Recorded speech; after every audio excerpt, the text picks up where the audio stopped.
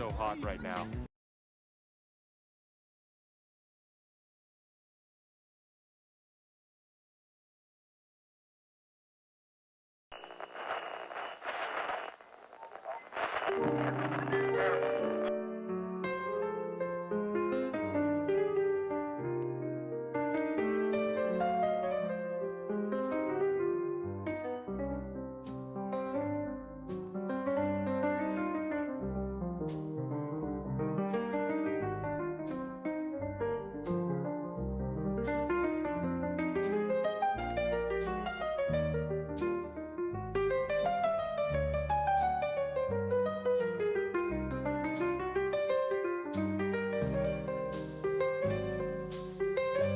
Here we are once again. Floating somewhere between Earth and space. Just trying to figure it all out. Got a hell of a lot to talk about here tonight, Space Fam, so I guess we better get right to it. As always, do not forget to buckle up those seatbelts. Otherwise, I'm gonna go floating off into that deep dark void, never to be seen again.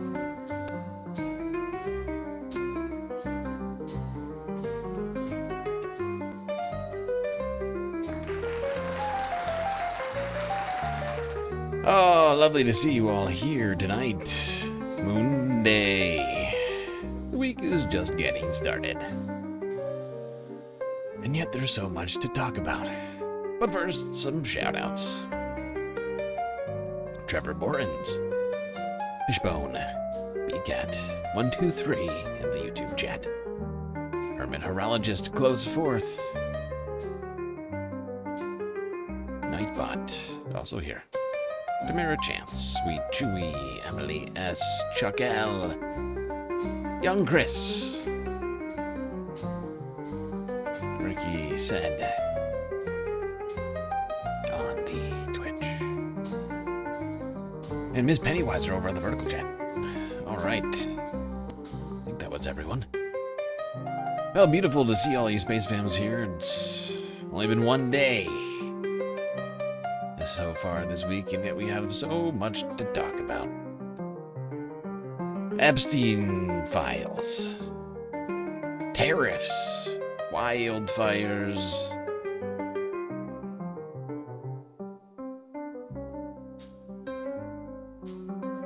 Keir Starmer officially out as Prime Minister, Andy Burnham officially in. Ah, yes. Red Sea now officially blockaded. That's gonna be a problem. And the Cockroach Janta Party in India rising. Government cracking down. But let's start in the United States.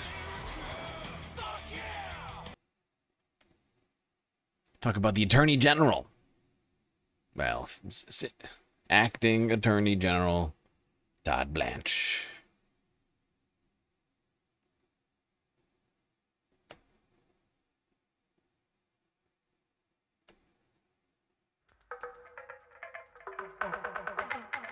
I will say thank you very much. I love you, sir. Acting Attorney General Todd Blanche was grilled by senators during his confirmation hearing Wednesday to become Attorney General. Blanche previously served as President Trump's personal lawyer. He's headed the Justice Department on an acting basis since Trump fired Pam Bondi as Attorney General. It's unclear if Republicans have enough votes to confirm Blanche. During the hearing, outgoing Texas Senator John Cornyn blasted Blanche for his role in proposing a $1.8 billion fund for Trump to give to his allies, including January 6th insurrectionists. Republican Senator John Kennedy of Louisiana questioned Blanche about his ties to Trump. Are you and President Trump friends? I'm his lawyer, was his lawyer, and now I'm the Deputy Attorney General. I'm his lawyer. Was his lawyer. Blanche corrected himself. Democratic Senator Dick Durbin criticized Blanche for continuing to act as if he were Trump's personal attorney. In less than 18 months at the Department of Justice, you've shown you're still President Trump's personal attorney. Your tenure can be summed up in the 4 words you said, quote, "I love you, sir," to President Trump. This was your response when you were asked what you would say to him. I will say thank you very much. I love you, sir. This nation deserves an Attorney General who loves the Constitution more than any single president. An Attorney General focused on keeping America safe and combating corruption, not satisfying the president's personal grievances or channeling crypto cash to the administration's MAGA faithful. During the Senate hearing, Blanche also faced questions about his handling of the Epstein files, and we'll hear his comments in a bit. But for more, we're joined now from Washington, D.C. by Democratic Congressmember Pramila Jayapal of Washington State. She's just introduced a bill with Senator Cory Booker to protect Epstein survivors whose personal information was improperly disclosed during the Trump's DOJ's recent release of the Epstein files, which Blanche was in charge of. Yes, that's right. Todd Blanche was very, very in charge. Well, in charge-ish. It's confusing, actually. I rushed to agree with that sentence, but actually, the more I unpack it, the more I question who was in charge of the Epstein files. Because let's not forget, before any actual investigation or anything involving the Epstein files, we had Pam Bondi, then Attorney General, saying that the files were on her desk. So for me, it's a little confused. Who was in charge of they were on her desk. Let's forget whether or not you could fit 6 million files on a desk. But you had 6, 12, however many million files on a desk. Pam Bondi's desk. Wouldn't that be the person in charge of the investigation? If all the files are on your desk, unless your office is in the storage room at the FBI, DOJ office, it would be weird for you not to be considered the one who's in charge of the files. Now, after Pam left office, suddenly we're told it was actually Todd. Todd was in charge. The Dow right now is over.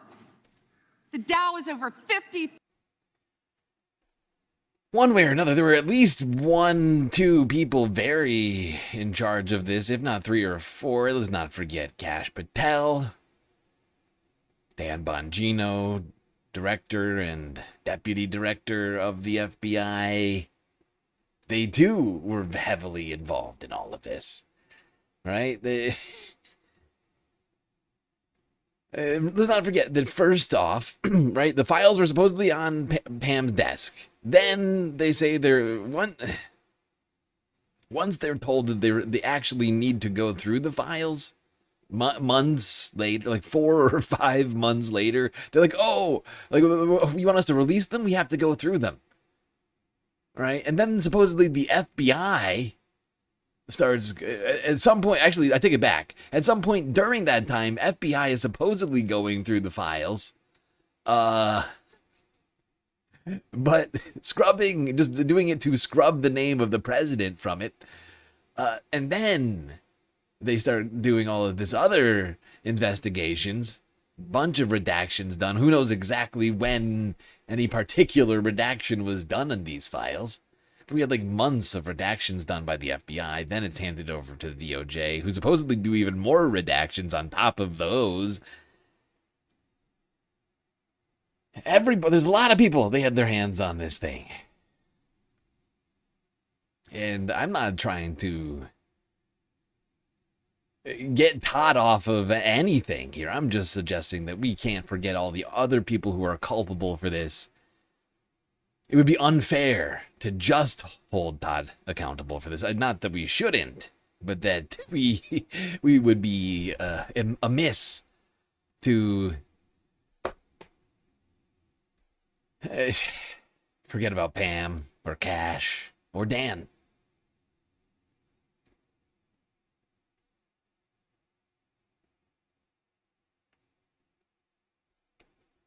Now, considering all the time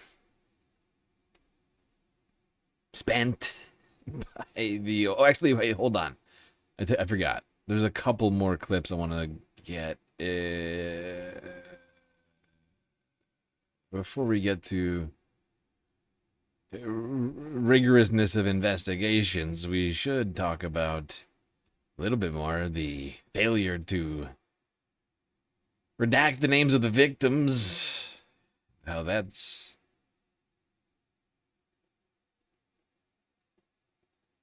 I think that's what this next clip is about. A little in part. calling on senators to reject Blanche's nomination because of his role in disclosing their personal information while protecting the names of alleged abusers during the Department of Justice's release of records related to the Jeffrey Epstein investigation. My name was released. My phone number was released. Where I went to school. Where I live. My students can now search me and read about my abuse. I am an Epstein survivor. I am an Epstein survivor. I am an Epstein survivor.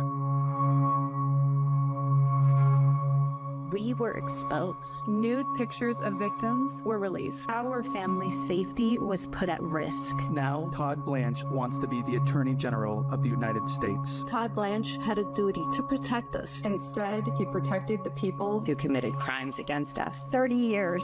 1,200 victims. And 6 million files. A mountain of evidence. But Todd Blanche says there are no investigative leads. Todd Blanche failed us. He failed victims everywhere. We deserve better. Our country deserves better. Vote no on Todd Blanche for Attorney General. Vote no. No. No. No. Vote no on Todd Blanche for Attorney General. And several of Epstein's accusers were, in fact, seated in the Senate gallery during the hearing.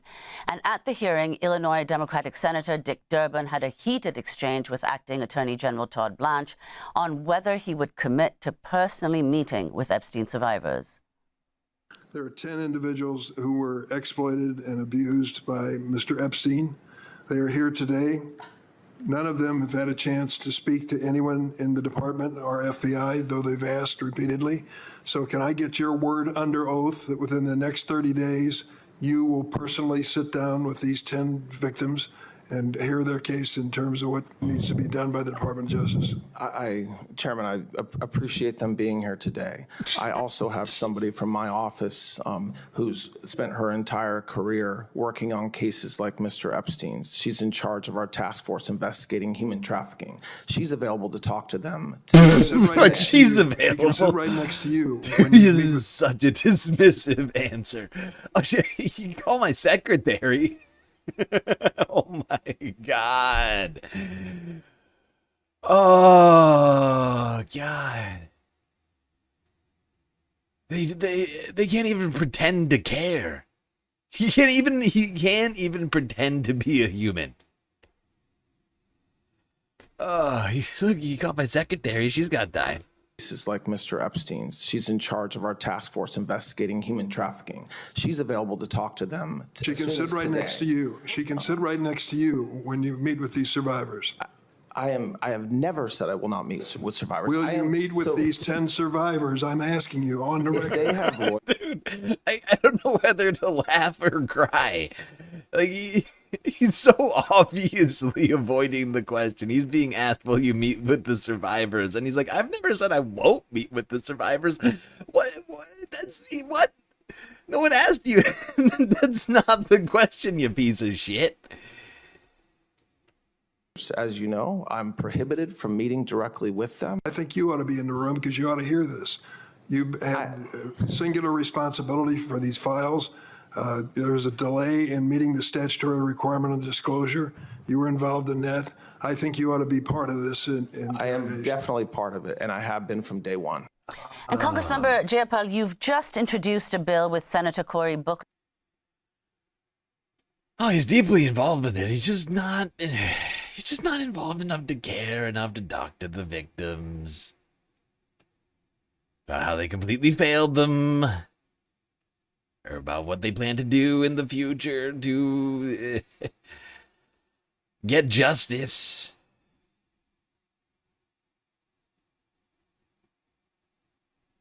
It is a disturbing farce that is being perpetrated by our government when it comes to this. It's one of many farces, I would point out. This is one of those farces that is not only quite obvious in nature, but it's truly disturbing.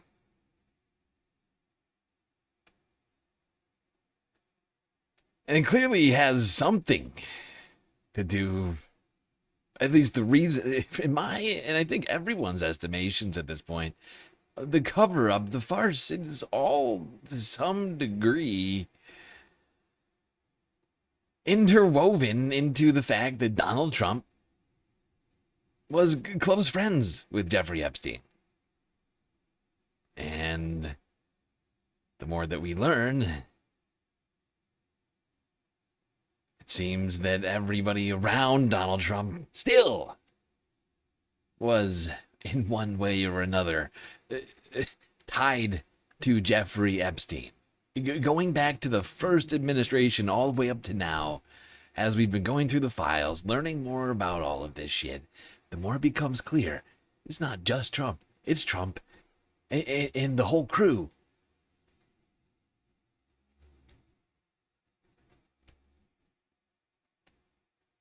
Maybe that's why Pam Bondi and Kash Patel and Dan Bongino and Todd Blanche aren't doing a good job on the investigation. Aren't doing any investigations at all, in fact. It's a farce to call it. That's on me. To even call it an investigation is in itself a farce, because they themselves claimed there is no investigation. There's nothing to investigate.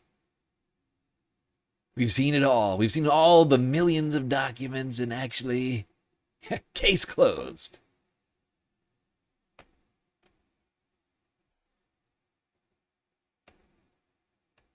And while Todd Blanche and Pam Bondi may not have spent a great deal of their career, I don't know what to call it exactly, their in the recent years calling for the release of the files, Dan Bongino and Kash Patel over at the FBI have.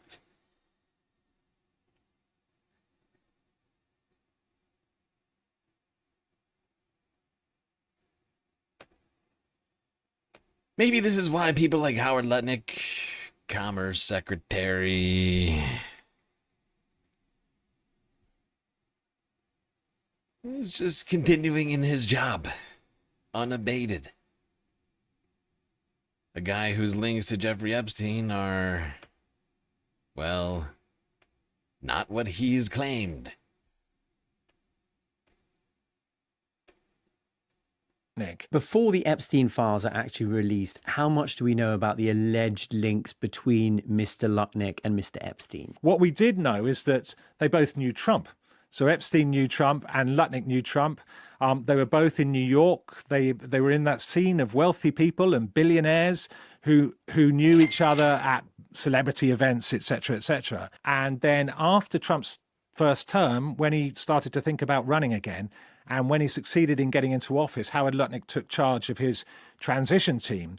Trump then promotes him to become his trade secretary. So for most people around the world, they'll know him as the man who imposed tariffs on the rest of the world. But Jeffrey Epstein and Howard Lutnick, correct me if I'm wrong, are actually neighbors at one point. Is that right? That's right. Next door neighbors. That's right. Anybody could look it up and discover that actually that Howard Lutnick lived at one house and they shared a wall. And he's admitted this publicly to the New York Post in a Podforce One podcast in October 2025. Now, his story in October 2025 was that he'd gone round once. He'd only ever seen Jeffrey Epstein once in 2005. And in that Podforce One interview, he says that he had gone round in 2005 and he'd had a little tour of the house with his wife. He says that he was shown a massage table and that Jeffrey Epstein made an inappropriate comment along the lines of, I like to have a massage every day. And Howard Lutnick says that he came up to him and said in a sort of low voice, and the right kind of massage. And Howard Lutnick's initial account is that he then looked at his wife and they said, we're leaving pretty soon. And that he resolved never to be in the same room as him again because he's gross. None of us knew that until very recently, though. All you saw on the public record before he gave that interview was the fact that they had been neighbors in New York and they both knew Trump. Yeah. Exactly. We were just neighbors, and one time I found out he was creepy. And after that, me and my wife, we decided we would never, ever be near that man ever again. Oh.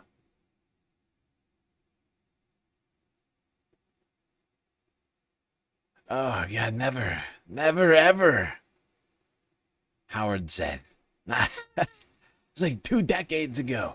More than 2 decades ago, Howard, he got one bad sign from that Jeffrey Epstein. He said, I would never associate with that man ever again. Never. Not going to do it. Wouldn't be prudent at this juncture. Okay, so just to be absolutely clear, Howard Lutnick says that he cuts off contact with Jeffrey Epstein in 2005. Subsequently, there is evidence that they are still in contact.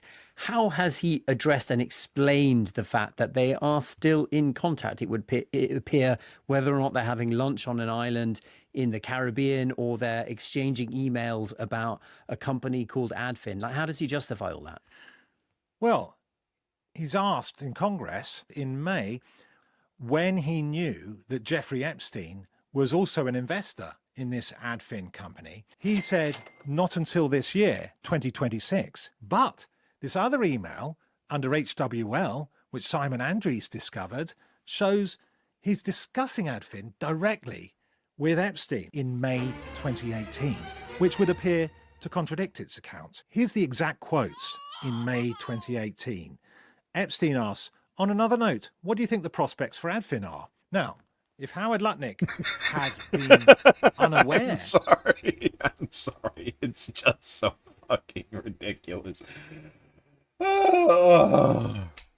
I'll never speak to that disgusting man ever again. I didn't know that we were... What? We're invested in the same company. That is a coincidence. I am shocked. Hey, Jeffy. What do you think about the prospects on Advinar? This is ridiculous. the actual fact that Jeffrey Epstein was an investor in this company which he had also invested in, then wouldn't he have said, oh, Jeffrey, I didn't know you were also an investor in Adfin. Yeah. But he doesn't say anything like that in this email exchange. He answers... Exactly. There's...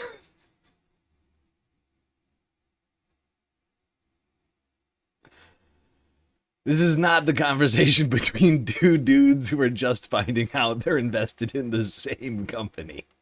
Producing revenue finally. This is their year. Next 12 months, they need to become economically self-sufficient. This is their year, you see baby. Elsewhere in the files, the chief executive of Adfin seeking meetings with both Lutnick and Epstein.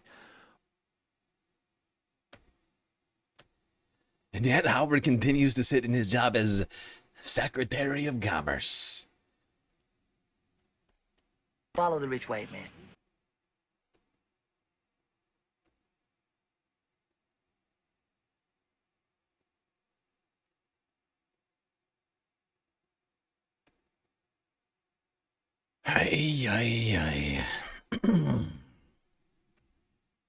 Maybe that's why we're not getting the accountability. The whole government's in the files. Trump promised to drain the swamp. Just went in and filled the swamp with Epstein files monsters.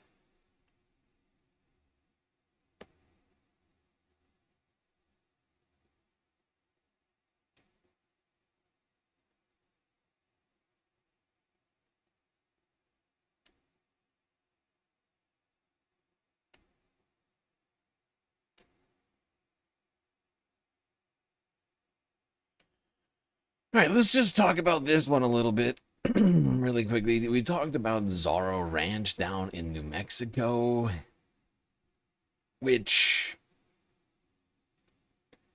was the former property of Jeffrey Epstein and was eventually, I believe, sold off by the Epstein estate to a Trump donor slash like ally, the state of New Mexico, like a few months ago, like when did we talk about this? I'm trying to remember when they first, because there's been a number of different events that I think I'm starting to confuse in my head a little bit, but like this,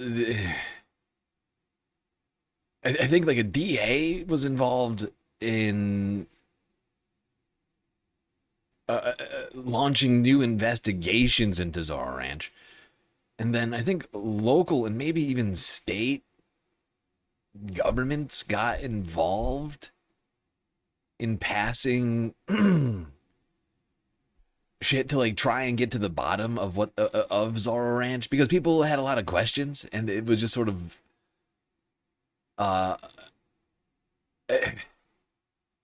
it was all these questions were just going unanswered.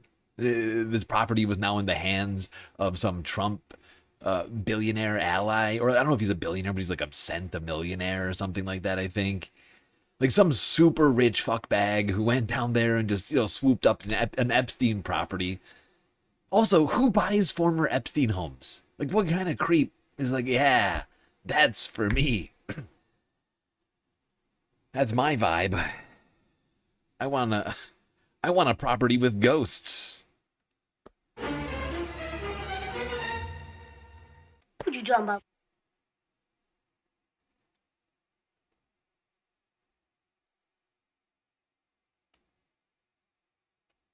But suffice to say, Trump administration trying to shut all that down.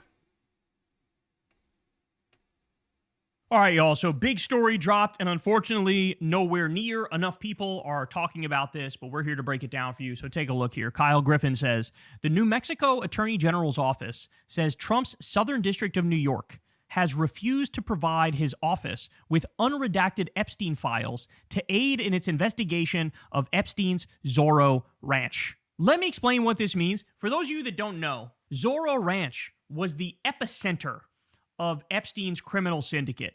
Okay, it's there, and some argue Mar-a-Lago. It was subpoenaed in the Ghislaine Maxwell investigation as like the heart of the child trafficking.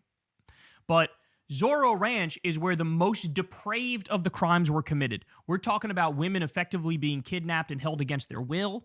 We're talking about using women or girls to incubate babies, basically. We're talking about Jeffrey Epstein trying to create like a superior race on some Nazi-type shit. Right? Like he was a Jewish supremacist Nazi-type eugenics believer. He invested a lot of money into all these different scientific programs, basically to exercise eugenics ideas. That's who this guy was.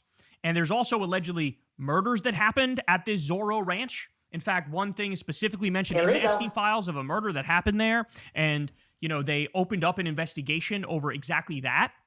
And so here you have the New Mexico Attorney General's office, and they go to the federal government and they go, look, we're doing this investigation. It's super important. We got a murder going on. We got other things as well. Very disturbing stuff in the Epstein files about this place. And so we would like your cooperation.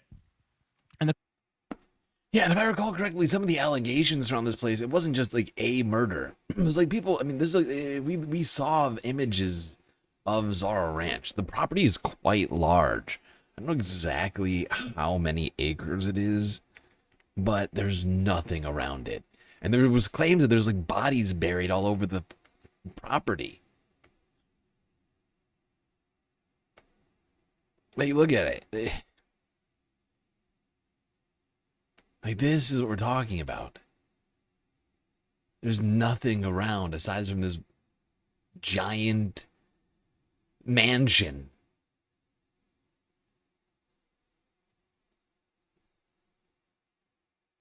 It's just empty New Mexican wilderness for miles, it looks like. People were claiming that there's like bodies buried all over the property. And he's like using its remoteness to hide shit.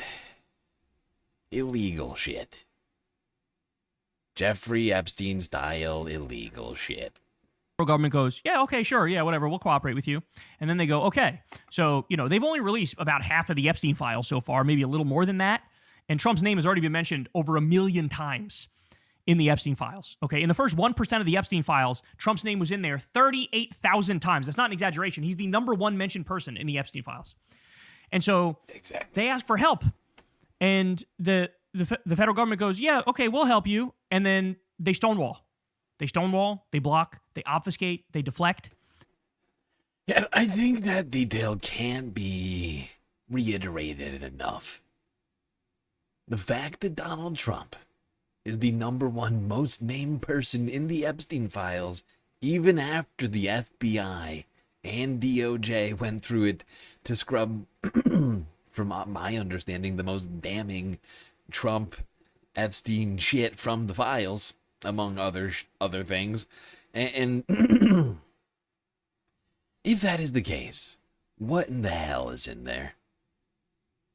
What's the most damning stuff? If what we saw was the least damning, allegations of, just incredible depravity and illegality, if those things were like, you know what, leave those in, it's better than this. What hit the cutting room floor on the Epstein files? FBI investigation room. And then eventually, the New Mexico Attorney General's office goes, they're not going to fucking work with us here. What they wanted was access to the full unredacted Epstein files. And they got blocked at every single turn. Now, what did I tell you with the roughly half of the Epstein files that were released? This is the definition of what's called a limited hangout. Namely, give some of the information, but you're really hiding the most juicy stuff. Okay? And you pretend like you gave all the stuff away. You didn't. You gave away half of it. And you're really hiding the most important stuff. And so now, even with New Mexico's Attorney General saying, you got to share this with us because we need it for our investigation, they're refusing to accommodate. Not going to do it. Wouldn't be prudent at this juncture. Yeah. DOJ refusing to cooperate. It's incredible. The DOJ is actively preventing an investigation into the Epstein files. Oh. We have literal legislation. Remember the Epstein Files Transparency Act? We have literal legislation intended to create an environment to make these sorts of investigations easier. The DOJ has done the exact opposite of that at every single turn. Fact is, DOJ could have just done their jobs without the legislation. I would point that out to begin with. Technically, you never needed the legislation if the DOJ wasn't acting... what's the word? Like, oppositionally to justice and, like, the victims and, like, the millions of people asking for the files. Then we passed the EFTA. We still don't have all the files, and the DOJ is continuing to block any attempts to investigate them or anything involving Jeffrey. I mean, it's just, it is insane. It's obstructionist.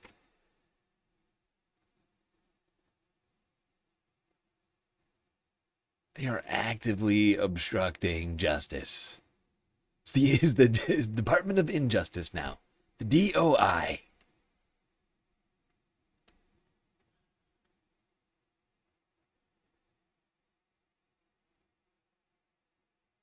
Okay, one more Epstein Files based story. This one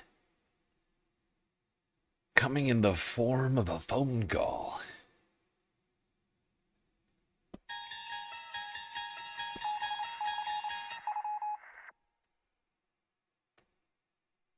calling from a 478 area code. Who's this? Where are you calling from? Yes, this is Cody from Georgia. Cody from Georgia. What's on your mind? Do you have a second for me to bring up the Epstein files and something I found? Of course. Are we still talking about Jeffrey Epstein? All right. So I'm in aviation. So I was looking at some of the flight records. And airplanes, pilots are required to keep 2 records. They're required to keep the actual aircraft log that stays with the airplane, and then they keep a personal log. So I was looking through pilot for Epstein. I believe his name is David Rogers. I was looking through his log. Interesting. And that's such a generic name. It sounds made up, but continue. Yes, of course. With a D, Rodgers. Okay, bear with me. Sorry. I'm a little nervous. You're great. You're doing great. So you go through, and part of naming an aircraft is the N number, and you can request whatever comes after the N to be like a personalized license plate, basically. So Jeffrey Epstein, a lot of his planes ended with JE, 908, 909, JE, etc. Well, there's this one plane in 530GA. Doesn't really belong in this list of flights. And under the comments section, which you'd use for any kind of interesting thing, if you had weather, turbulence, whatever, there's a name. John Roberts. Okay. So I look up that airplane tail number. Can you tell us more about this flight, though? Yeah. Well, this is around 2010, I believe, is the. I have to pull up the actual record again. But the interesting thing is the plane to me, because you can look up the tail number and you can track these aircraft and who owns them and whatnot. And this one doesn't go back to a Jeffrey Epstein; it goes back to the TWA. But Jeffrey Epstein famously purchased a lot of TWA aircraft, the 1979 Gulfstream. But where is the airplane now? It was destroyed about a month after Epstein died. It flew illegally into Guatemalan airspace, if not sooner. landed at a dirt runway, was offloaded by a bunch of people, and then by the time the military got there, they had escaped across the Mexican border.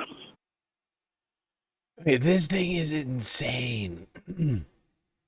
I don't know how this guy, I don't know what the hell this guy has been up to over here. But holy shit, what a phone call. What a phone call this was. When I first heard this, I was like, wait, what happened? Because we've been talking about this, like the cover-up, like the years-long cover-up since Jeffrey Epstein's death. Claims that people went to his apartment in Manhattan, the island, and to his home in Palm Beach, and removed whatever they could, like lawyers, supposedly. Like there's been claims that like lawyers and other sorts of like Jeffrey Epstein associates, like paid associates, because we had a bunch of those. Like went and like cleared out the houses of as much of the most valuable material as possible. And this is one of those stories that just lines right up with that. You got some old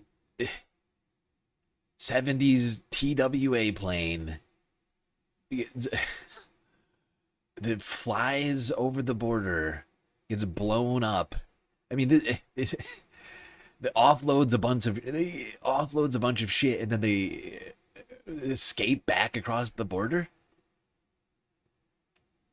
It's wild. And they set the aircraft on fire. Wow.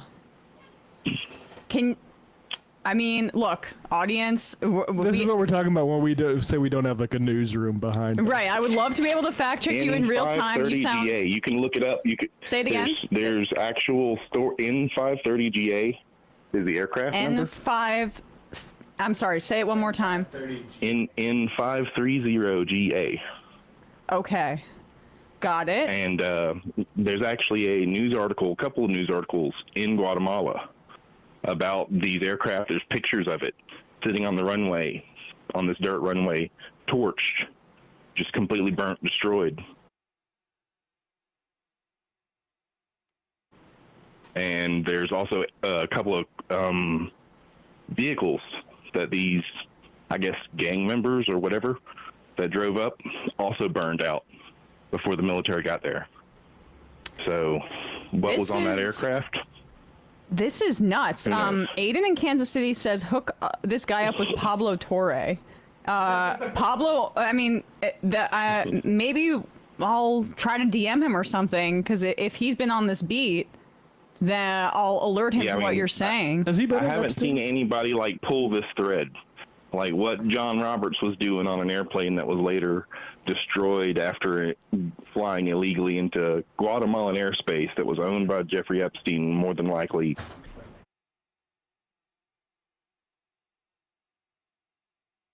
Here it is, Aviation Safety Network, Sunday 27th, October 2019.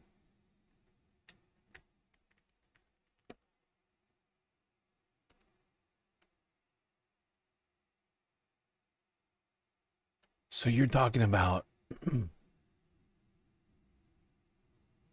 2 months? Jeffrey's dying August 10th. October 27th, Gulfstream N530GA observed illegally entering Guatemalan airspace.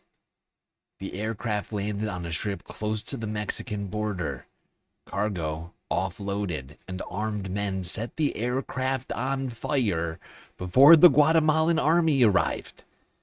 The aircraft was presumed to have been carrying narcotics, which, considering the location, makes sense.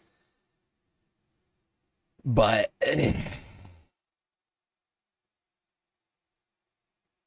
this whole thing is a little bit weird. Now getting very, very, very weird. Now, I don't know who GA could be. J.E. Jeffrey Epstein. I was thinking Ghislaine, but I don't know. I don't know what GA could stand for, but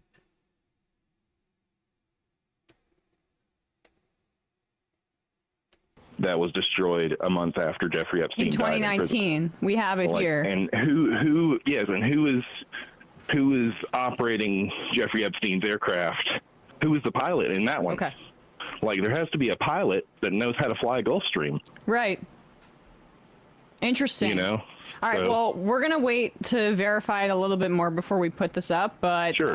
It's a good story for any journalist. I've been trying to call and connect about that for months, but it's just kind of like going up beneath, or thanks for letting me get through. I appreciate it, Cody, and this, I mean, it sounds juicy what you're saying here. I would be very intrigued to look into this further, or for some reporter to do so, so appreciate the... Okay, look at this. This is ITN News in the news. This is 6 years ago now. December 31st, 2020. Mike DeCock. Spelled D-A-K-K-A-K.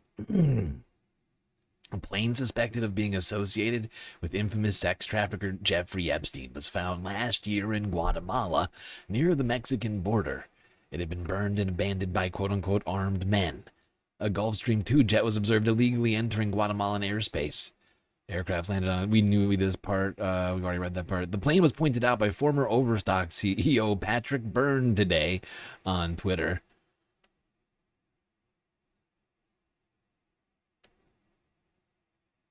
Jeffrey Epstein's plane had been dubbed the Lolita Express for their alleged shuttling of underage girls to Epstein's private Caribbean island, where they were reportedly abused by Epstein and his rich friends. The tail number of the plane, N530GA, has also been associated with a mysterious John Roberts, quote unquote. There is suspicion it is Chief Justice John Roberts.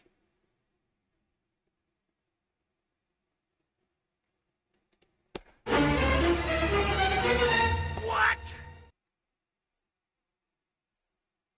So that's 6 years ago, people tying this plane potentially to Chief Justice John Roberts.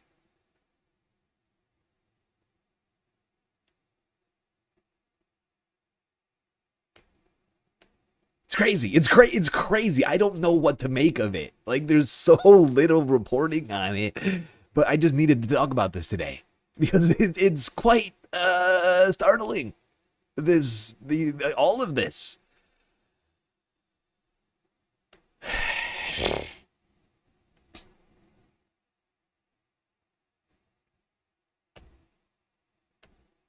It's quite startling to say the least. Hold on, I'm gonna let them finish this clip out. But what do you make of it, Space Fams? I mean, it's crazy.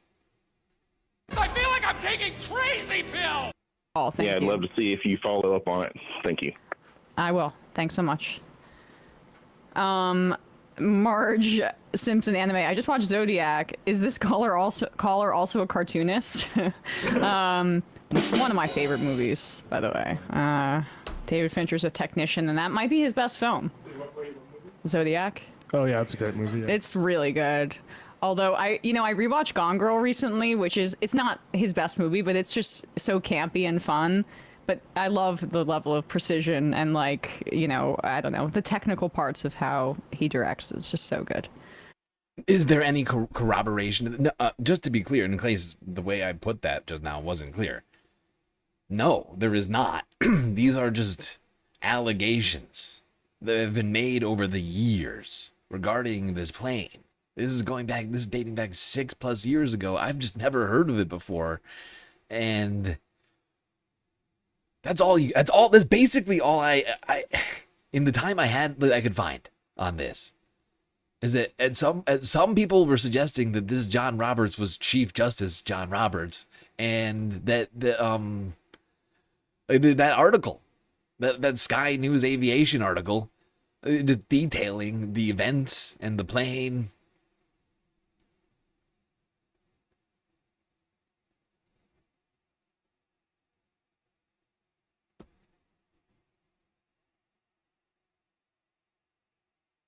It's insane.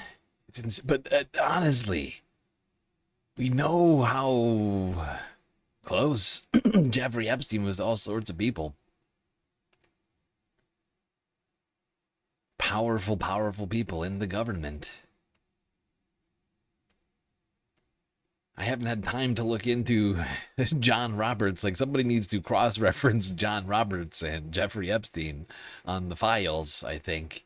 I haven't had as much time last couple of days to do the show work as I would normally have had, because I've been dealing with the goddamn monetization system. Still not remonetized, by the way. We were denied once again for a completely different reason, by the way. Get into that in a second. I'm getting caught up on shit. McConnell's ghost was Nathan. Oh, actually, I forgot. We don't need the rest of this. But point is I think we need to look into this situation even more. The more I look into it, the more I feel it warrants a real investigation. That said, you could also say the same broadly about the Epstein files.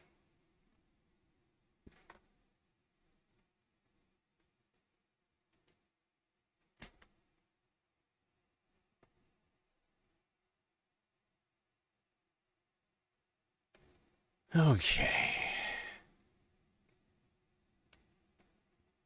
Well, while we're talking about horrible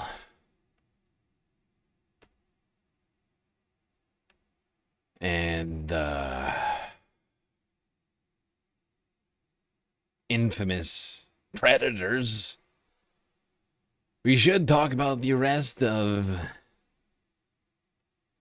one of the most infamous predators on the planet, Andrew Tate, and his little bro, Tristan. Both arrested in Miami, Florida, according to the U.S. Marshals Service yesterday.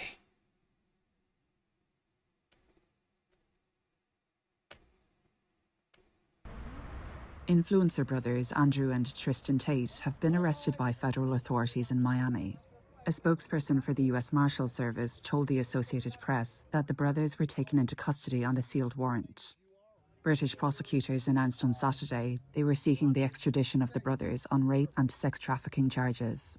The offences are alleged to have occurred between July 2010 and August 2017. The Crown Prosecution Service said... Oh. Wow, wow, wow. Poor Tristan and Andrew. I mean, can you imagine two guys who deserve this more? No, actually, I can't. I mean, well, actually, I guess there's some people who deserve it as much. The president. I found this story to be rather fascinating. These were the last two guys I expected to be arrested in the United States. I know that the what's his name? Not Marco Rubio. Fucking hell, governor of Florida. Fuck. Ron DeSantis. He was saying he didn't want them in the state of Florida. Was it last year? They showed up. But I mean, since they'd clearly come back to the United States. And all of a sudden, picked up by U.S. authorities and threatened with extradition to the United Kingdom for their alleged crimes.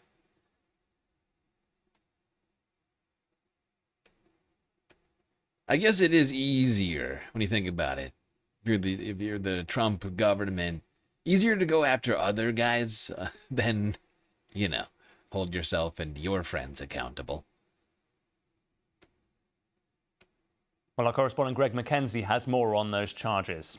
In terms of the Crown Prosecution Service, they say that Andrew Tate has been charged with 7 additional counts of rape, along with further offences including alleged sex trafficking and indecent images of a child. Now, Tristan Tate has been charged with 1 count of sexual assault, 2 counts of rape, and 3 counts of arranging or facilitating trafficking for sexual exploitation. Greg Mackenzie. Well, the journalist and documentary filmmaker Matt Shea made the 2023 BBC film Andrew Tate, the Man Who Groomed the World. He explained what more we know about the brothers. Andrew and Tristan Tate are sort of the leaders of what's called the manosphere, which is this kind of movement across the internet and social media that promotes this kind of hyper-masculinity, women being submissive, women being second-class citizens. They openly support these things. They also sell courses online that train young men how to, in their eyes, be better men. However, a lot of those courses also train those young men how to groom women into submission. How surprising is this latest arrest? Well, it's surprising because we have to remember, right, that throughout the litany of accusations against the Tate brothers, perhaps the biggest ongoing right now is the Romanian investigation into them. So there are 2 indictments in Romania. There's one from 2023, which alleges both Andrew and Tristan Tate formed an organized criminal group and did human trafficking and were guilty of rape as well, and a newer investigation involving additional allegations, including trafficking of a minor, sex with a minor, money laundering, witness tampering, and the list goes on. Now, all of the crimes. Violent crime. Yeah. I gotta say, this was also not on my list, of things expected for the week. It is it's a nice surprise. Although they still haven't been extradited. And I get the sense that somehow they're going to manage to get away scot-free on this. And they won't be extradited to the United Kingdom, or Romania for that matter.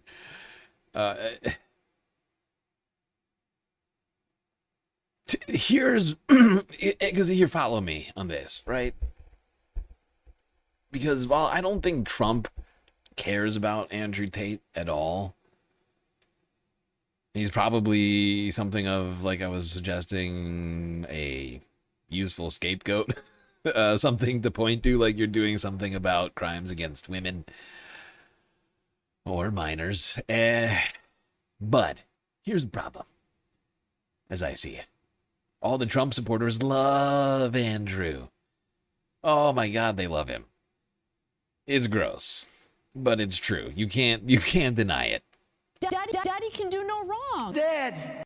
And they're all gonna go to Donald Trump and be like, "Oh, sir, you can't extradite Andrew. He's our hero." I could just go. I could go on True Social right now. I can almost guarantee you, there's a bunch of Tate stands right now on Twitter and True Social tweeting at the president, saying, "Mr. President, please, sir, please. You must protect our second favorite guy. After you, of course, Mr. President."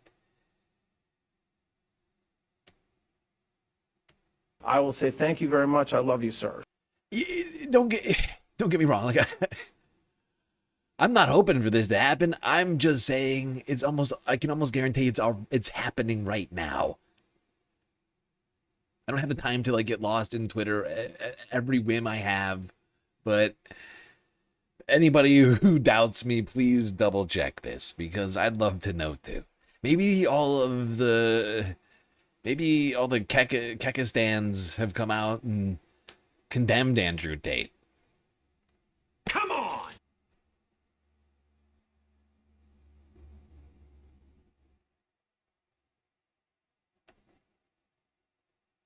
I invite anybody with evidence to prove me wrong to present it, because I would welcome that shocking change. Meanwhile, the Tate brothers' lawyers gave a press conference in front of a Florida courtroom. Today went as expected. There was never going to be any fireworks today. Today wasn't about controversy. Today was about just enforcing Mr. Tate's, Andrew and Tristan Tate's rights, and objecting to the extradition process. We are, of course, objecting to extradition because Andrew and Tristan are innocent. They've never done nothing wrong. They shouldn't be extradited for crimes they did not commit. They're entitled to have their day of court. We've been litigating the case for 3 years in Palm Beach County in Florida. So we're fighting extradition. We've assembled a team here. These are from the Roy Black's prestigious firm. Politically motivated? I think any one of these trees or any one of these rocks could answer that question. Yes, it's politically motivated. There's no question about it. Trees and rocks cannot answer questions. It is not shocking to me that this guy, this fucking guy, is the lead legal counsel for the Tate Bros with the Versace sunglasses, the bald head, and the beard. It's just like he's literally, he's just like a slightly bigger copy of the Andrew Tate brothers. There you go. They're innocent. Even the rocks and the trees can tell you that. Okay, they're innocent. Not with that attitude.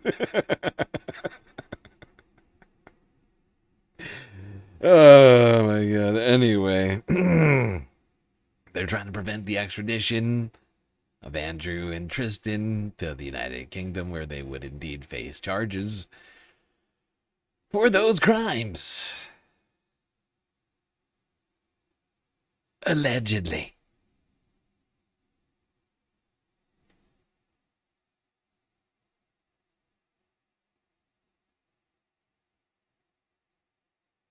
Always gotta get that in there.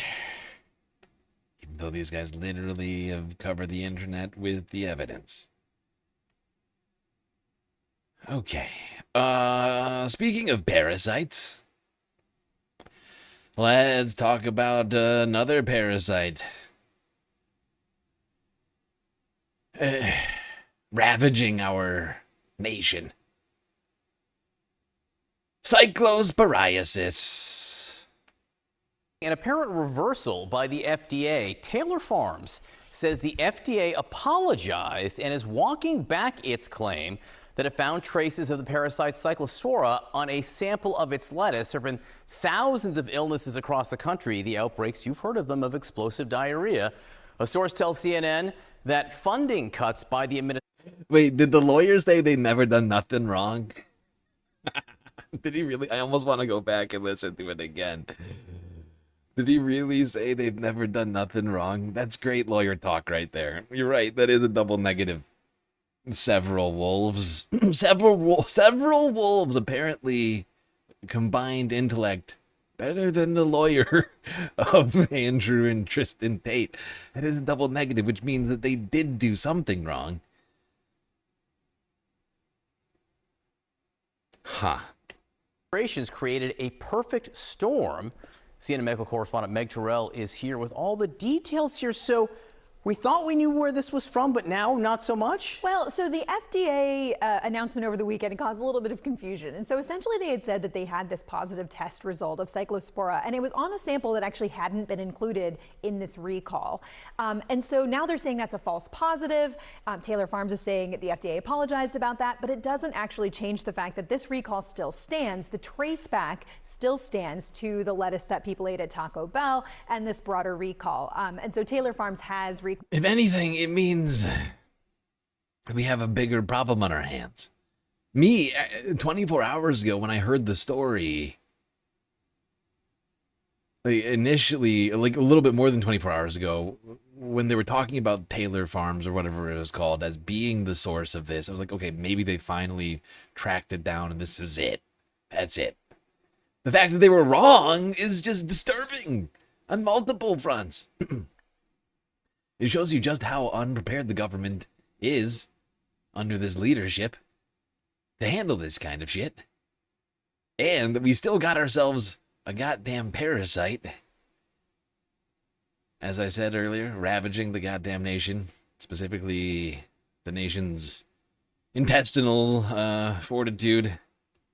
This lettuce from central Mexico, this iceberg lettuce. But we also have new reporting this morning about what a lot of public health experts have complained is a slower than expected response from the CDC and the federal government broadly to this outbreak. And just to give you a timeline, the first illnesses started in mid-May. It was July 1st that Michigan warned of an outbreak. And of course, we know there are so many cases in that state. But then it was 2 weeks later that the CDC issued its health advisory. And a lot of public health experts said, why did this take the CDC so long? 2 weeks after Michigan. They said it should have been much earlier. And so our reporting from our investigative team, my colleague Brenda Goodman.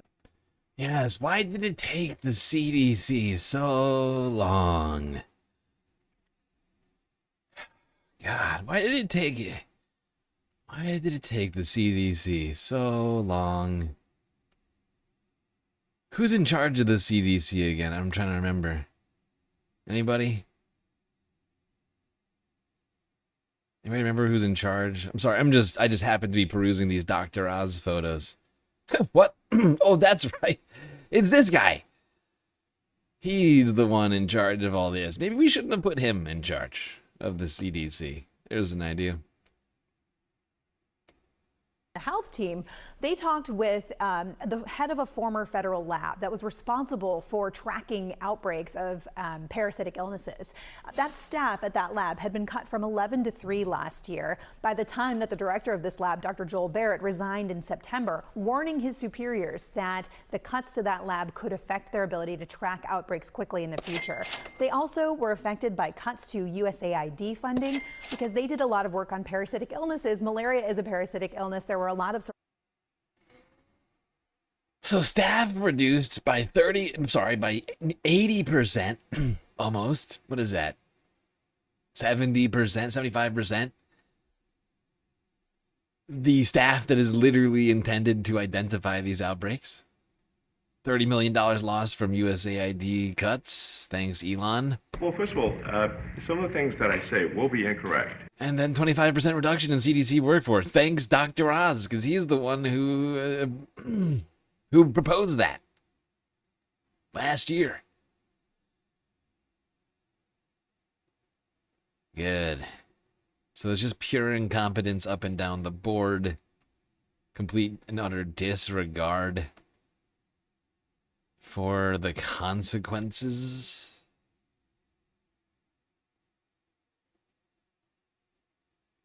Seemingly zero concern at all for what this might do to America.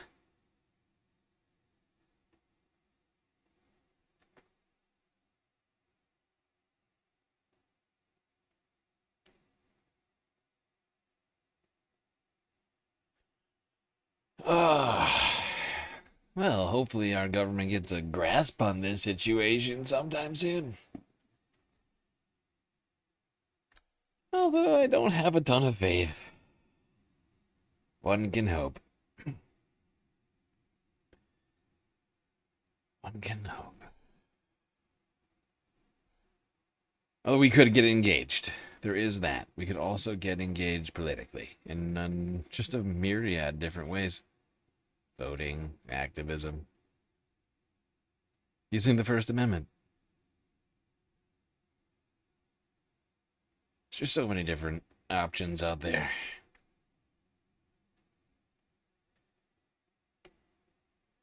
Unfortunately, we have parasites in our intestines, in our lettuce, and on the streets. Yes, indeed. Parasites all over America. I thought this was America. Huh? Isn't this America? I'm sorry, I thought this was America. Parasites in the White House and, of course, the armed parasites the president and his allies have unleashed on unsuspecting Americans, unsuspecting American neighborhoods. Of course, talking about the terrorist, fascist cronies known as Immigration and Customs Enforcement. ICE. Last week, we covered the killing of an immigrant in Maine by an ICE officer. We now know the identity of that ICE agent, a guy by the name of David Briette, and his former wives, as well as some of his family members, are speaking out, talking about how mentally unstable he is, his violent tendencies, how they had to take him to court, how he was violent against those wives and his children. Let's go ahead and take a listen to one of those wives who bravely went on the record talking about her experience with him. David, back in November, brought up that he had accepted a job with ICE.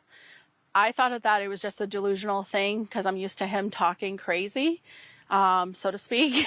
So I said, yeah, sure you are, buddy, you know. I didn't realize that he was actually working for ICE until yesterday, and I was completely shocked because I'm like, how do you keep getting into these jobs where you're around guns all the time? I asked him what was going on. He told me that I don't need to be answering questions for anybody, that all I needed to know was that it was a justified shooting and that he did do it. And he claimed that this man had tried to run him over And I said, I don't see that in anything. And I've watched it from all angles. All I seen is how the car was going in circle after the fact. And then he's like, well, I need you to lie about my character because this is how, like, this is what it comes down to is my character. I don't want you talking about any of the abuse. I need you to lie about my character. At least the guy is self-aware enough to know he's a piece of shit. Hey, I need you to lie about my character. You know how I'm a piece of shit? Would you tell people I'm not?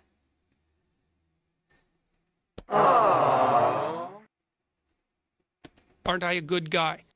In our relationship, like, this is literally about me, actually. I told him that I was not going to lie for him, that I've waited years to speak my truth. I've been silenced long enough, and now I need to come out with everything because a man lost his life. It was abuse, not only to me, but to our daughter. And even being divorced from him, I've dealt with harassing phone calls, threats of him wanting to kill me. I believe that this man was murdered. I believe that David's mental health played a part in what happened. I think what happened was he was standing there during that operation, had a PTSD moment, and hit fight or flight mode. And unfortunately, a man lost his life due to it. So this gives you a window into the type of people who are being hired and the complete lack of vetting, I would say intentionally, because obviously. Yeah, thank you, Crystal. I found that utterly disturbing. Quite revelatory, but not all that shocking, considering everything we've heard about the hiring processes over there at DICE. It seems like these are the literal people they're hiring for. They're in search of the despicables.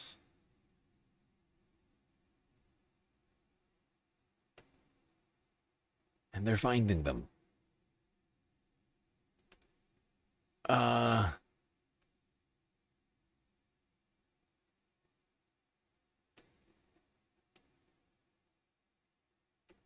Real quick clip here of Tom Homan on Face the Nation. I honestly think I need to watch this whole thing. But, Tom Homan, of course, the border czar. And is he technically in charge of ICE now?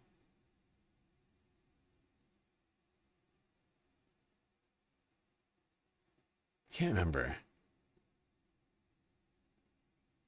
I don't. Didn't they? Isn't he like the acting director for the time? Didn't he take over for Tom Bovine? Tim Bovino, whatever his fucking name is. Tom Bovino.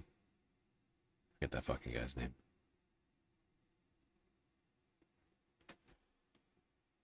Yes, Marblemouth. He's been saying all sorts of stuff lately. The call went down here. This is E0. Let's take a listen to that.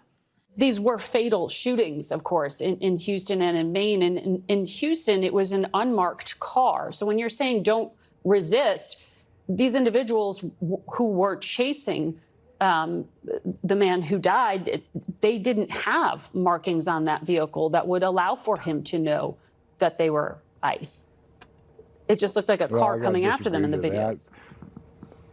No, they have emergency lights.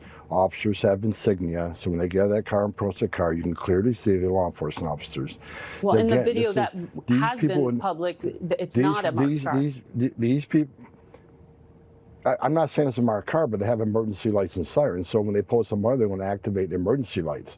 A lot of police departments. I'm in New York City right now. A lot of NYPD officers are driving unmarked vehicles, and that helps them find people that don't want to be found, right? So, you know, but bottom line is, we'll see when the investigation plays out, but they would be alive today if they simply complied with a vehicle stop by federal law enforcement. Just comply.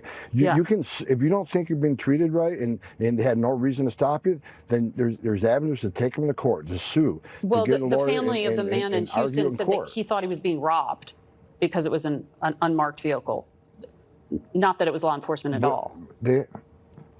they had emergency lights. They activate emergency lights, balloon light. In my vehicle I drive where I'm with my security detail. You've seen that on video? Because we haven't. Seen what on video, ma'am? That there were lights? Because in the videos that we've seen, there aren't. And because there weren't body cameras, it is hard to substantiate some of what you were saying. Okay, well, I have not seen the videos, but I'm saying our vehicles are equipped with emergency lights. Now, if they didn't activate the lights, again, I haven't seen that video. If they didn't activate the lights, then there's an issue there, right? But I'm they have lights. They have light in the vehicles, and they can make them light up and go boo. And then when they do that, when they make them light up and they go boo, then people will know. Well, I haven't seen the video. I don't either. How is it?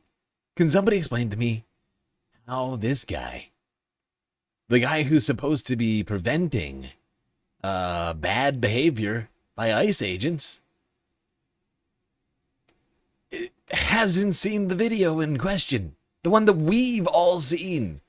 The video that's got millions of views now across multiple platforms. How is it that the guy in charge of all this shit hasn't?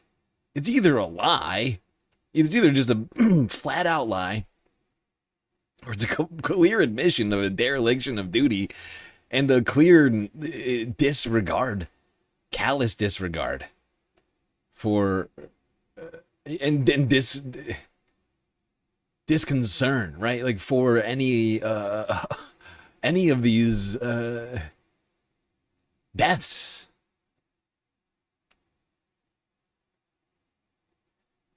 It's quite concerning.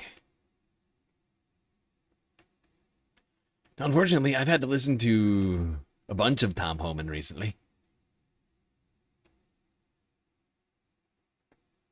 He gave a little press conference here.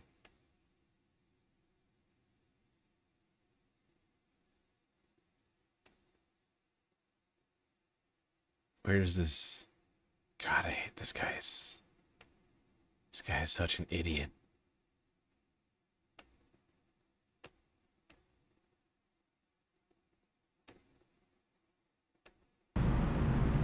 Say that again? Is this administration more concerned about the number, the quantity of ICE administrations that it No. deploys over the quality? I can't speak for everybody in the administration, but quality agents are very important. So it should be all be. You won't give somebody a badge and gun; they need to be the best they can be. So are there going to be reevaluations on the hiring? That's a question for us. Is there any other procedure or protocol on the ground changing? Stops? There's already, the director of ICE decided that there needs to be at least one body camera on the scene. And again, I'm a big supporter of the body cameras, and as more body camera gets out there, they all happen. That's the only change. But let's be clear, you can attack the men and women at ICE all you want. It comes down to one simple fact: these people fail to comply with law enforcement. Even some of the major chiefs in this country who don't necessarily agree with this administration says you always comply with law enforcement. But the hateful rhetoric that ICE isn't a real law enforcement agency. I see these signs that were resist. ICE are the...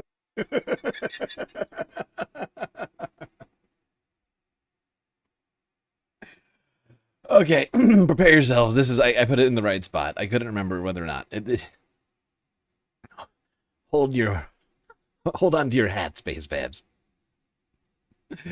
Tom Homan is about to explain to us some very important things about ICE officers. This administration says you always comply with law enforcement. But the hateful rhetoric that ICE isn't a real law enforcement agency. I see these signs that were resist. ICE are the, let's abolish them. They're fascists. When you keep that hateful rhetoric up for a year and a half, there's going to be that percentage of that part, that left population that's going to be emboldened to take action because they're not a real law enforcement agency. I should resist them. All they had to do is simply comply with law enforcement. If you don't like what law enforcement did to you, then go to the courts, sue, call the ACLU, do whatever you want to do. But you should always comply with law enforcement. If they did, they'd be alive today. Now, I'm not going to comment on the investigation itself. We'll wait for it to play out. This is about complying with law enforcement, and a lot of the negative hateful, and I said this a year ago, if a hateful rhetoric doesn't stop, there will be bloodshed. And unfortunately, I was right. And I'll tell you something else. It's not over yet. Unless they keep attacking and miscommunicating what ICE does every day, calling them Nazis and comparing ICE to the Nazi regime. Are you kidding me? And I'm not saying the whole country is convinced, but there's going to be that population that's just going to embolden to do something stupid. And I'm afraid that we're going to bury an ICE agent. I'm afraid I'm going to hand another folded flag to a spouse or a child of an ICE agent for simply doing his job. And for any member of Congress to keep attacking ICE and calling them fascists and Nazis, I said it 1,000 times. If they're a Nazi for enforcing the law, what's that make them? They wrote the law. We're not making this up. We're enforcing laws they wrote, and that they appropriate us money to enforce. Now, I'll say it once again. If ICE agents act inappropriately or illegal, they'll be held accountable, just like they were held accountable in Minnesota. Everybody, guys, ICE agents are mom and dads too.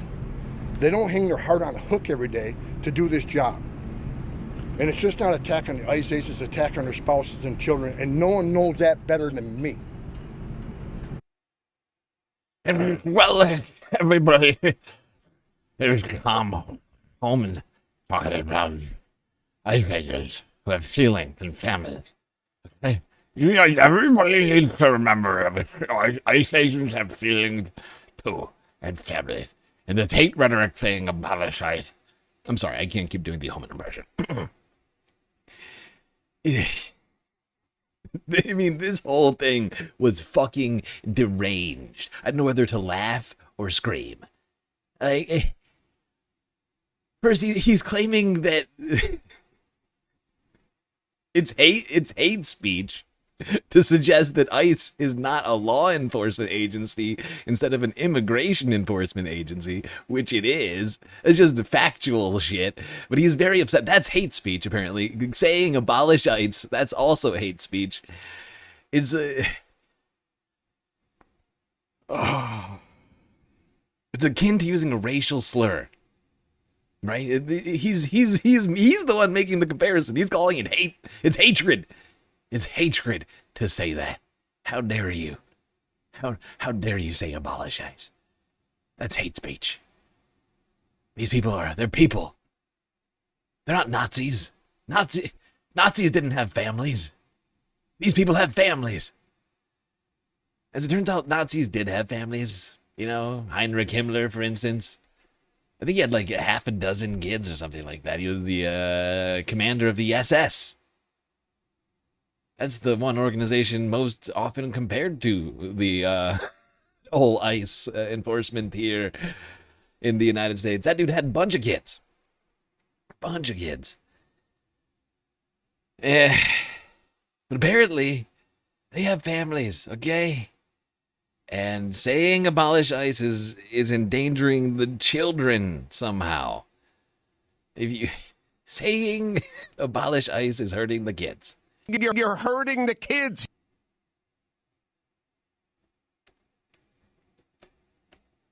But honestly, the most disturbing thing about what Tom said before I finish this one up is that he said that there's going to be bloodshed and that there's going to be more. He seems to completely disregard the lives of the people who have so far been killed by ICE and is most concerned about the ICE officers themselves. He didn't give 1 ounce of concern to the family. These people were killed wrongly. He said he's not going to comment on the fucking case while simultaneously claiming that they should have just complied. Those two things are obviously diametrically opposed. Because, of course, saying that they should have complied is a comment on the case. He's suggesting that they didn't comply. There's no evidence that that's the case. Not even slightly. ICE has not been able to provide any evidence of that. And they're out here saying more bloodshed is coming. But they're not worried about the innocent people losing their lives. He's worried about what might happen to ICE officers. Poor innocent murderers. What might happen to those guys? You know, people who've been convicted of domestic crimes, right? He's worried about them.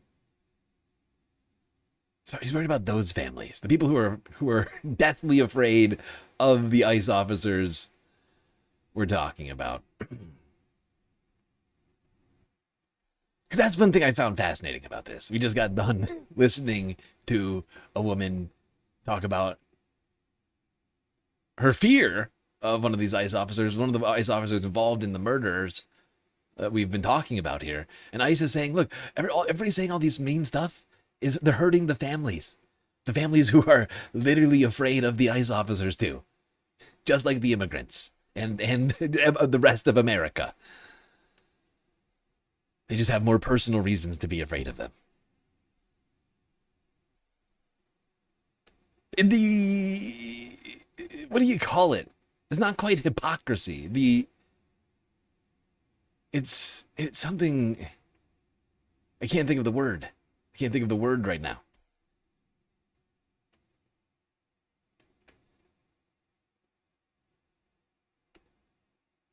Anyway, while I think of words, let's listen to the words of Representative Al Green from Texas on the Trump administration's attempts to cover up these killings on Democracy Now!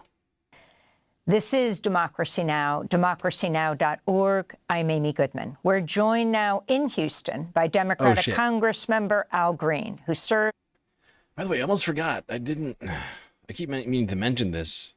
I missed it during the clip. Ep Silver with the Prime sub on Twitch. I think I know who that is.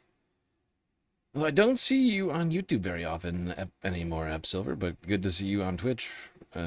Showing the support.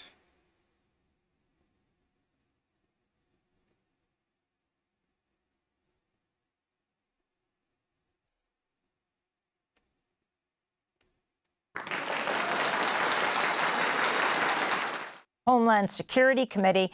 On Sunday, he attended a rally for Lorenzo Salgado Araujo, the 52-year-old Mexican father of 3 U.S. citizens shot and killed by an ICE agent July 7th. He'd been in this country for almost 35 years. Last week, Congressman Green took to the House floor to warn of a possible Trump cover-up in the killing. Representative Green, thank you so much for being with us.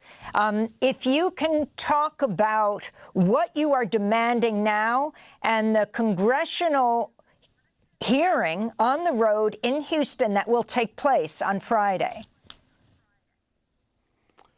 Well, thank you for having me, Amy. May I please take just a moment to compliment you on the excellent reporting. That was probably the best that I've heard or read in terms of what actually happened, and those reporters should be commended highly. I'm grateful to have this opportunity to talk about the demands. The demands are very simple. A demand for justice. The justice has to include an investigation. The investigation has to be independent.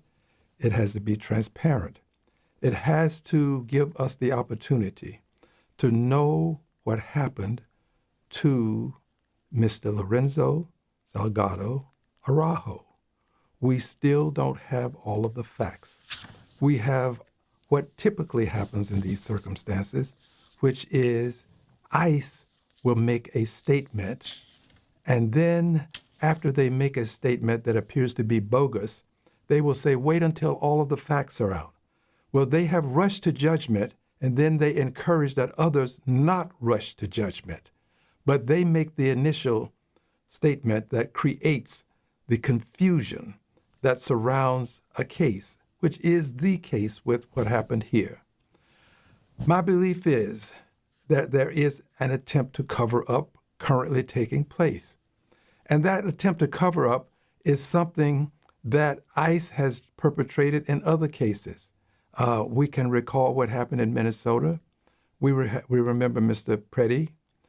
We remember what happened with Miss Good. These attempts to cover up have manifested themselves, and they've been exposed. And Unfortunately, they are determined to do a cover-up. They're continuing to blame the victims. They're claiming both. Tom Homan just got done telling us both of these victims are to blame. They didn't comply. This is the officers who are experiencing hatred and violence and all these other things. Not the people that ICE is literally murdering,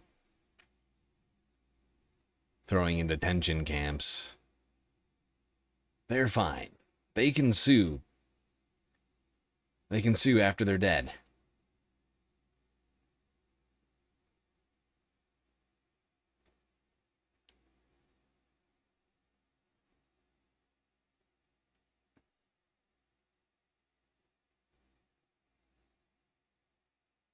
Now, of course, lately, Trump administration has been rehashing the 2020 election,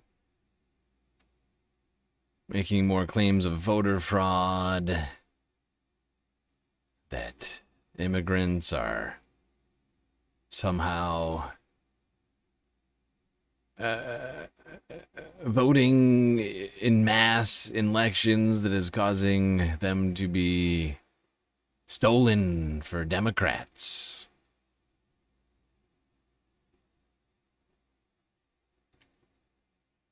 But the evidence does not support that.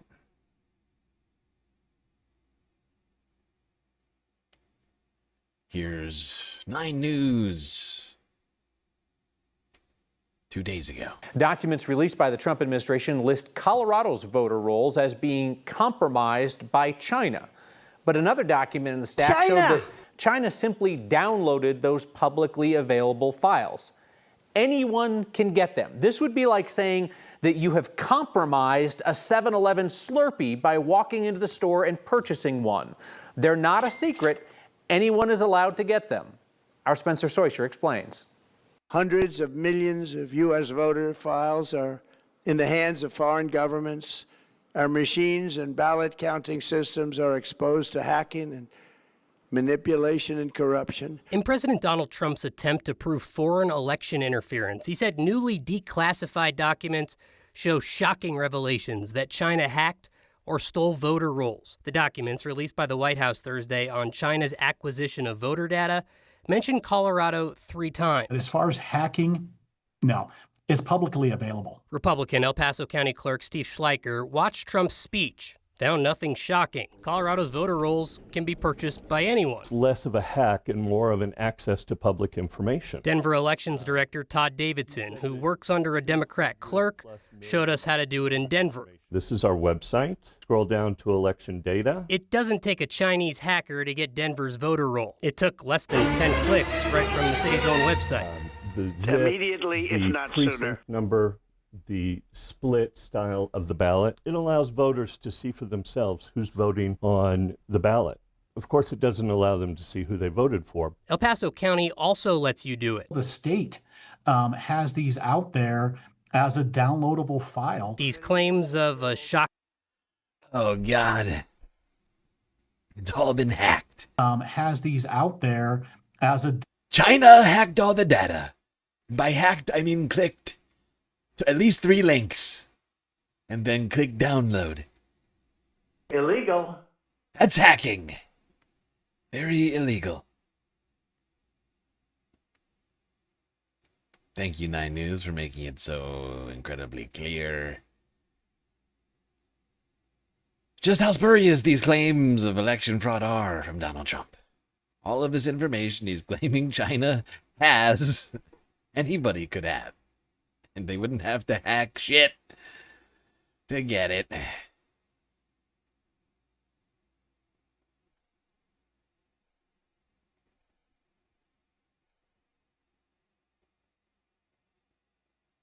You know, there is no evidence, as we talked about, that there is any significant amount of voter fraud happening in any state that is overthrowing or changing the results of any election. There's been zero evidence of anything even close to that. What you do have are people who have registered, in most cases, maybe even unknowingly. Because there are, in fact, you may not realize this, but for instance, there's a lot of states that have little boxes you can check when you sign up for a new driver's license or any other sort of document at the DMV to register. All you have to do is click a box, check a box with a pen, and you'll be registered potentially in that state. There is some processing done by the elections offices, but it will get the ball rolling on that.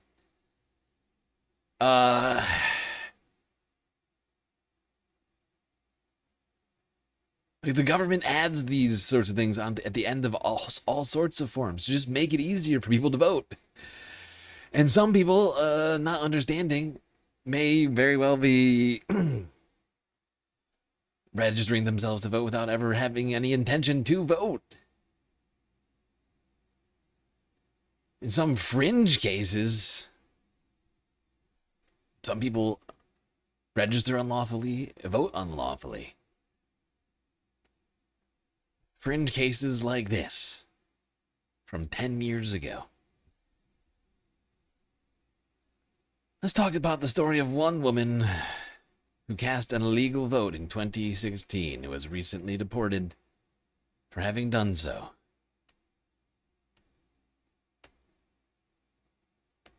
Said she recognizes she broke the law, so in that sense she realizes she should be prosecuted. She does at the same time will very quickly say, but it seems very unfair. The crime is a misdemeanor. It is not a felony. She was in that detention center for 6 months or maybe even longer than that before she was deported. Yeah, probably the most interesting character we connected with was a woman named Dora D'Amata.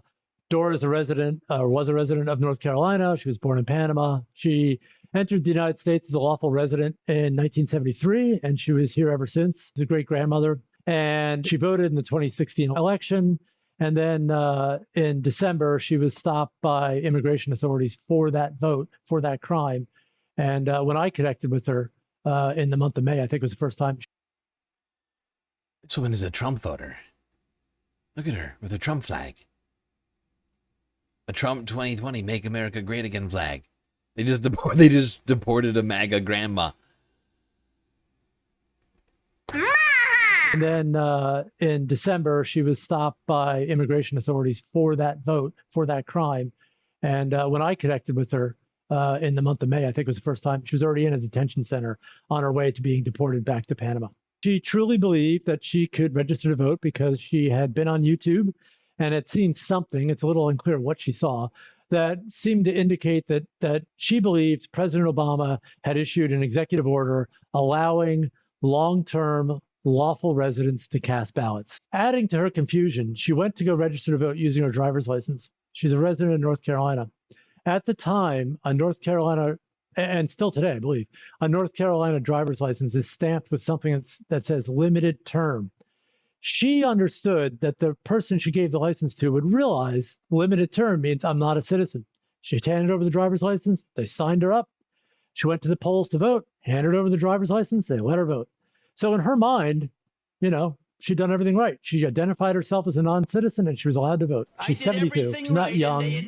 She has 4 children and 21 grandchildren that she was separated from. You can appreciate it. It feels really harsh, And yeah, no, it's incredibly unfair. I can't imagine anything. I mean, I could, but this is, wildly unfair. Yeah, a woman who's been here for decades. Once again. With a beautiful family, an enormous family, 4 kids, 20 grandchildren. She's been here lawfully her entire life, no crimes committed. She gives the state of North Carolina a North Carolina ID, a red state, I would mind you. She gives the state of North Carolina a North Carolina ID to register to vote, thinking that she can. They register. She votes. And now she's deported. She's also a Trump supporter, which I find fascinating. And I mean, supposedly one of the people murdered in the last week by ICE was a Trump supporter. They don't care. They don't care. You're the wrong color. You're from the wrong place.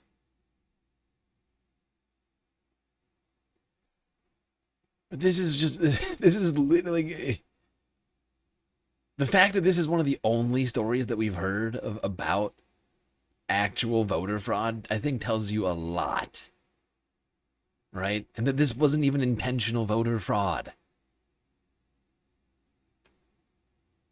It's crazy. It is absolutely crazy.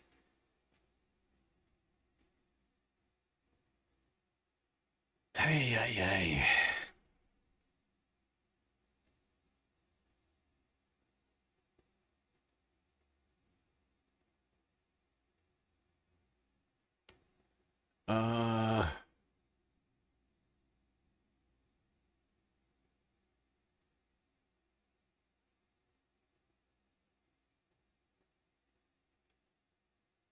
Let me think. Just realizing I don't love the way that this is set up. Is this what I want to do next?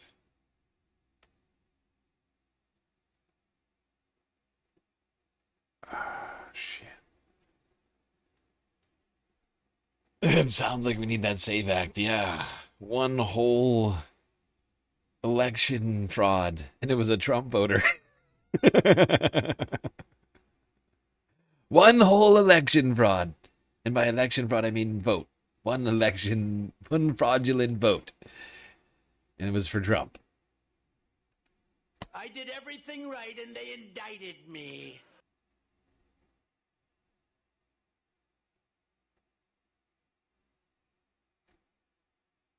The fact that that's the only case we've heard should tell you just how much of a nothing burger these election fraud claims are and always have been.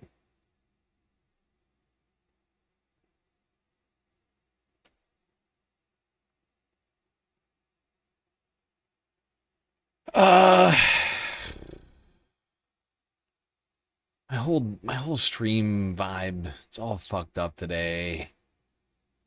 Sorry, Space Fams.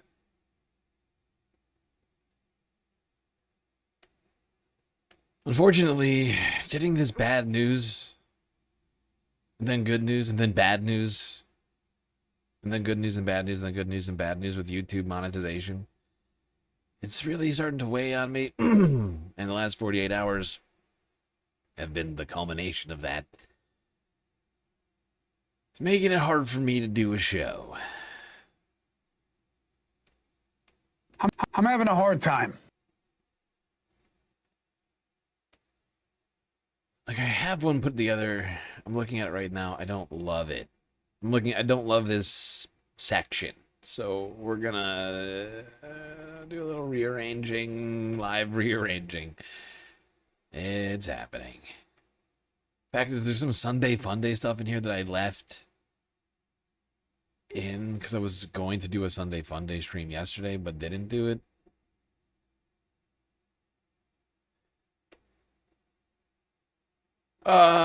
Speaking of Sunday Funday and documents, now one woman may have gotten registered when she shouldn't have. This woman got a license plate that she apparently doesn't want. Aww. Here's WWL-TV on a real Florida Sunshine State mystery. I said, I don't think so. I don't think a woman that lives in a senior community that's going to be 77 years old next month will be driving around with what this plate has to say. And this is what I received from the DMV for my new license plate. That's good for 10 years. It just says the letters and numbers have a, a different type of message. A55, but from a distance, those fives look like S's. It's a little risque for her. It says squeeze, A55. Can you tell how little her husband cares about it? I'm pretty sure this guy here in the purple is her husband. Can you tell how little he cares about it? I'm with him. Who gives a shit? She's having an episode, okay? She's having some kind of like a mental breakdown over a license plate. Honestly, she hit the jackpot and she's complaining about it. I mean, come on. Come on! Have a, different type of message. A55, but from a distance, those fives look like S's. It's a little risque for her. It says squeeze, A55. Yeah, A55. Nancy says she is kind of resigning to the plate, so she is keeping it She's keeping it for now. She's like, why not? But I bet if there's a high bidder, she'll switch it out. Just planted to let the state kind of know about it. Yeah, Let's give her. Exactly. Just use the plates or sell them to somebody else. Somebody will buy those things. Somebody will buy those as a vanity plate. People pay money for vanity plates. She got one for free. And considering her advanced age, why not have a little fun? You're 77. Why not? My question is why not? You're 77 years old. If you're not going to squeeze ass now, it's over. There's so little time left for that anyway.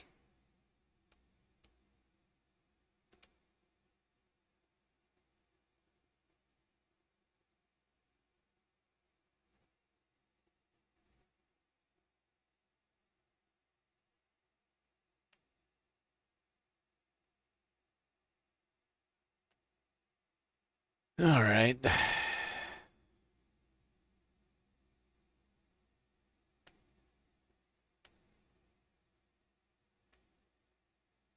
Well, the other small objects that could go for a bunch of money. From license plates to trash. Apparently, people across the planet have been buying garbage. One New York artist has been repackaging trash from Taylor Swift's wedding found in and around Madison Square Garden. And apparently it's been selling like Taylor Swift on the internet. An artist is making hundreds of dollars off of selling garbage from Taylor Swift and Travis Kelce's wedding. New York City artist Justin Gignac picked up the trash from Madison Square Garden after the wedding wrapped up. He then packaged the trash into tiny cubes and then sold them for $25. He says he sold out. Well, there you go, people. You could get, I don't know, might all be gone already. Probably all gone. But you had a chance. Get yourself some real New York City garbage. From Taylor, Travis Wells, wedding, whatever, Travis Kelce, Taylor Swift wedding, the Swift-Kelce affair.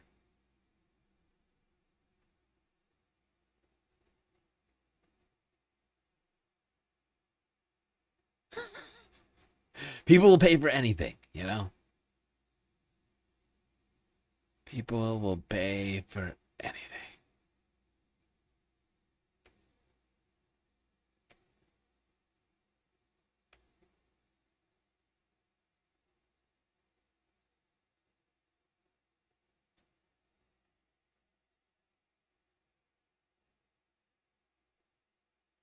Well, while we're in New York, should talk about the mayor. Who, oh my God, I hate this. This is terrible. Who put this together? I need to, like,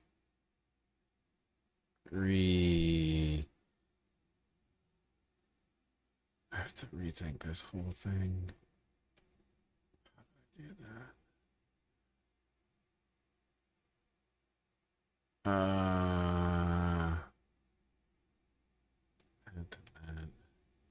Just skip those. Oh, yeah. Spectrum News. Spectrum News' Errol, what's his last name? I always forget. Spectrum News, Errol, and Zoran here at Gracie Mansion.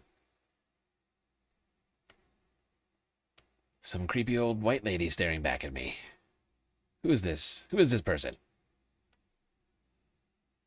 The First Lady, Rama Duwaji. How does she like the house? How does she like the place? she likes the house. We're the only host city in the country that secured affordable tickets at $50 a piece. There hasn't been any additional movement in the building structure in over 24 hours. I'm Errol Lewis, and welcome to Inside City Hall, although for this edition it should be maybe Inside Gracie Mansion. This is the start of a series we will be doing called Out of the Office with Mayor Mamdani. The idea is that instead of him coming to the studio or us going to City Hall, we're going to go and look at some things outside of the office. In this case, actually the mayor's home, sort of a work from home episode. This is, of course, the official residence for New York City mayors. We're going to have a chance to talk about a number of different things. What's going on with that? Okay, hold on. We're not gonna. I was gonna do more of this on Sunday Funday. Errol was in here checking in with the mayor.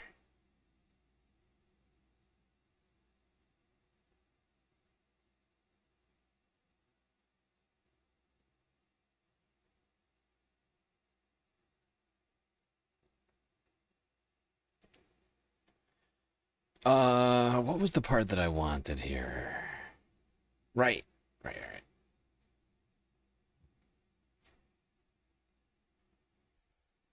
Let's see what the mayor had to say about Michigan Senate candidate Abdul El Sayed.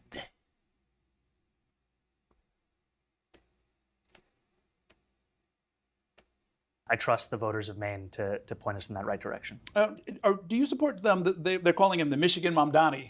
Out in Michigan, the candidate, Dr. Abdul El Sayed, who is a progressive running for the U.S. Senate nomination. That's going to be coming up in a few weeks. Are you endorsing in that race? The endorsements I've made have all been right here in New York City. I'm excited about the 5 state legislative candidates, 3 congressional candidates. That's where my focus is. Oh, okay. Do you know him? Do you know Dr. El Sayed? I've met him once or twice. Okay, very interesting. Let's talk a little bit about what is going on. Well, there you go. Zohran Mamdani laying it close to the vest on Abdul El Sayed, but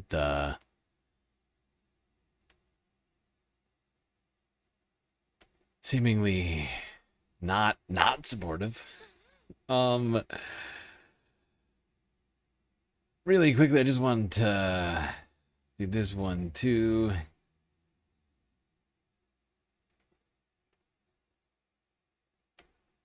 A recent AP poll found that your favorability rating is 44% with American Jews, compared with 32% for Benjamin Netanyahu. I was wondering if you'd seen that. I had. What do you think of that? I think it's great. I think it's. I think I'll leave it to New Yorkers and pundits to make of it what they will. My focus is on delivering for each and every New Yorker, and I'm proud to be the mayor of the city with the largest Jewish population in the country. And I think too often we frame that responsibility as solely in the context of uprooting anti-Semitism from across the 5 boroughs, which is critical and necessary. I want to go beyond just the question of keeping Jewish New Yorkers safe, but also ensuring that Jewish New Yorkers look at this city and understand themselves to be home. They understand themselves to be cherished and celebrated by the city. And I take a real pleasure in being able to be the mayor of this same city. Like it or not, you're part. Okay. I think that's all I need from that one there, but there's Zohran Mamdani. Sitting down with Spectrum News, talking about a bunch of different issues.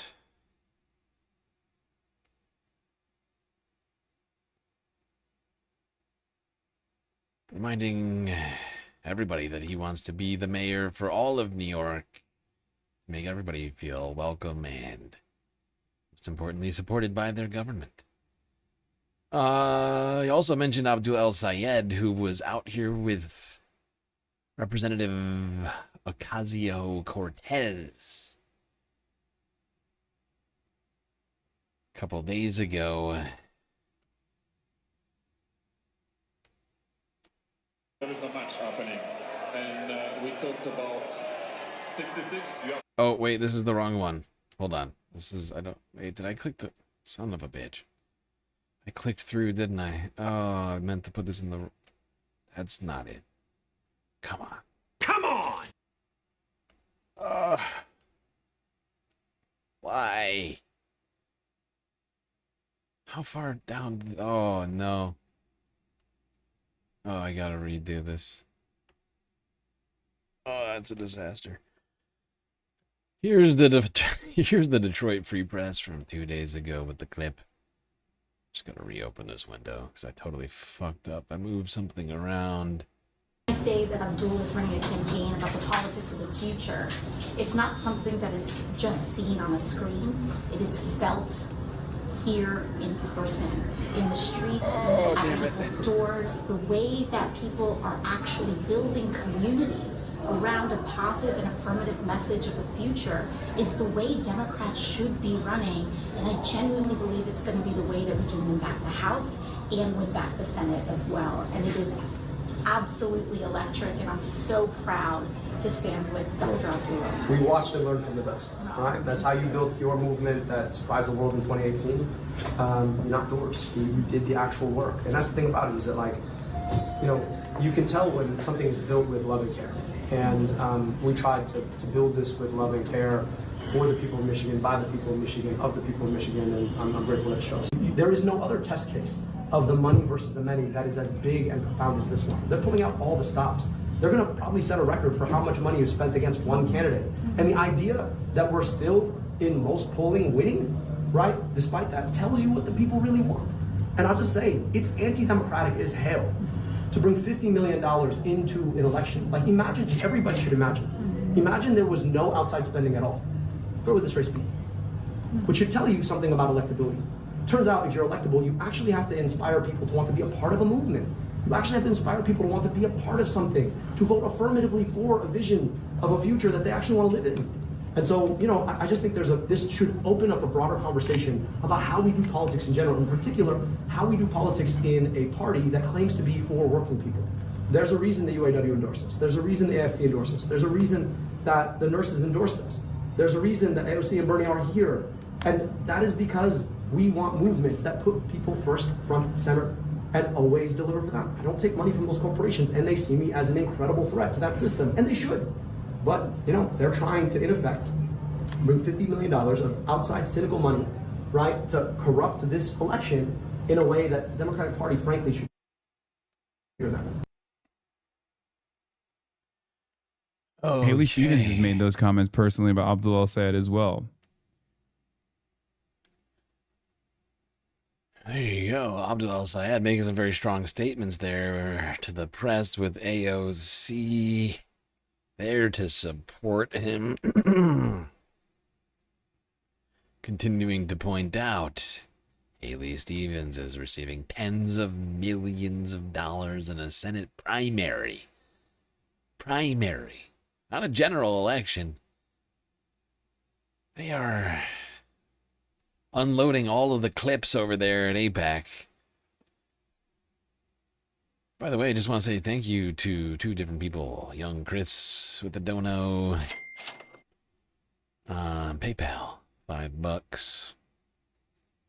And Cthulhu, $10. I thought this was America. I thought this was America. Huh? Isn't this America? I'm sorry, I thought this was America. Thank you, both of you. Very much helpful. I'm going to add that to the Galactic financing goal, the deficit goal. What is that? 15,407? Right? Well, we're getting there. Making slow, steady progress. We're almost halfway. It's not terrible. Though we are 3/4 of the way through the month. We're doing it.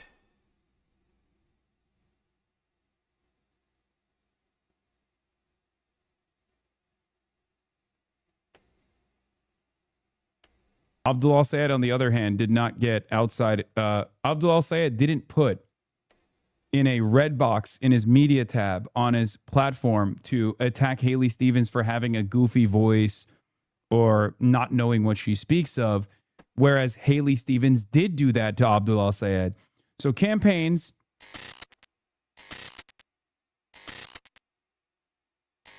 Anyway, on that note, let's get to Jake Tapper interviewing Abdul El-Sayed. A huge rally last night with Bernie and AOC. I gotta pee. I want to play something you said at this rally in Detroit last night. Are we going to let 50 million in lies steal this election? Hell no. Are we going to let Trump donors, billionaires, and AIPAC lies steal this election? Steal this election is a pretty stark term. I haven't really heard it used since 2024.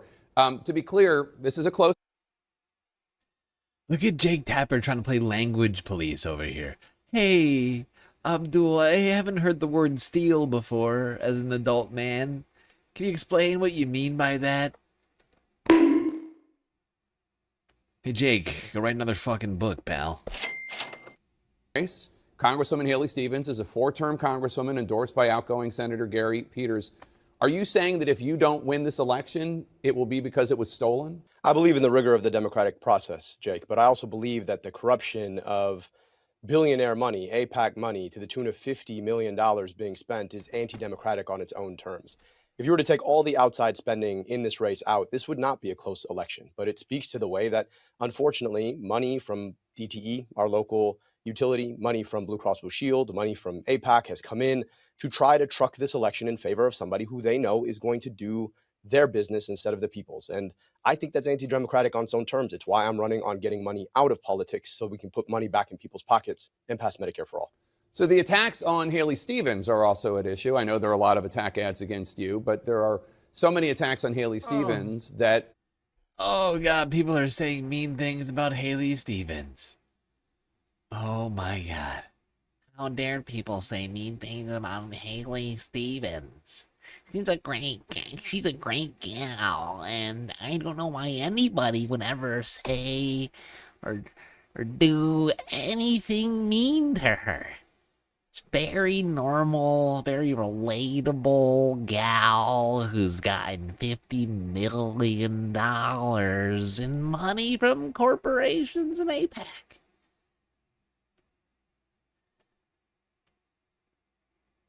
And she definitely doesn't talk like a cartoon character. I love how that's the new thing coming from the media now. It's like, are people being too mean to Haley Stevens? It's like, what are you talking about? She's in a political... What? Are people being too mean to Haley Stevens? What do you mean? What does that even mean? Is it 2026? What year is it?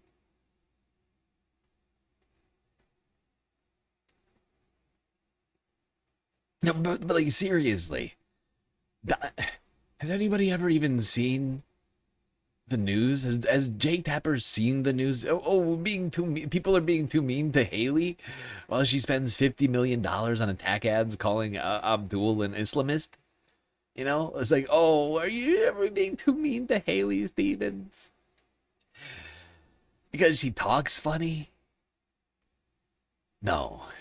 In fact, that's just the fun part of it all. Because the rest of Haley is disturbing. That's when we get to laugh. Sure, it's not with Haley, but that's not my fault. I don't make her talk like that.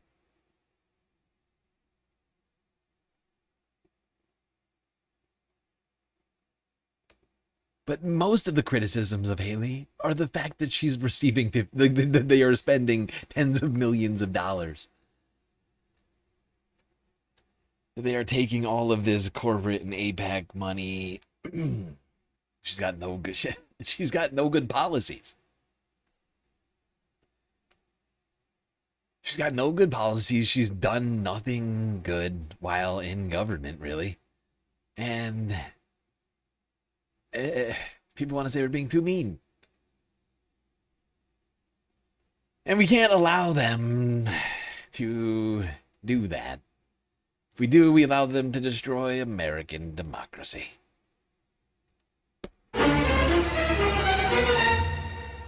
That's not me saying it. Take it from this guy. Thanks very much for joining me. We are living in a very, very crazy and unprecedented time. And if you are feeling a bit unsettled, a bit overwhelmed, you are not alone. Welcome to the club. Let me say a few words as to where we are today, as I see it, and where we should be moving in the future. Today, as I think you all know, we have a president who is an authoritarian, who wants more and more power in his own hands, and does not believe in democracy or the rule of law. He is a narcissist, and if he had his way, I suspect that half the buildings in the country would be named after him. He is a pathological liar. He is a corrupt kleptocrat who has increased his wealth and the wealth of his family by billions of dollars since he has been president. And despite campaigning against endless wars, he and his pal Netanyahu started an unprovoked war with Iran that has already killed many thousands of people throughout the region, increased the destabilization of an already unstable area, and has driven up prices here in the United States and around the world. But it is not just Trump and his policies that worry people. Today, we have more income and wealth inequality than we have ever had in the history of our country. While 60% of our people live paycheck to paycheck, trying to afford housing and food and health care and other basic necessities of life, the richest people in our country have never, ever had it so good. The top 1% now owns more wealth than the bottom 93%, and if you can believe it, one man, Mr. Elon Musk, the world's first trillionaire, now owns 3 times more wealth than the bottom half of our nation, and that is 170 million people. Meanwhile, economists tell us that our younger generation will likely have a lower standard of living than their parents. But it's not just Trump and income and wealth inequality that is bothering people. Today, as climate scientists have been predicting for years, we now are experiencing record-breaking heat waves in the United States and throughout the world, heat waves that have caused many thousands of deaths. In addition, as a result of rising temperatures, we're seeing more and more drought, flooding, and forest fires. And yet, because of the incredibly stupid policies of Trump, we are cutting back on the development of renewable energy and putting more and more money into fossil fuels. But it's not just Trump. It's not just income and wealth inequality. It's not just climate change that people are worried about. Increasingly, Americans are concerned about the impact that AI, artificial intelligence, will have on their lives. Let us be clear. Okay, hold on. We don't need to listen to this whole Bernie clip. Skip in here towards the end. Yeah, this is the spot that I want.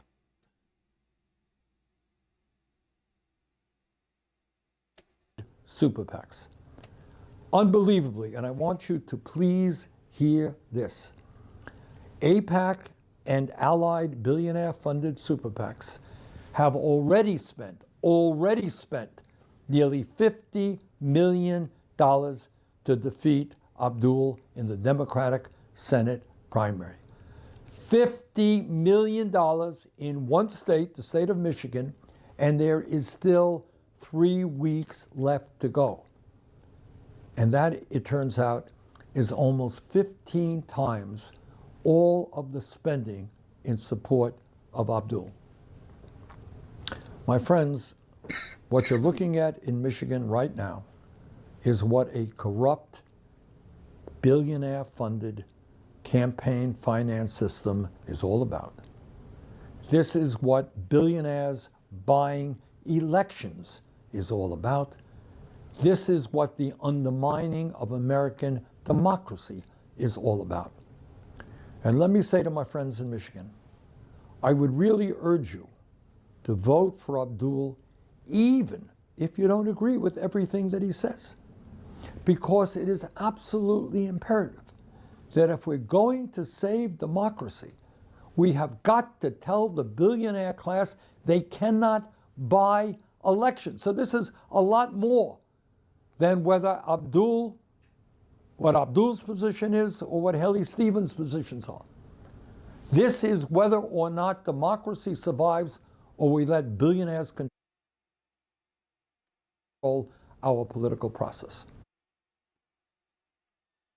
Thank you, Bernie. Serious message there from Bernie. Message isn't just about the issues. It's about who controls the political process, the people or the billionaires.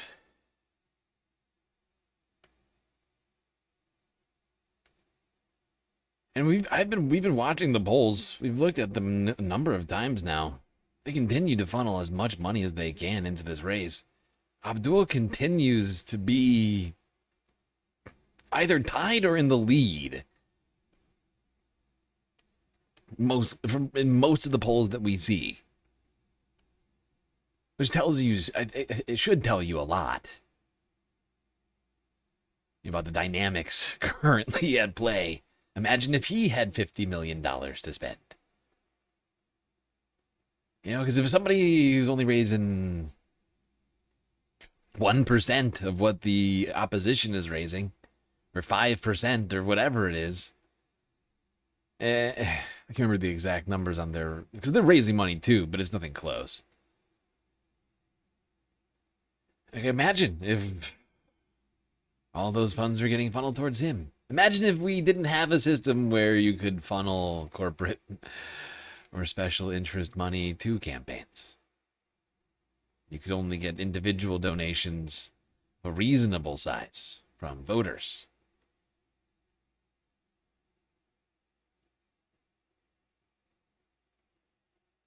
Unfortunately, as Bernie has pointed out, we have a system captured by the billionaires. Well, first of all, some of the things that I say will be incorrect. People are angry, and Elon Musk knows it. The trillionaire era has a horrible ring to it, name, I've got to say. The idea that billionaires are able to get away with this or make themselves trillionaires by promising the moon, to borrow a line, Literally. is insane to me. That is actually the dream at the heart of this IPO. It's almost like it's a metaphor. Get for on board the rocket. Get Yeah. on board the rocket with your bags of gold and leave. Congressman Khanna saying that Elon Musk potentially sentenced 14 million people to death. That is a Lancet study that was done, a peer-reviewed study. He's part of this machine that is very consciously trying to make a lot of people comfortable with culling, like with mass death.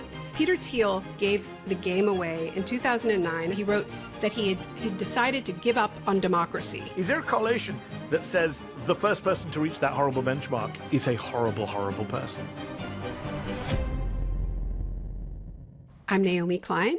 I'm Mehdi Hassan. And today we are getting unshocked about Elon Musk and what it means to live in the trillionaire era. The trillionaire era has a horrible ring to it, name, I've got to say. Not pleased about the sound of that. It's absolutely disgusting. You know, I've just finished a book. I'm not doing the plug, but I sort of am. But I do have to say that, you know, when you get the final pages for the book and that's your very last moment to make changes, we were just, Astra Taylor and I were just in that moment, and we had to change our billionaires to trillionaires. Well, and keeps changing. It sucked. I know. And then we were like, do we have to change it back? You have to change it back because Musk was a trillionaire for all of 12 days. Then the SpaceX valuation shock horror went down. Yeah. And now I was about to call him a former trillionaire, but just before we started taping, we read that he's become a trillionaire again, which tells you everything about the valuation of SpaceX.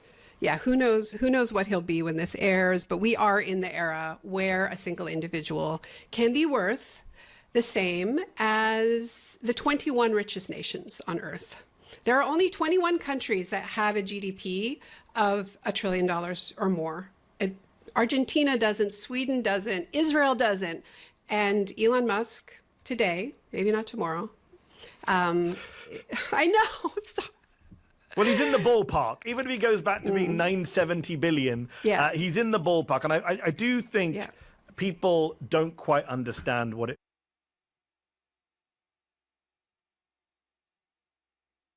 I mean, a trillionaire represents, like, if you have $1,000 in the bank, right? If $1,000 were to like represent your savings, right? I mean, he's got 1 billion times as much as you do. 1 billion times. Not 1 billion more, 1 billion times as much. I know it's crazy to think of it like that, but that's literally what it is. It's 1,000 billions. $1 trillion is 1,000 billions. Went from having $999,999,999,999.99 to $1 trillion. And then over that. It is a nearly unfathomable number. Like, when you get into this territory, the human brain struggles to conceive of how much it is, which is why we just need to shut it down. Just like, there's no way this should exist. Anybody should be that rich.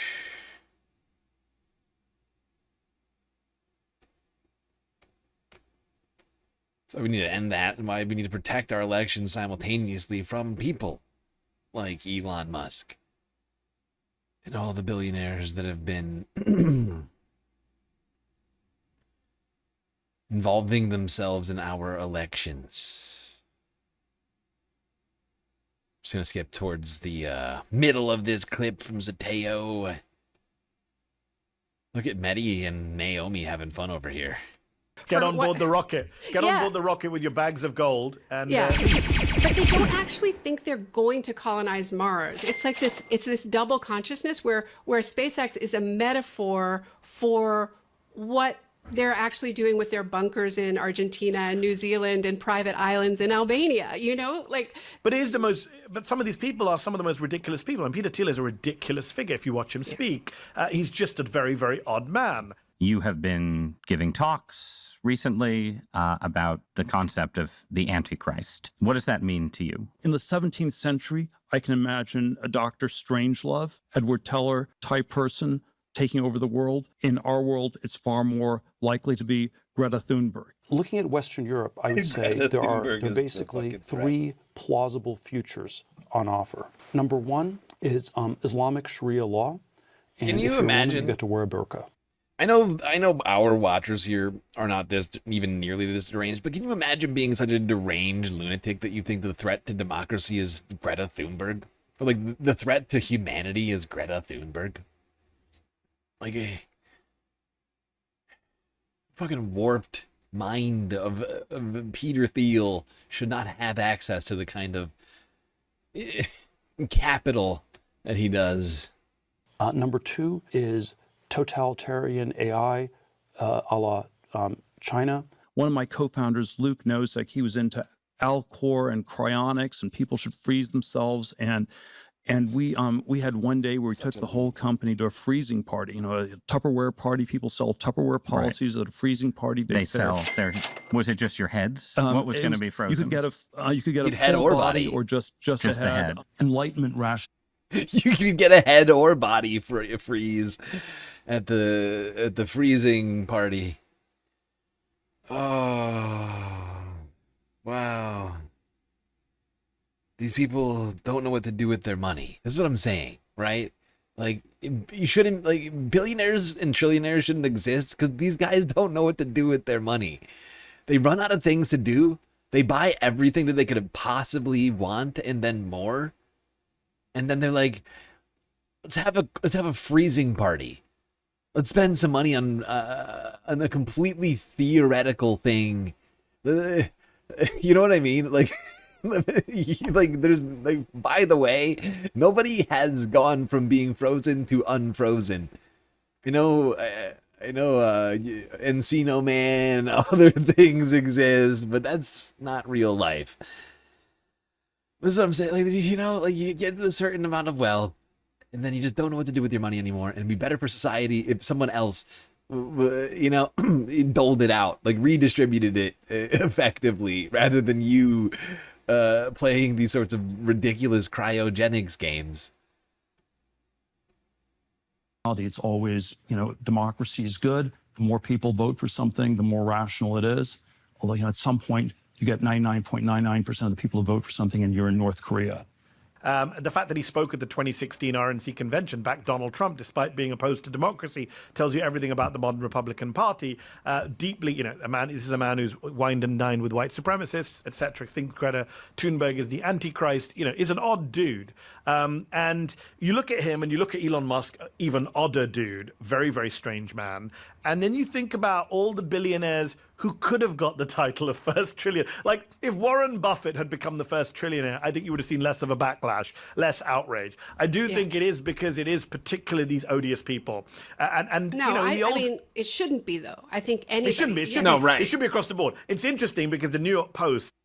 Yeah, no, Naomi, it's a good point to make. It's like, it shouldn't be, but there is more of a backlash to the right-wing billionaires, I feel like. And it should just be on a classist, like a class basis, right? Like, because the fact is all billionaires are, to some degree, right-wing. Even, like, George Soros, right? Like, these guys aren't, like, really pro-democracy. Even George Soros is still funneling, millions and millions of dollars into election campaigns. Same way Republicans are, right? These guys are all still... Did a front page the other... going to the same clubs to some degree, right? They're all still hoarding all the resources. That's still the main problem. The right-wing thing is a separate issue, in my opinion. Like, or at least the extremist issue, but they're still, like, right-wing. All of them support, generally, like, a neoliberal, neoconservative framework for those that aren't, explicitly, like, extremist, like, right-wing authoritarians, like Elon and Thiel and fucking, what's that other weirdo dude?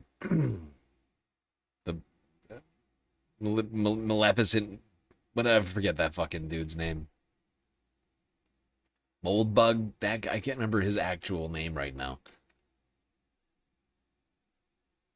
But, like, there really are no actual left-wing billionaires, right? Like, does George Soros maybe have some, like, left of center social, like, beliefs? Yeah, sure, great. That does not mean he's my ally.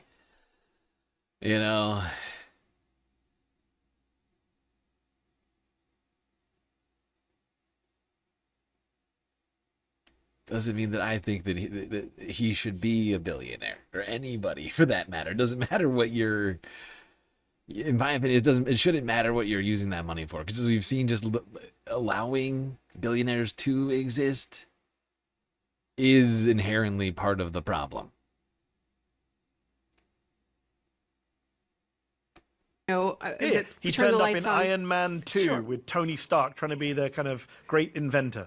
And then there is this moment where he shows up at a Trump rally and says, "I'm not just MAGA, I'm dark MAGA," right?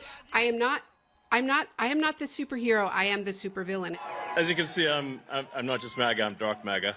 And it really is like a switch flipping, right? Where there is so I think that they need a story to explain how they could possibly have so much. And the story is that they're a different breed of humans. I mean, they're part of another project. They're transcending, they're merging with machines, they're colonizing planets. I mean, this is why I think the stories that capitalism is telling to itself have become so much more outlandish. Like, this is not the story that Henry Ford told about what he was doing with his cars, right? Like this, it's untethered from reality in the same way that the wealth has become so untethered. So they are a danger to us, not just because like we need their money to pay for social programs and because they're hijacking democracy. They're also a danger because they need these stories to rationalize their wealth concentration. Yeah. Really do. And they keep telling themselves all sorts of stories to justify their wealth concentration and their refusal to to change anything that might jeopardize that in the slightest. Including with things like housing, which is quite aptly displayed in this More Perfect Union investigation in Jackson, Wyoming.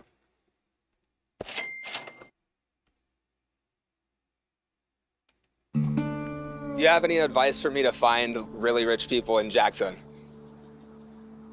Look for really, really nice houses. This is Jackson Hole, Wyoming, the last of the Old West, and also the wealthiest county per capita in America. Everybody wants that shot, that view of the Tetons, and it's open to the highest bidder. Here, the billionaires can be hard to pick out in a crowd. Do you think you've met any while you're here? Probably. I don't know. They kind of blend in? Yeah, I would guess so. But even if you can't always see them, the impact of their wealth is impossible to ignore. That's because Jackson Hole isn't just the richest place in the country, it's also the most unequal. Teton County is just for rich people now. How bad is that housing crisis right now? It may be one of the worst in the country. For your average person outside of Jackson, this sounds bonkers. So I spent a week here. Here we go. Looking for billionaires. Are you a billionaire? Are you a billionaire? Trying to blend in. To understand how this small mountain town became the wealthiest in the country. What that's meant for the people who keep it running. And what, if anything, it means for the rest of the country. Yeah.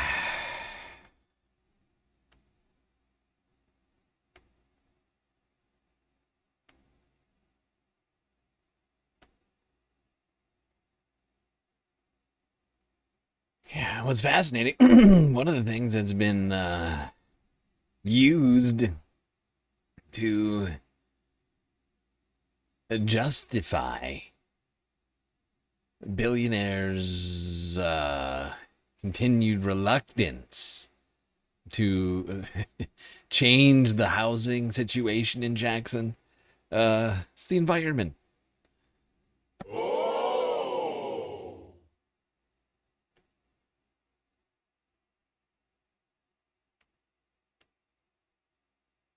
What this community chooses to prioritize.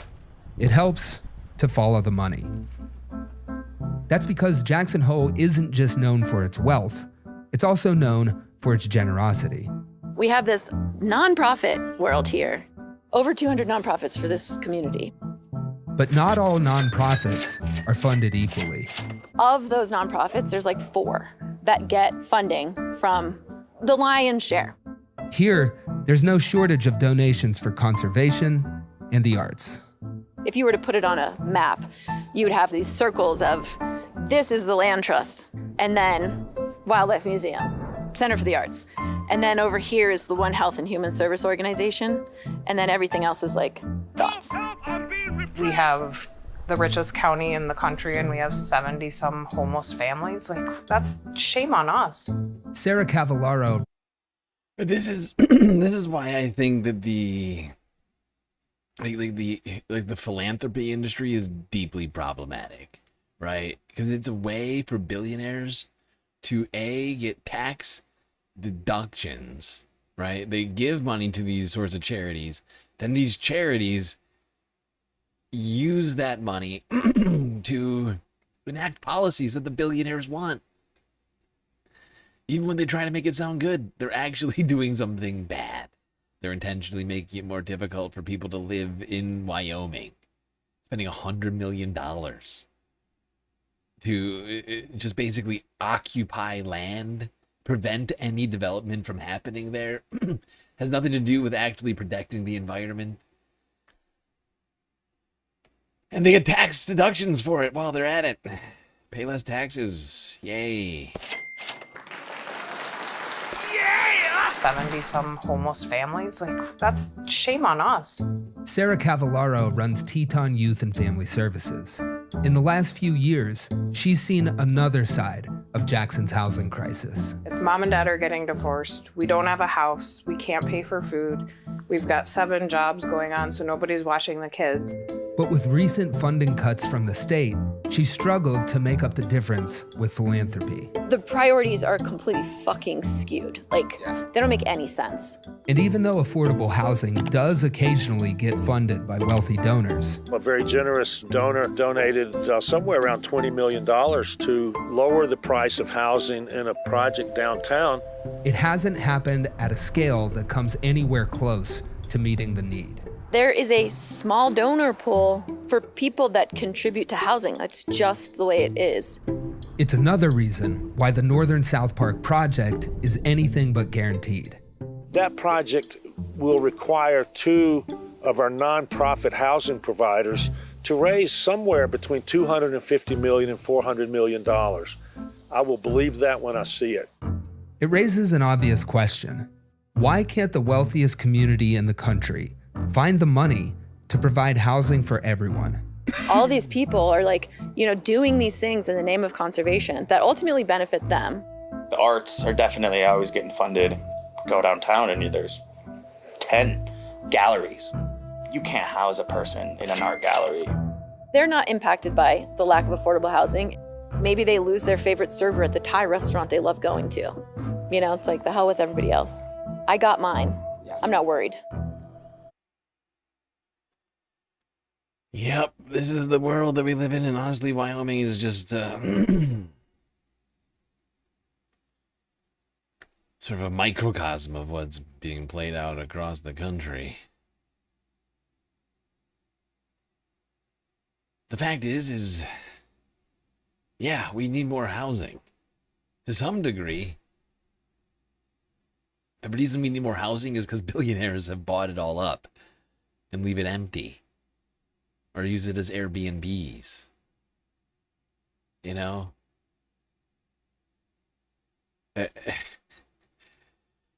Because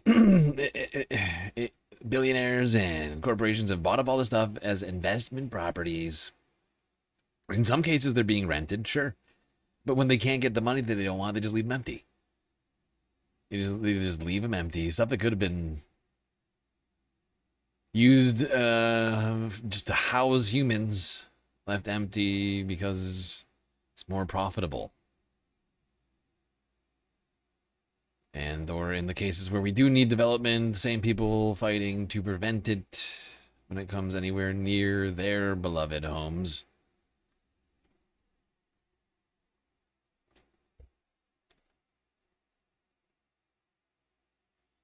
The people are being priced out everywhere. We go all the way south. I think this is in Georgia.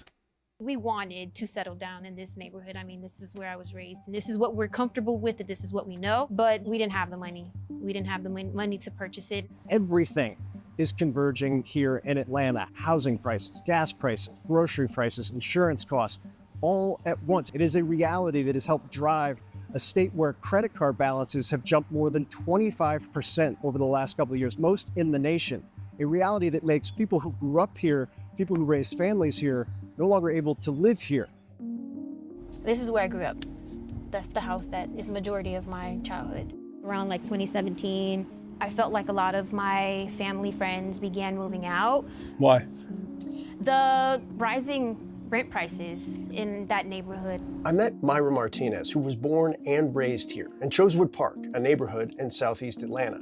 She's 23 and the daughter of immigrants, and her family's dream was to put down roots here in the community they helped build. To see the neighborhood change was very painful to me because I felt like there was nothing I can do. I felt like I was only there to just watch everything pass by me.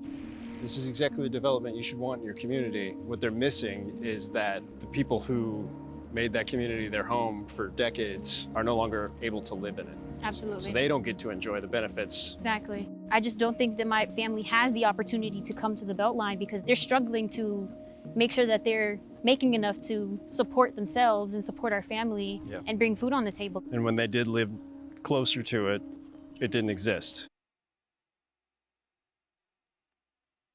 Yep. America's collapsing right now. Things are getting more expensive so rapidly. People are struggling to just continue in their lives as they were. You know, honestly, like, people who are in retirement age, I think when I talk about inflation, when we talk about cost of living, there's a lot of different people who are facing different cost of living crises. But I think a lot about retirement age people who didn't, you know, make millions during their lifetime to put away, who just were working class, who maybe got hit during the financial crisis, who, you know, got wiped out. And like there's a whole bunch of people who are, you know, just retiring now because they couldn't retire back then, that are trying to figure out how to have a fixed income while looking at, you know, your average new car costing, what's the new number, $50,000 or something, like $50,000 for the average new car. You know, like with rents where they are, depending where you're at, I'm talking, you know, thousands for nothing what you could get. You know, people looking to downsize are realizing I might be paying more to rent a place than to just stay in my home. Which is also part of what's causing a lack of movement in the housing market for new buyers. It's still, of course, billionaires and corporations that are a huge problem, but there is also a lack of people leaving their homes, because leaving your home for a lot of people, if you're at, you know, if you're at 65 or something like that, if you're retirement age or near it, why would you do it? Why would you sell your place to go spend $2,000 a month on a one bedroom?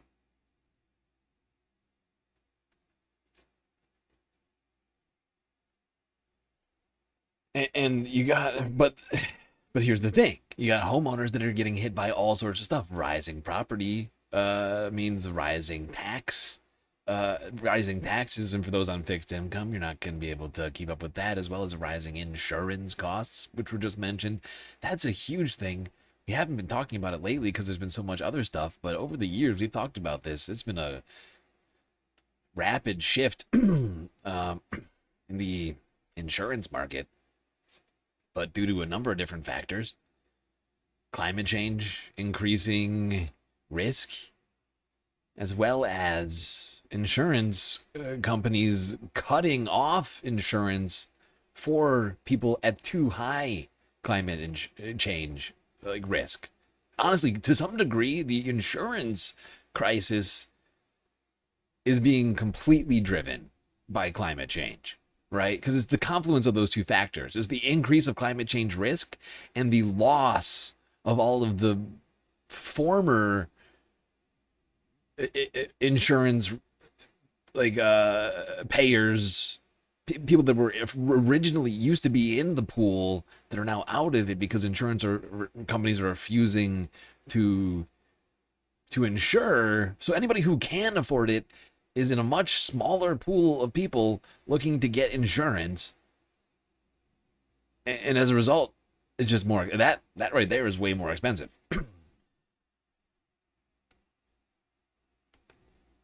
We have so many things that are making life less affordable. And the government is doing fuck all to do that. If anything, they're doing the opposite of that. They're deregulating the financial markets, letting insurance companies do whatever the hell they want. Crypto companies do whatever the hell you want. Banks do whatever the hell you want.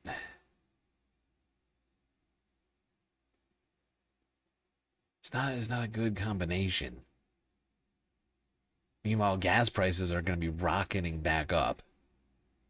I'm not looking at it right now, but the last I checked, oil prices were steadily moving back upwards.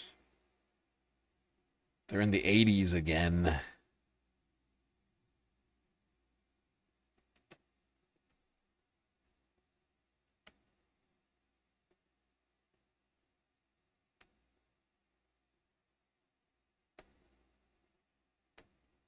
But honestly, we got to do something about the inherent problems in some of our system, right? We have used the capitalist brush to solve every single problem in our systems. We have been sold a bill of goods, that being free markets, being a catch-all solution for absolutely everything.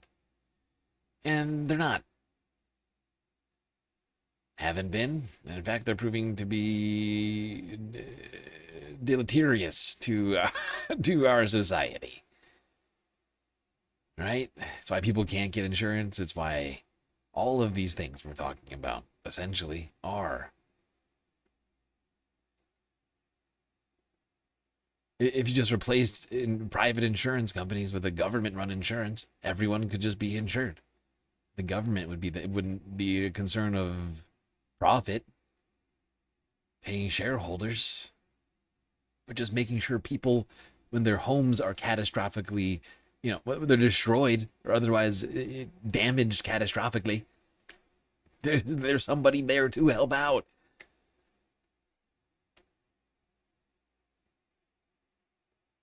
For society. For the future. Speaking about the future, let's talk about Donald Trump and his son. Well, one of his sons. Donald Trump was here at the FIFA World Cup reception at Trump Tower. Because, of course, it was held there. He had some interesting remarks to say about the old Baron Trump. Wait, where did he say this? Hold on.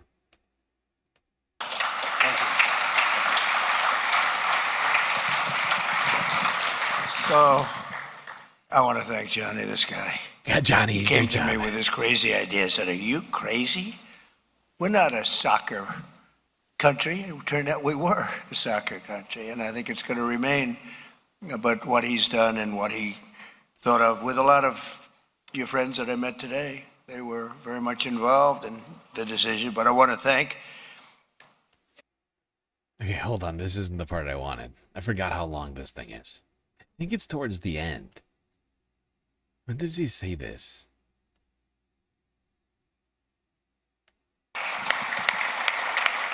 But we're gathered tonight. Thanks, Victor. But we're gathered tonight. He's going to be at the game along with Melania, along with everybody. I mean, who's not going to be at the game? If we had about 10 million more, we would sell every ticket. This thing is sold out. Nobody's seen anything like it. But we're gathered tonight in New York City as we await the final face-off on Sunday between the two amazing teams, Spain and Argentina. I watched that pass that Messi made, and not knowing as much as the people in this room, but I know about sports and I know about a little bit about soccer. But I watched Messi and he was well guarded, right? Well guarded, and all of it. Okay, I can't listen to this dribble. I forgot. I should have taken. Honestly, I've just been distracted lately. I'm doing a terrible job tonight. I recognize that. He made some weird ass comment about Baron. I can't find it in here.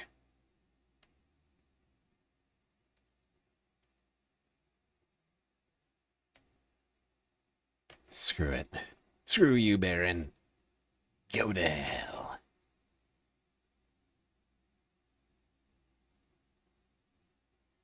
I'm doing great, thank you. Thank you, Manda. Appreciate that. Appreciate that.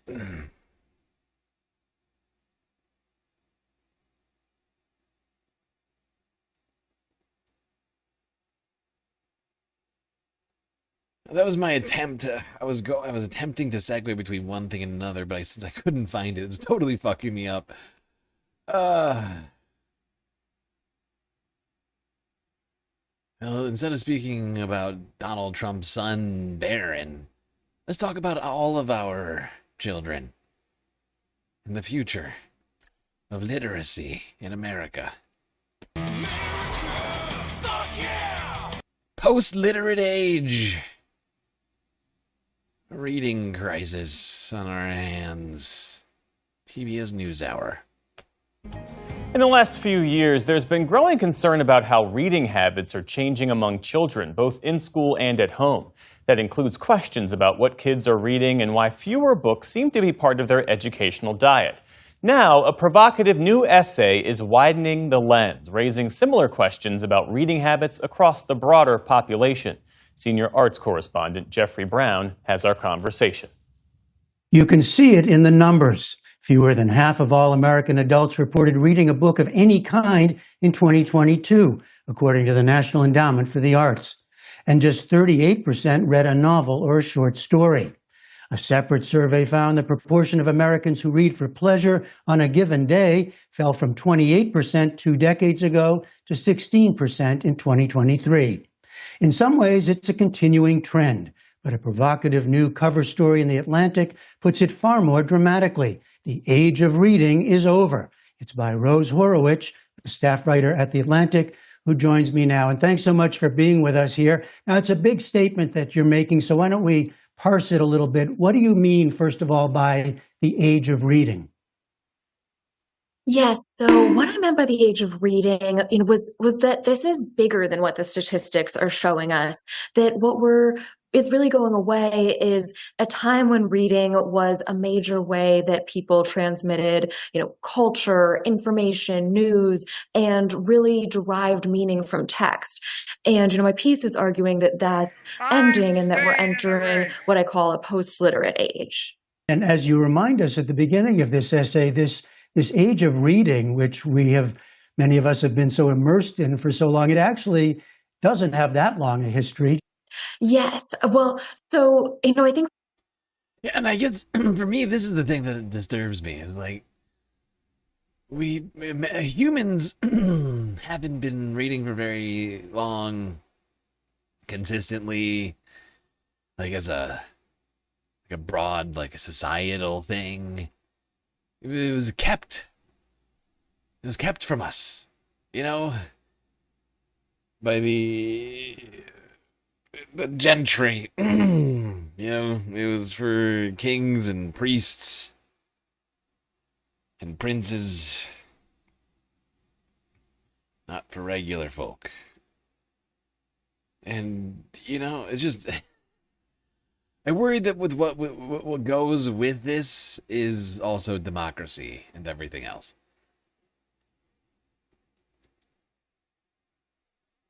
It's a disturbing trend. But we're seeing it's real, and you're seeing it in schools too. Worse and worse literacy rates coming out of high schools.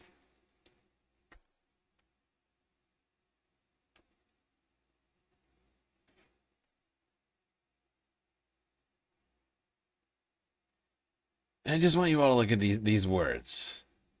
It's about 8, 9 words or something like that.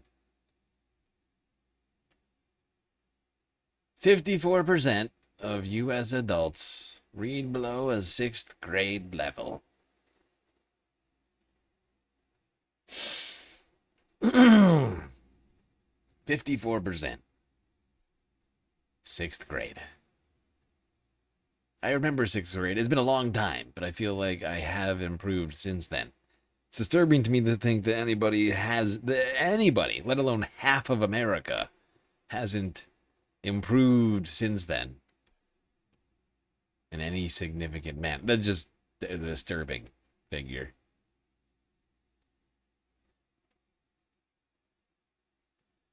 If you're able to read that, good job.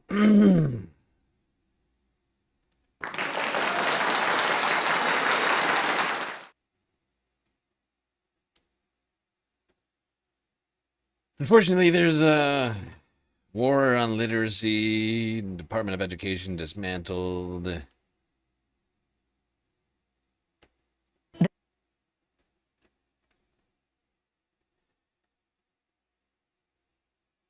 Media less and less there for actual information. More and more focused on clicks.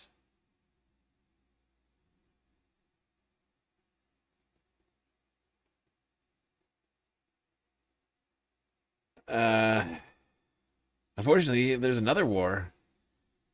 That is the war that Trump has been waging on the media. Sort of separate, parallel war. And his latest episode, his latest battle, being that against the likes of ABC and NBC, who chose not to broadcast his speech over the weekend.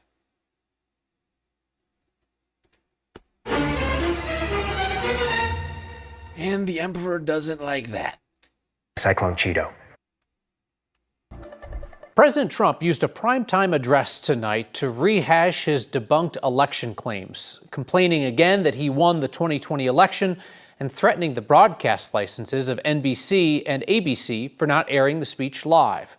Trump said his administration is unclassifying never-before-seen documents on election security.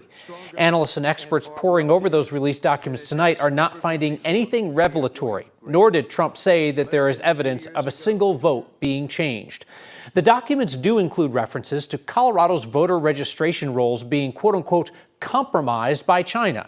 That's a misleading claim, given that Colorado's voter registration rolls are publicly available for anyone to download. In fact, the declassified documents out tonight make clear that what somebody in China did was not a hack. They just downloaded Colorado's publicly available voter rolls. President Trump has been punishing Colorado for using mail-in ballots, which Trump again said tonight are, quote, inherently corrupt. Trump himself votes by mail in Florida. And while Trump did not offer evidence of his election fraud claims, he did issue a direct threat to the news networks that did not air his grievances, saying the networks are part of an election fraud plot. Yeah, that was one of the most ridiculous claims of all. Was this somehow ABC and NBC were involved in a cover-up of some sort of election fraud plot? Because they chose not to broadcast his speech. Here's my question. How is not broadcasting Trump's speech helpful to anyone? It was broadcast on like a bunch of other networks. And if there was some sort of massive voter fraud, Trump's in charge of the DOJ. He has the entire justice system. NBC and ABC can't stop the DOJ from doing an investigation. It's just such a weird claim from the fucking president of the United States of America. Like, ABC is doing a cover-up.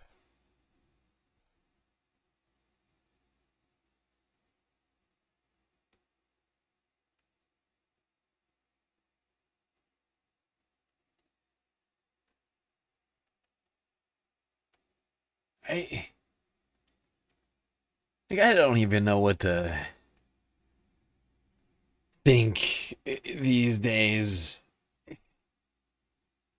We have a deranged, authoritarian, octogenarian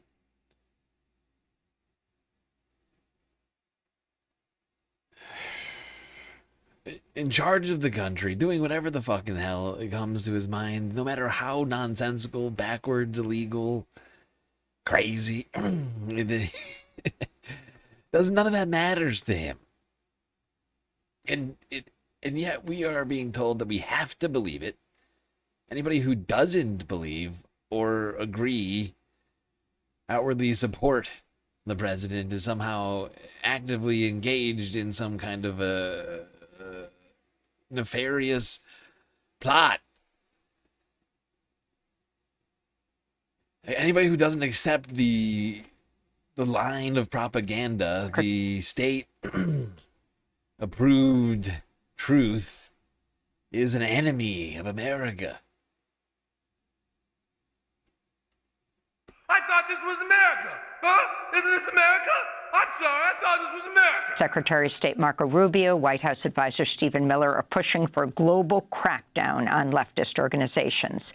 On Thursday, hours before President Trump's primetime address, the State Department hosted an international summit where Miller described the left as, quote, enemies of civilization. This is part of Stephen Miller's speech. Here in the United States, we have taken the necessary and essential action of formally recognizing left-wing violence as a form of political terrorism that is a direct threat to our national security and the survival of our Republican form of government.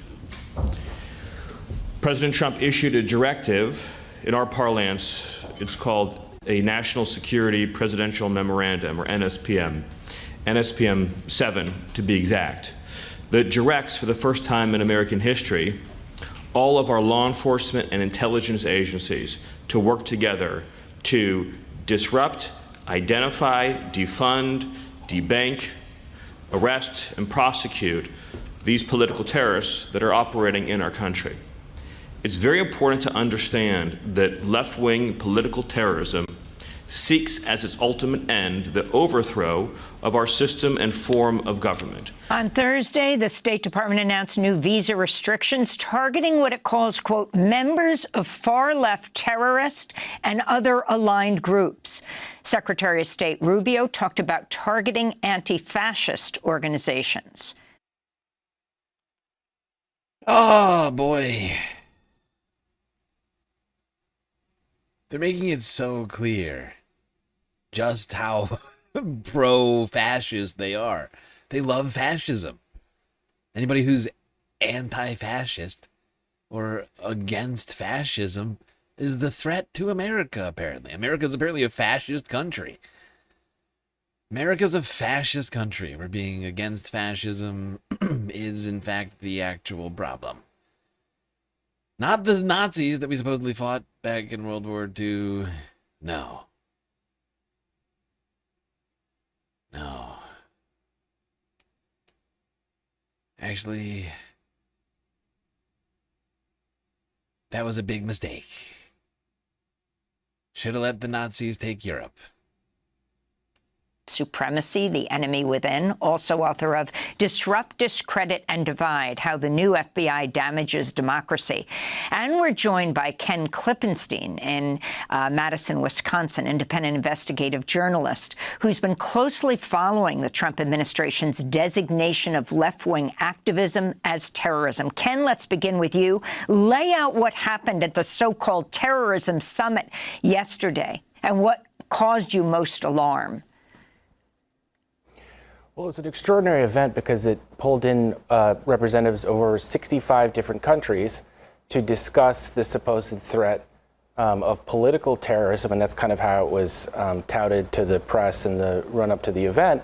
But any pretense that this was going to be a neutral look at the threat of different political groups quickly fell by the wayside as they introduced a term which I have never heard before, which is far-left terrorism, or FLT is the acronym they're using to describe this new purported threat. And if you Far-left terrorists are the real threat, not the insurrectionists that Donald Trump gave pardons to earlier last year. The ones who immediately all started committing crimes. All right, not all of them. But like a bunch of pardoned Jan 6ers went back out there and committed crimes. And then the DOJ threatened the state prosecutor's office for trying to actually, if I recall, for actually trying to prosecute a Jan 6er for a crime that they committed that was non-Jan 6 related. Like, it's just wild. It is insane. Insurrectionists get pardoned. and the billion-dollar slush fund, anti-fascists get a brand new terrorist designation.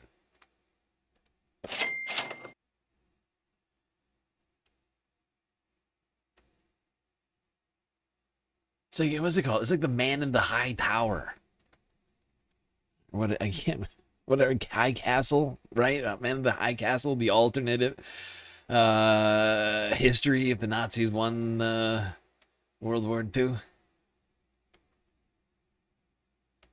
The language they've used to describe this event, the White House put out an admirably frank press release yesterday describing the event as prioritizing a counterterrorism approach that treats the political left with the same, quote, ferocity as we have fought traditional jihadi groups in the past. So they're putting left-wing political groups in the United States and abroad on the same footing as groups like Al-Qaeda and ISIS. And can the legal basis of being able to... So being against fascism makes you ISIS now.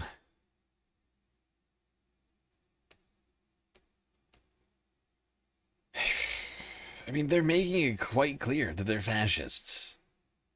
Being anti-Antifa is just admitting that you're a fascist.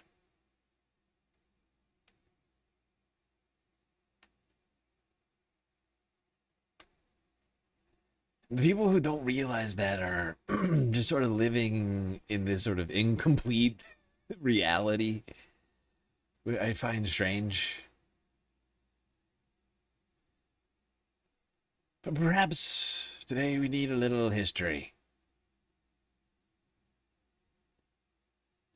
Sunday Fun Day activated. Moon Day Fun Day. Moon Day Fun Day. Moon Day Fun Day action. Little tangent I think we should go down. It's actually not me. This was my suggestion. I wouldn't have necessarily thought to do this. But leave it to the great Bernard Sanders. He thinks we should all be learning about one early 20th century figure. On a personal note, I remember very clearly, I was at the University of Vermont speaking to some kids. This is back in the 1970s. I said, by the way, how many of you have heard of Eugene Debs? Very few hands went up. This was a guy, he created the American Railway Union. Actually, now that I think about it, it's actually late 19th, early 20th. Because he died, I think he died in like the 20s. Together to stand up to the greed of the oligarchs of his time. As you mentioned, he ran for president 6 times, never came close to winning, but he educated and organized a whole lot of people. He stood up to the masters of war in his time and paid a price for it. Debs spent 3 years of his life in jail for his opposition to World War I. One of those stupid, endless wars that we should never have gotten into. The guy was, at his time, considered almost a Christ-like figure who would give you the shirt off his back. I mean, he was just an incredible human being. He goes to jail in, I think it was Atlanta, federal penitentiary, with hardened criminals. And 3 years later, he's released from jail. And all of the prisoners start banging on their cells and on the windows and thanks them. Because while he was there, he educated them, helped them read and so forth and so on. But his humanity came out in the midst of an environment of hardened criminals, and they loved him. There's Bernie Sanders saying it's time we learned about Eugene Debs a couple weeks ago, posting that to his channel. I thought, geez, okay. Yeah, let's learn about Eugene Debs. I wonder who would be the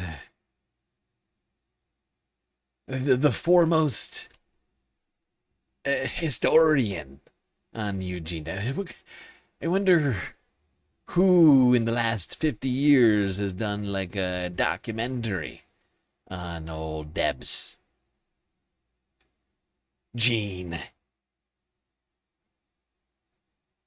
Just trying to think.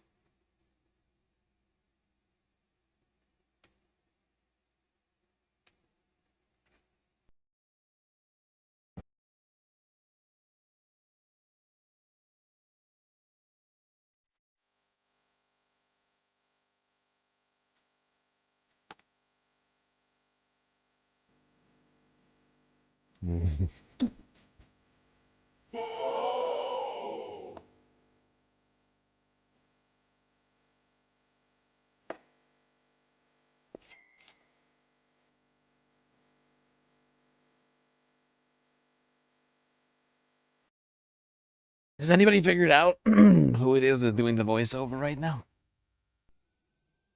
That is a nearly 50-year younger Bernard Sanders. Yeah. That's Bernie when he was like 30 or something. Younger than that.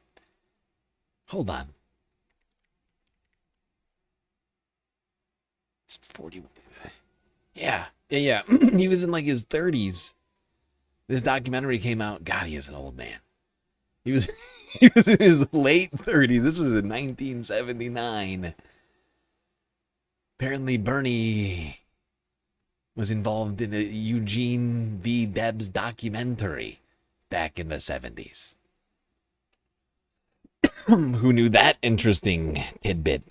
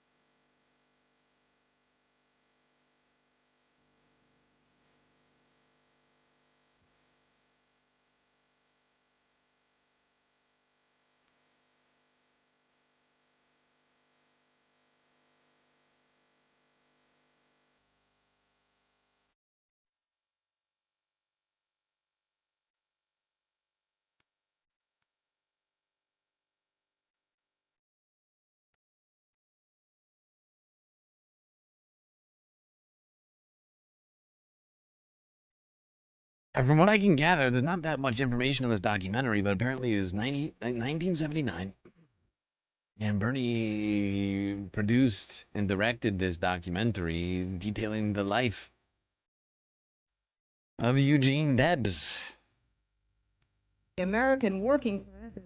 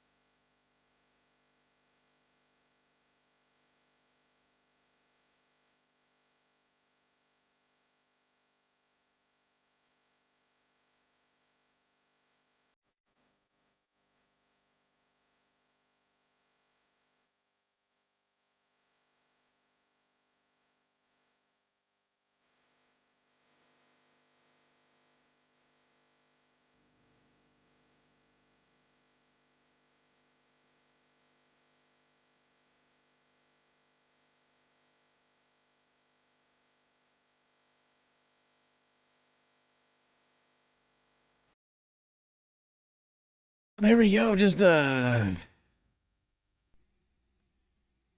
quick clip of this documentary. It's apparently produced by Bernard Sanders on Eugene Debs. I'll go to the end of this. It's available on YouTube in a couple of places. This was the People's War YouTube channel.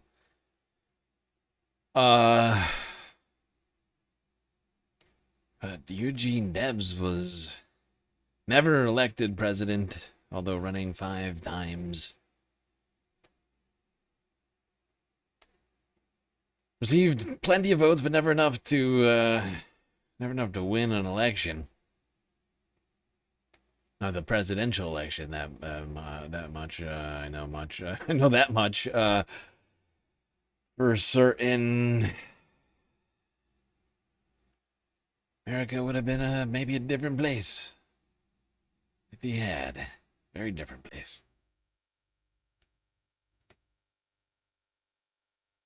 Of his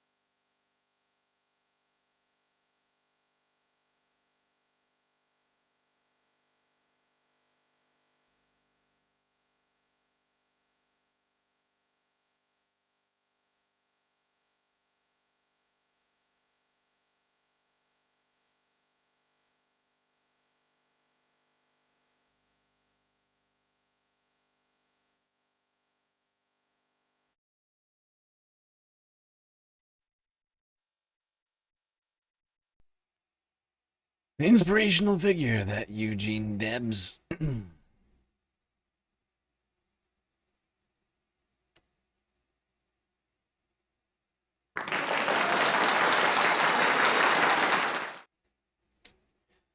His words read by the great Bernie Sanders 50 frickin' years ago in that documentary.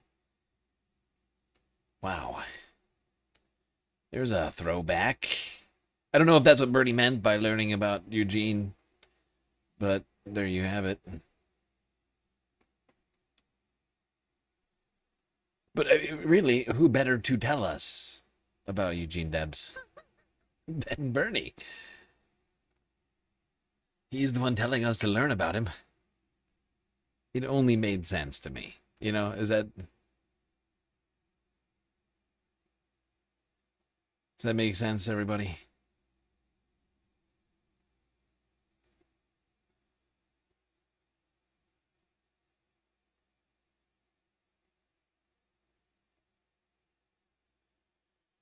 All right, for some more Eugene Debs talk. Last of the Eugene Debs talk, actually. Here's a guy you might know too. But he's not known for his work in Congress. He's known for getting angry.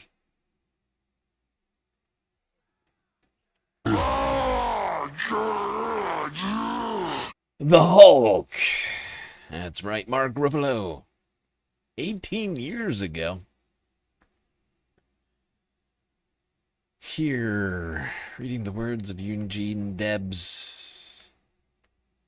Another eloquent voice against World War I was that of Eugene Debs, the railroad union organizer and leader of the Socialist Party. On June 18, 1918, he addressed a mass rally of workers in Ohio, knowing that his words could lead, as they did, to his arrest and imprisonment. His sentence of 10 years was upheld by unanimous Supreme Court decision. Here is the speech that led to his arrest. Sam Johnson declared that patriotism is the last refuge of the scoundrel. He must have had the Wall Street gentry in mind, or at least their prototypes. For in every age it has been the tyrant, the oppressor, and the exploiter who has wrapped himself in the cloak of patriotism, or religion, or both, to deceive and overawe the people. Every solitary one of these aristocratic conspirators and would-be murderers claims to be an arch-patriot. Every one of them insists that the war is being waged to make the world safe for democracy. What humbug! What rot! What false pretense! Holy Toledo! Wars throughout history have been waged for conquest and plunder. In the Middle Ages, when the feudal lords concluded to enlarge their domains, to increase their power, their prestige, and their wealth, they declared war upon one another. But they themselves did not go to war, any more than the modern feudal lords, the barons of Wall Street, go to war. The feudal barons of the Middle Ages, the economic predecessors of the capitalists of our day, declared all wars, and their miserable serfs fought all the battles. The poor, ignorant serfs had been taught to revere their masters, to believe that when their masters declared war upon one another, it was their patriotic duty to fall upon one another and to cut one another's throats for the profit and glory of the lords and barons who held them in contempt. And what is war in a nutshell? The master class has always declared the wars. The subject class has always fought the battles. The master class has had all to gain and nothing to lose, while the subject class has had nothing to gain and all to lose, especially their lives. They have always taught and trained you to believe it to be your patriotic duty to go to war and to have yourselves slaughtered at their command. But in all the history of the world, you, the people, have never had a voice in declaring war. And strange as it certainly appears, no war by any nation in any age has ever been declared by the people.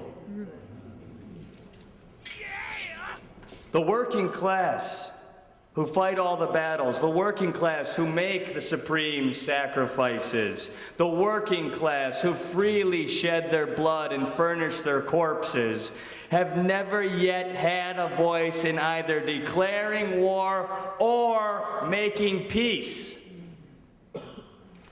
It is the ruling class that invariably does both. They alone declare war, and they alone make peace. Yours not to reason why, yours but to do and die. That is their motto. And we object on the part of the awakening workers of this nation. If war is right, let it be declared by the people.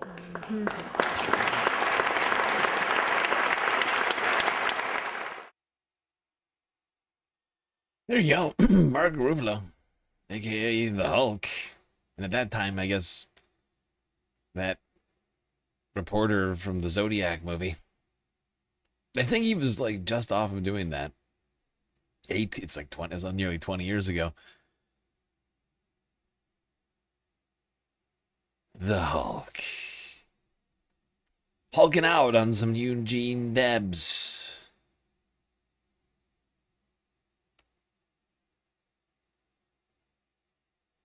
Speaking of entertainers with a based take, let's see what NBA point guard, I think, Jaylen Brown, had to say about his decision, some of his financial decisions. Let's go into this Jaylen Brown. Last week, too, was Jaylen Brown was traded. Right, isn't Jaylen point guard or guard? He's certainly not a forward. Right? And I'm sorry. pretty nothing. pretty poor return. No, is he a small forward? He was given nothing. I mean, the only argument is that somehow like it's going to free up some cash. I just looked it up. It says he's a small forward, but that doesn't make sense in my brain.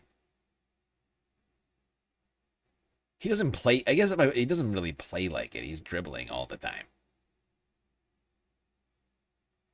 Whatever. And sort of like allow the team to get a more distinct personality, I guess. But Jaylen Brown save some money was, for the private equity ownership too, which don't scoff at that. Right? Isn't that what Celtics fans care about? He's such a good guy. I know. Well, that's the thing is now, unfortunately, he's on Philly. I wish he was out of the East, but he is so easy to root for. One, because Jaylen Brown is one of the few athletes that has really stood up for the Palestinian people and show. I don't know if Emma's doing it intentionally. Hard to say for sure. But I feel like she's been trying to continue to dig it, the claws in deeper on like New York winning and Boston, because Sam's a Boston fan, right? He's a Celtics fan. Emma is a Knicks fan. Knicks won this year. Celtics lost. They didn't even make it to. They were in the playoffs, but they did not do well this year. Actually, they may not have even made it. Did they make it to the playoffs? I actually don't know. The point is I feel like she's just trying to continue to give Sam. Maybe I'm just picking up on it. Some sort of vague. What's the word? Passive aggression. Passive aggression. I think it's all out of love, but I feel like there was still this inherent because Jaylen used to play for the Celtics, right? So he left Sam's favorite team to go play for Philly. You see what I'm saying here? It's with Gaza it's bracelets to make a point. It's multiple layers deep. You got to know the players, you got to know the teams, but I know basketball enough to know that much. As Jaylen Brown is one of the few athletes that has really stood up for the Palestinian people and showed up with Gaza bracelets to make a point at parts during the genocide, the ongoing genocide, but he's also just a champion for players' rights. So he sat down here on the $1 Million Worth of Game podcast. I guess there's so many podcasts that are all exactly like this, but for athletes. But here is, or maybe this isn't an athletic show or athlete show, I'm not sure, but whatever. Here he is talking about why he chose to use the NBA Players Association instead of hiring an agent for the draft, and he makes a great case here for labor rights. When I entered the draft, no, I didn't have an agent. I'm probably the highest pick selected ever that didn't enter with an agent. Why you ain't have an agent? Just when I was evaluating, I went through the whole process and sat with a bunch of people, and what they was offering, I didn't really need for real. And it was kind of already slotted, so I leaned on the union a lot more. And then, a lot of the agents came and was like, yeah, well, we're gonna move you to LA, we'll get you a trainer, put some money in your pocket, da-da-da-da-da. And I was like, for what? And it was like, do I gotta get that money back? They were like, nah, but standard agent fee is 4%. So I'm starting to do the math, and the house, car, and all that, whatever you was offering, is a lot less than what 4% would have been. So, long story short, the math wasn't mathing for me, but I ended up being the third pick, even though I took some, I think because I came in like that, a lot of people tried to, some of that, I think it was the agents, they tried to slander my name a little bit, put it in the media that he's too this, he's too that. It ended up backfiring. But it all worked out in the end. What game did the union give you that had you all right, I can do this? With a union, without the agent. Yeah, with a union, we pay dues. All the players in the NBA pay dues. We all pay $10,000 or something like that out of our salary that goes to hiring lawyers, hiring, you know, just staff. Yeah, but that's nothing. That is so much less. He's right. The math ain't mathin'. It's not even close to mathin'. Just think, real quick. Let's play the Jaylen Brown mathematics game.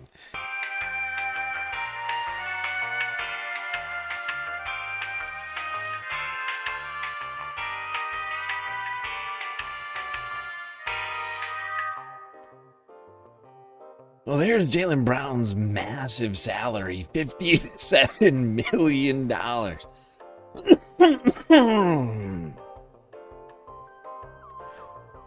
He's in the third of a 5-year, $285 million Supermax contract extension with the Boston Celtics, which runs through 28 to 29. Oh, does it? Wait, I thought he was leaving. Well, whatever, it doesn't matter. Don't worry about that. That's the most unimportant aspect of this, whether or not I can be keeping track of what team he's playing for. Not important. $57 million fucking dollars. Okay? He's talking about paying $10,000, whether it's a month or a year. That's less than... I'll tell you right now, it's less than 4%. I mean, 1% would be insane. I mean, 4%... is literally, oh my god. What is that? Is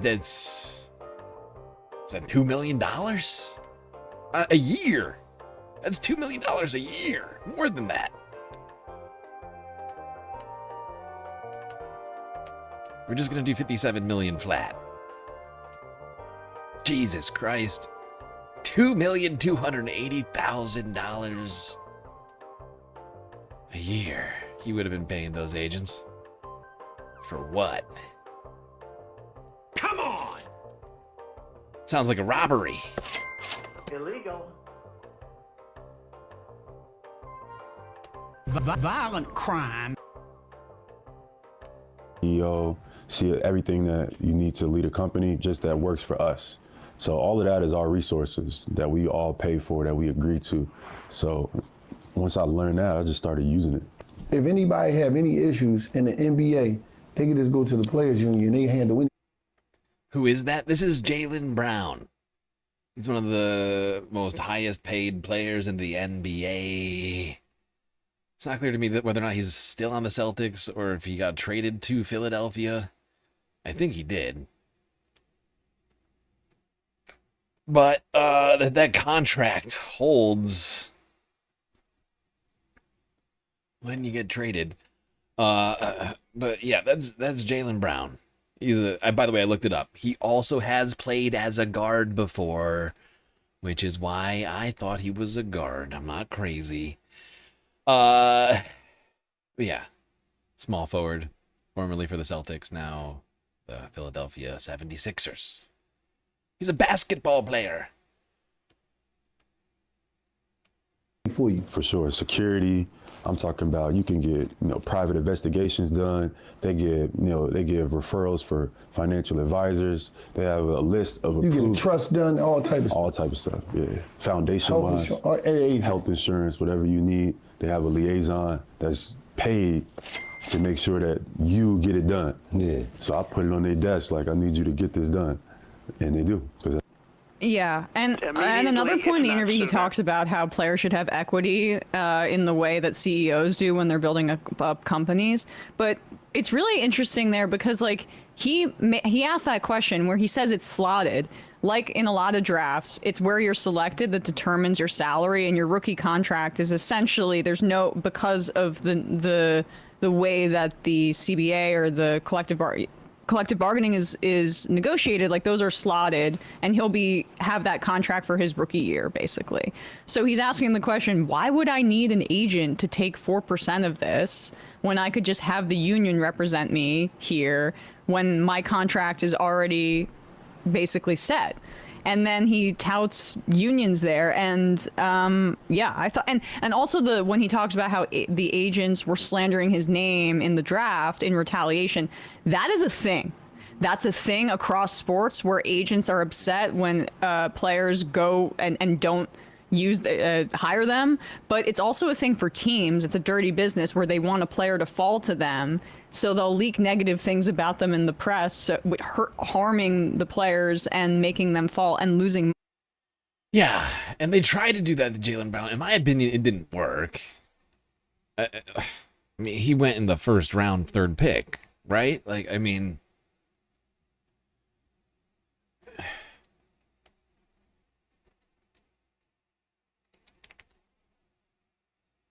yeah, he was the third overall pick in the entire draft. I mean, at that point, who knows exactly what people are thinking? But if you're in the first round, like top 3, like you're like, I mean, he's, as we just saw, making a fucking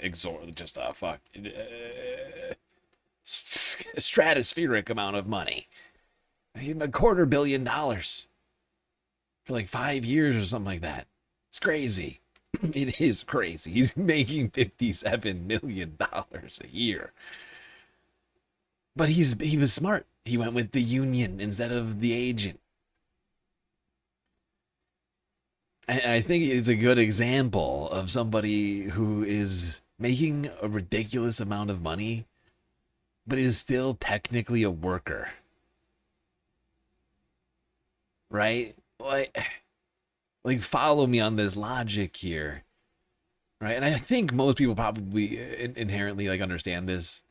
But maybe there's some people who are like, what are you talking about? He's a millionaire, he's an overpaid athlete. It's like, no. Like, unlike billionaire like CEOs and stuff like that, like these guys are actually working. Like their physical bodies are under threat every single day. They get into an injury, their career's over, right? Like they are and if you look at the way that these industries are like major league sports are set up, depending on what, I mean, basketball is slightly better than other sports to some degree, right? But like, you're like chattel. Like if you're a professional sports player in practically any league, like you're like chattel. You're like a piece of meat.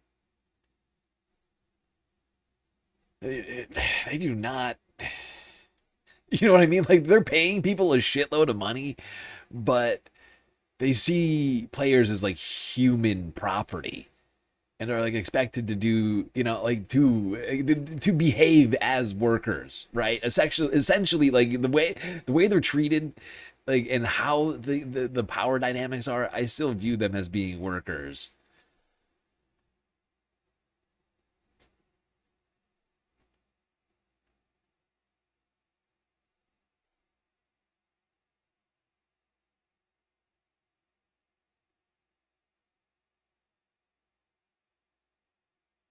You know, they're not Elon Musk just making billions of dollars off of his shares.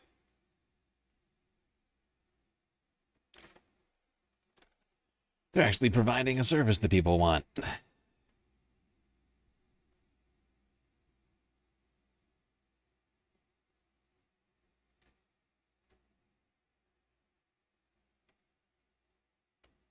Of course, they still have to, like, these guys still have to pay taxes, right? Like, unlike you know, like Elon Musk, these guys are like W-2s.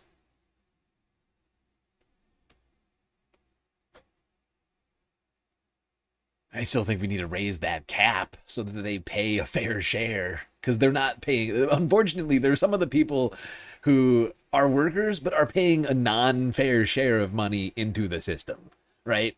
Just to be clear, in case it wasn't.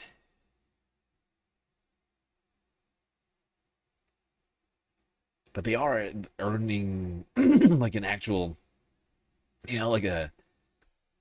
It's like they're just different. It's just like different than a fucking being a CEO. It's just different.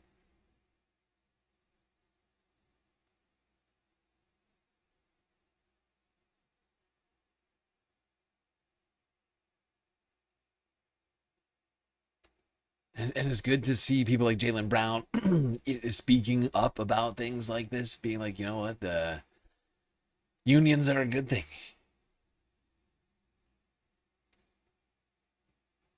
And they'll own your children. Wait, who's going to own my children? The NBA? Jaylen Brown?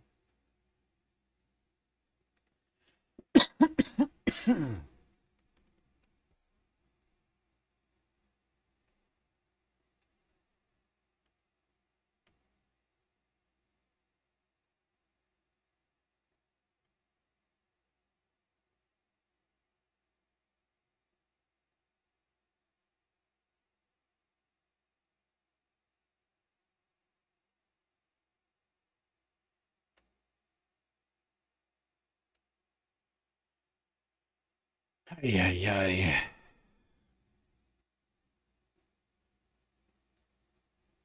It's weird what we reward in this society. Like who we choose to uplift and who we choose to punish.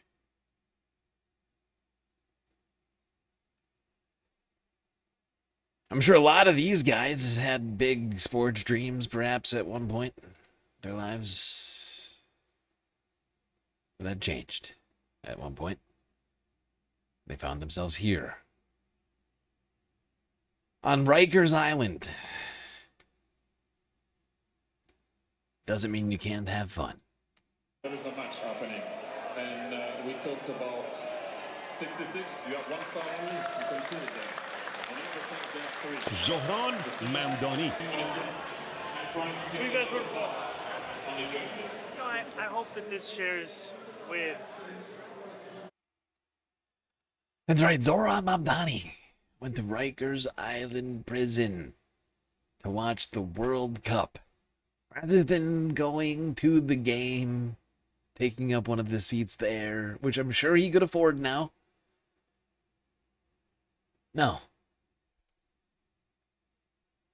He went to go visit a prison that he's promised to shut down to watch the game with the prisoners themselves. This guy... Zohran Mamdani is like the epitome, like the embodiment of walk the walk, right? Like he says things and then he does them. People who are incarcerated here on Rikers, that they too are a part of New York City. The World Cup has been a magical moment for the entire city. These are New Yorkers, and they will be New Yorkers when they get out of Rikers. They're New Yorkers today, and I wanted to make sure that we can celebrate this moment together. Messi, World Cup, I guarantee you.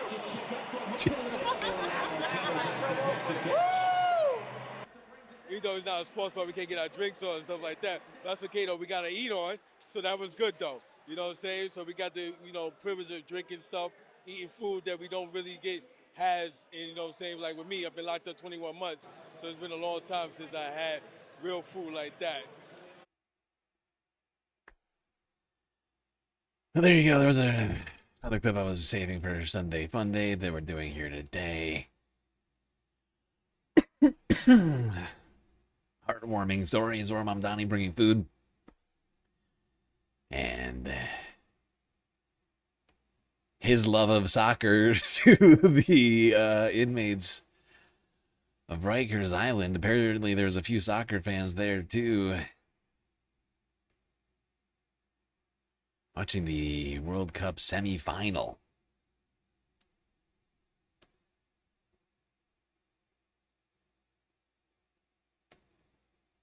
With the people. I don't think a lot of mayors would have done that.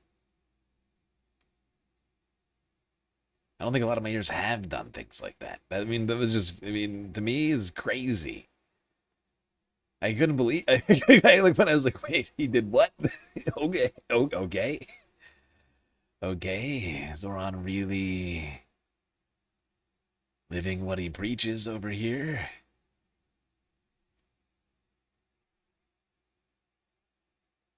You just hope they were rooting for Spain. That one guy was clearly rooting for Argentina. He said Messi. But everyone's allowed to root for who they want. I personally was rooting for Spain because there were bunch of creeps seemingly rooting for Argentina. But I mean, Messi is the biggest name in soccer almost of all time. It's like between him and like Ronaldo, or is it, you know, like I don't know. Tis what it is.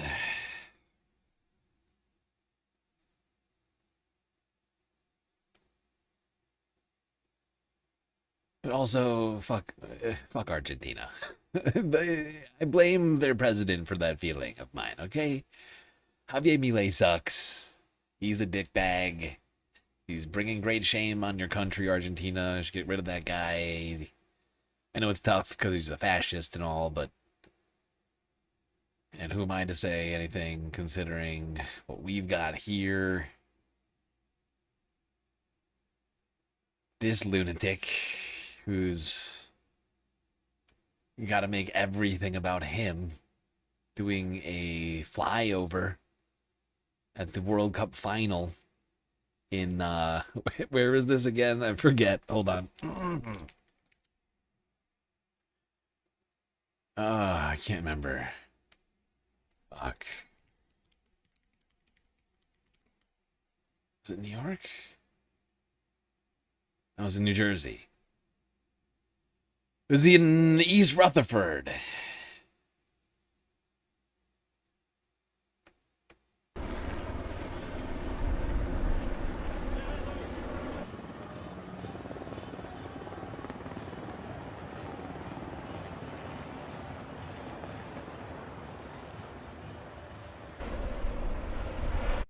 Why does he have to do this? Why does he have to make why does it always have to be some like military style display of power?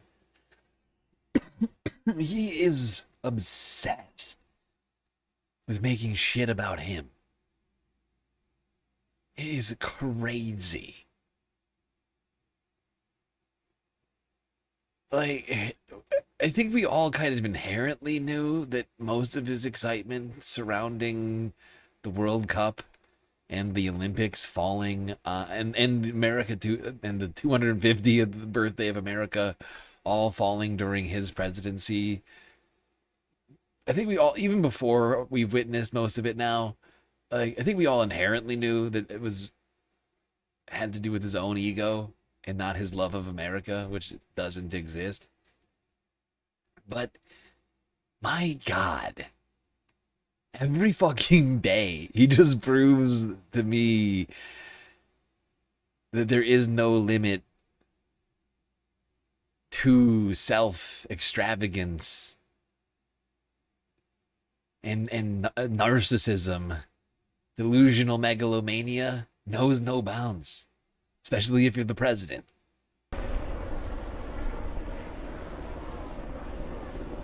Because there's nothing stopping you when you get there. There's absolutely nothing stopping you from doing your deranged, whatever, enacting your deranged will upon society when you're in charge of society. The multiple flyovers. They just, you gotta do multiple loops. Make sure everybody knows I'm here.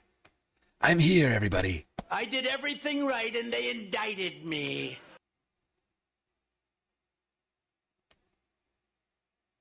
I'm here. Now, some people were more excited about the games themselves. The fans. Argentina, Spain, rallying ahead of the World Cup final. Fans in the streets. Exuberant over there. Possible. Look at him. The night before, I mean, it was like a spur of the minute. We knew that the party was going to be here, and she's a soccer player, so we really wanted to be here. And this is just so exciting. It's just so much energy. So cool, like hearing all the chants and stuff, and just like everyone just vibing in here for Argentina, and it's just so fun. We are so rooting for Argentina, and we got to win tomorrow.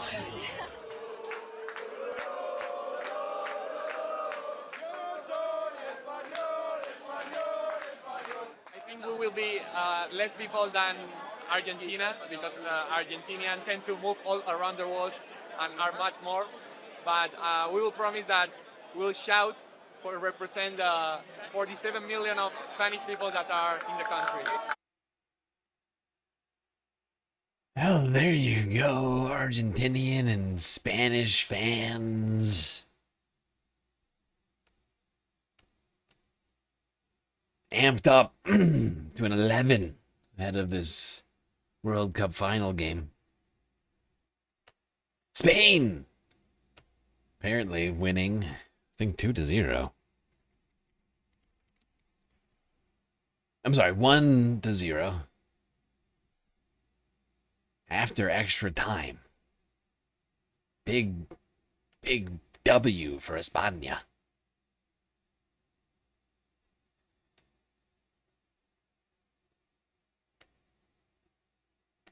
However, big W for Spain.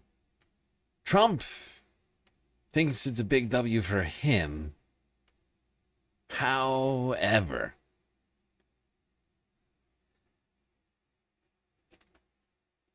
apparently, FIFA cropped Emperor Cheeto out of Spain's World Cup victory photo.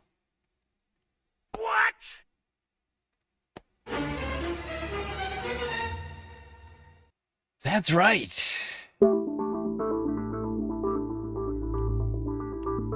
Actually, hold on. I should just do this instead because I always get...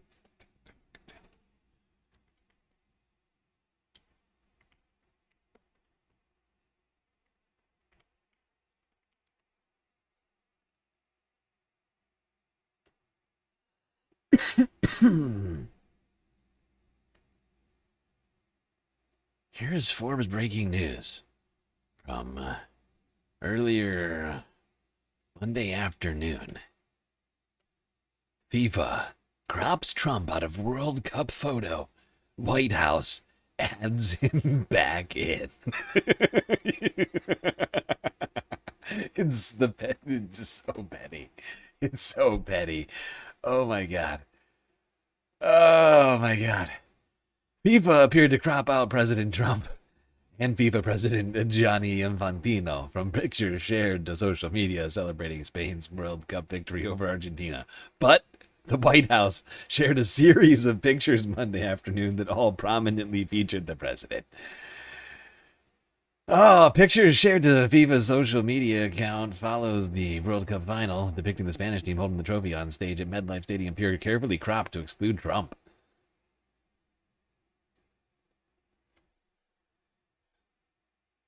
Yeah. No Trump. Who stood near the team while they celebrated. Why does he always do that? He's always standing around every time anybody wins anything. He wants to show up and be like, I was there too, right? I won too. We both won. A photo of the Spanish team posted on Instagram immediately after the match also does not include Trump, nor does a 20 slide post from later Sunday night that shows the team celebrating. Oh, God. A whole montage that excludes the president?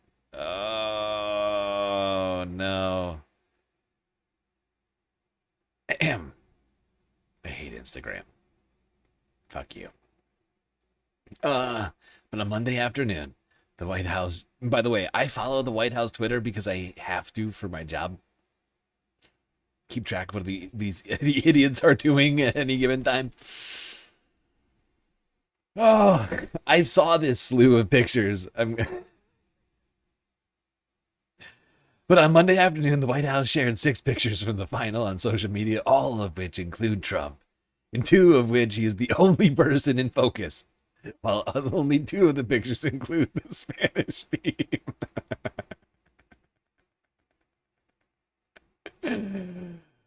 There he is. There's the president. No, I don't want to log in. Stop that. Don't be a dick. Oh, I hate you. Don't make me log in. Oh. This is history that you're preventing right now. Oh, God. Hold on.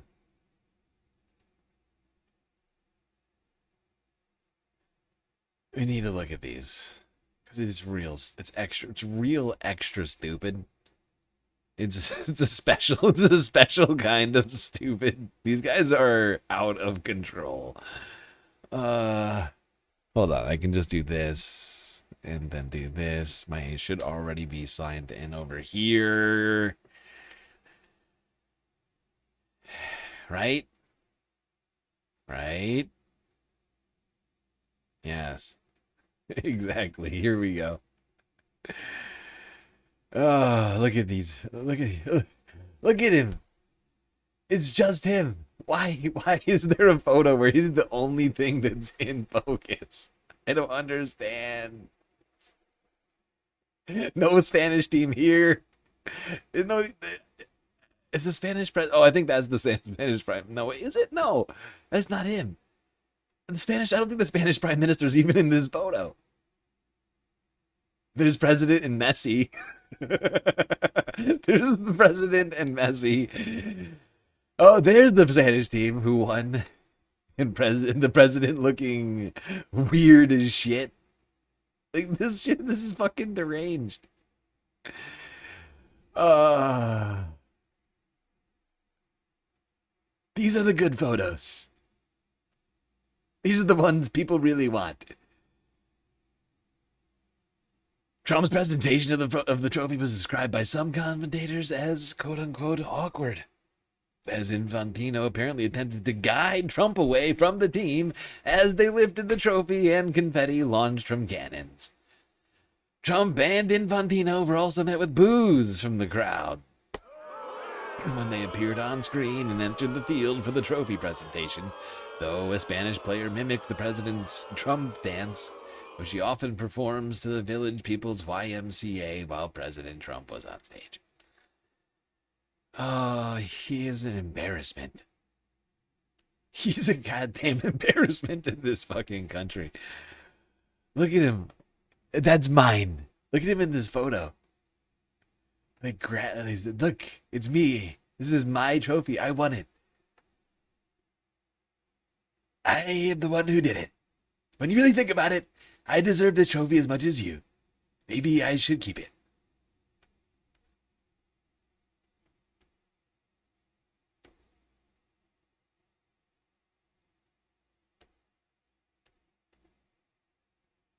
But maybe they should pay us some damages or something, or should do some tariffs. That's amazing. He's saying Canada should pay us damage. Oh, was that the king? I forgot they still have a monarchy. I forgot they have a constitutional monarchy. I don't recognize the Spanish king by I know what the prime minister of Spain looks like, but not the king.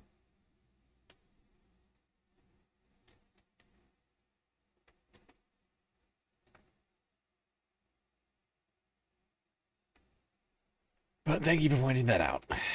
At least it had the king in there.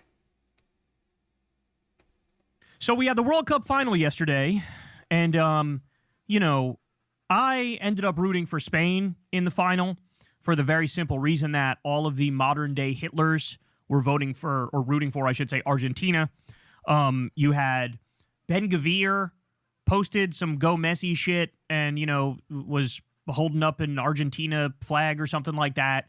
You had Netanyahu as well. By the way, the history with Argentina it gets sort of sketchy. Not only is Javier Milei one of the biggest psychopaths on earth, currently running the country into the ground, crypto scamming his own people, selling out the country to Israel, but the history, a lot of the Nazis who survived, escaped, and went to Argentina. Now Argentina is married up to Israel, and Israel supports them. They support Israel. It's a fucking free market hellscape where people are dumpster diving for food because Milei is such an anarcho-capitalist extremist. He's gutting whatever social safety net there was. Yeah. We've talked a lot about how shitty Argentina is becoming because of Javier Milei in the past. I don't want to beat a dead horse too much here today. I do want to say, though, is we're 4 hours into the stream, but we don't actually have a galactic content goal. I meant to mention this earlier, but someone donated between yesterday's stream and today's stream. We did like a Twitch-only stream yesterday because I was still so pissed off about the monetization thing that I just didn't feel like doing a YouTube stream.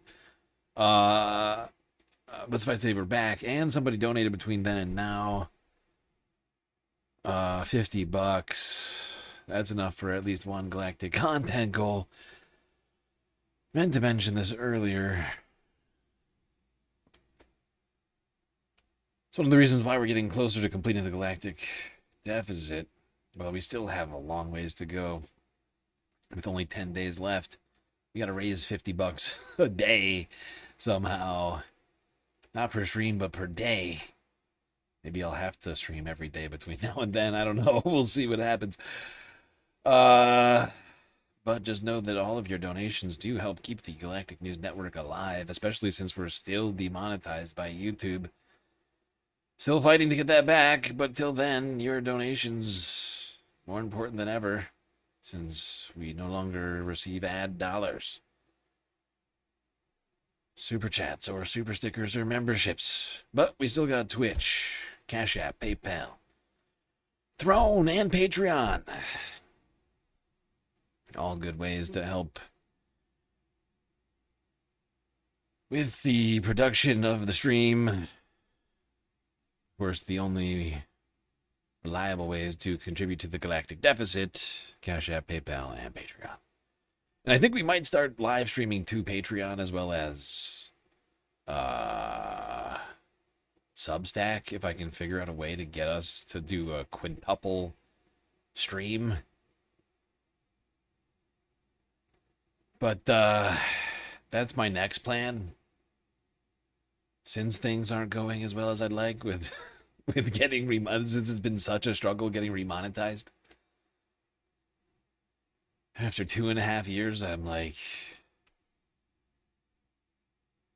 thinking we just have to, regardless of what happens monetization-wise on YouTube, we have to branch out. Because I don't think I can trust YouTube anymore. Like, I've genuinely lost, like, most of my faith in the platform that used to be just my favorite. Just my favorite place. I still love YouTube, but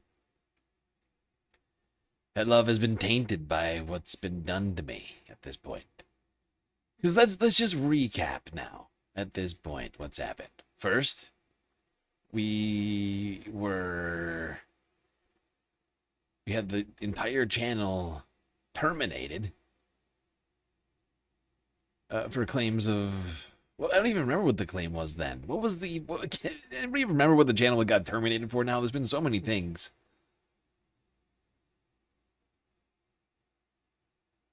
Being a scam. That's right. They claimed we were a fucking scam.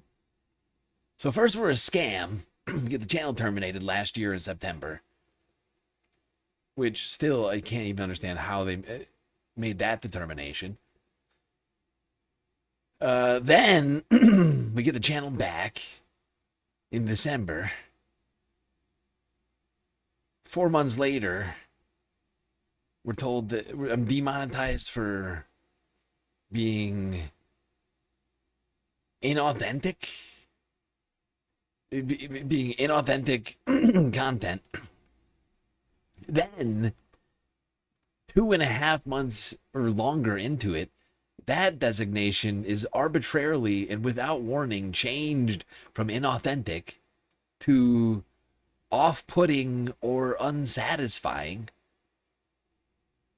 Like, so without being told, all of a sudden that gets changed. And then I reapply for monetization and they change it from unsatisfying or off-putting to reused content. YouTube, at this point, it's quite clear to me that YouTube has a problem with me. People have suggested this is some sort of right-wing troll thing. It's not that. YouTube doesn't want me to be monetized. I don't know why, but they have a serious problem with my existence. That's how I feel at this point. I don't know how else to take it. They can't even make up their mind on what I'm doing wrong. They refuse to tell me exactly what I'm doing wrong. They haven't pointed to a single video or videos that are violating the policy. They're just vaguely saying, oh, this policy, this policy, this policy. You're violating all the policies, apparently. All the vaguest, most general fucking policies that could probably apply to most channels on YouTube, you're violating it. But not everybody, it's just you. You're the one, you're violating it. Because, like, if you look at all of the different things I've been accused of, every single channel on here, aside from the scam thing, which is still fucking insane, and of course we didn't do anything even close to that either, but when you come to this, the three different reasonings they've used for taking away the monetization in the last 3 months, it could apply to practically every political React channel. It's completely subjective.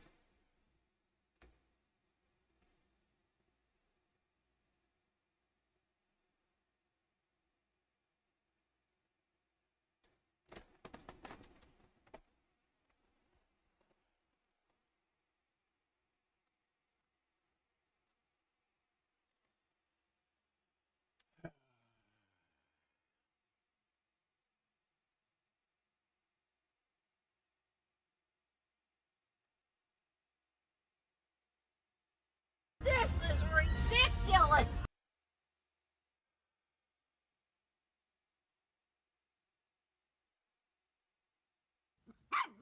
But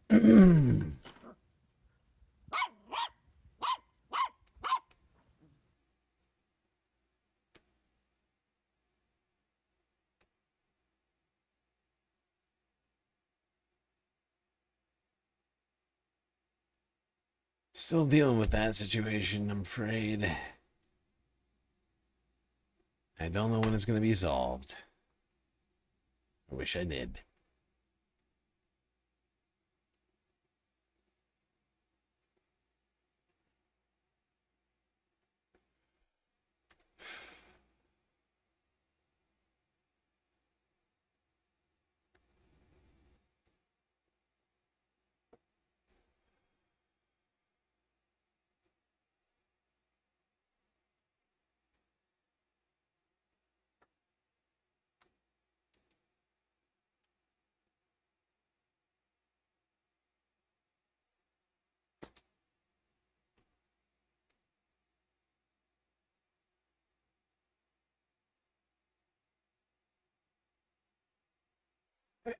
It can't possibly be not showing your face. If so, they're making that distinction completely arbitrarily. Because I know for a fact there's plenty of channels that are monetized that don't have anybody's face on them. You know, like nature content. There's nobody's face on a nature documentary about elk or like a zebra. Telling me you can't monetize that content now either? What about like first person like biking content or racing content? There's so much content that doesn't include people's faces. Or at least the face of the person making the content. It's ridiculous. It's ridiculous. And nobody has told me that. So until somebody tells me that's the problem, then I'm assuming that's not a real fucking thing. Help! Help! I'm being repressed! And I really haven't seen any... I have not seen any new YouTube rules suggesting that there is a rule that you can't... that you have to show your face.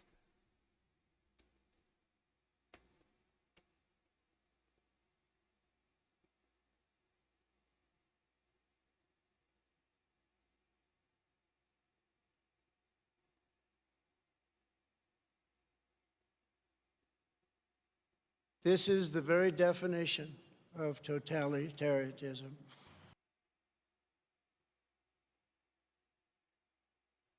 All right, we're gonna take a quick galactic intermission here. 4 hours into the stream. If you haven't already, hit that follow button on Twitch. Subscribe on YouTube. Hit that bell icon. That like button. And while you're at it, do consider contributing to the Galactic News Network. One of the many ways we have available to you: Twitch, Cash App, PayPal, Throne, and Patreon. All great ways to help support the stream. Alright, now enjoy the break. Grab yourselves a drink, maybe a snack. I will be right back.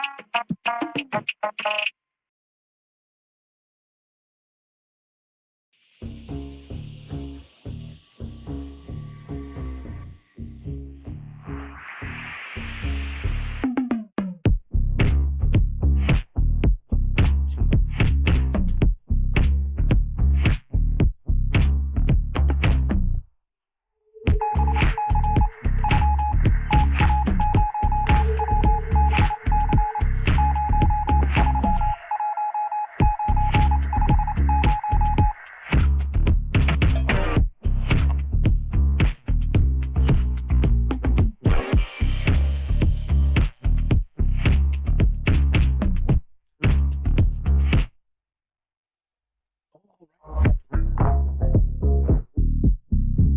break is over, and the stream is about to begin once again. So, get back in those seats, otherwise you might miss it.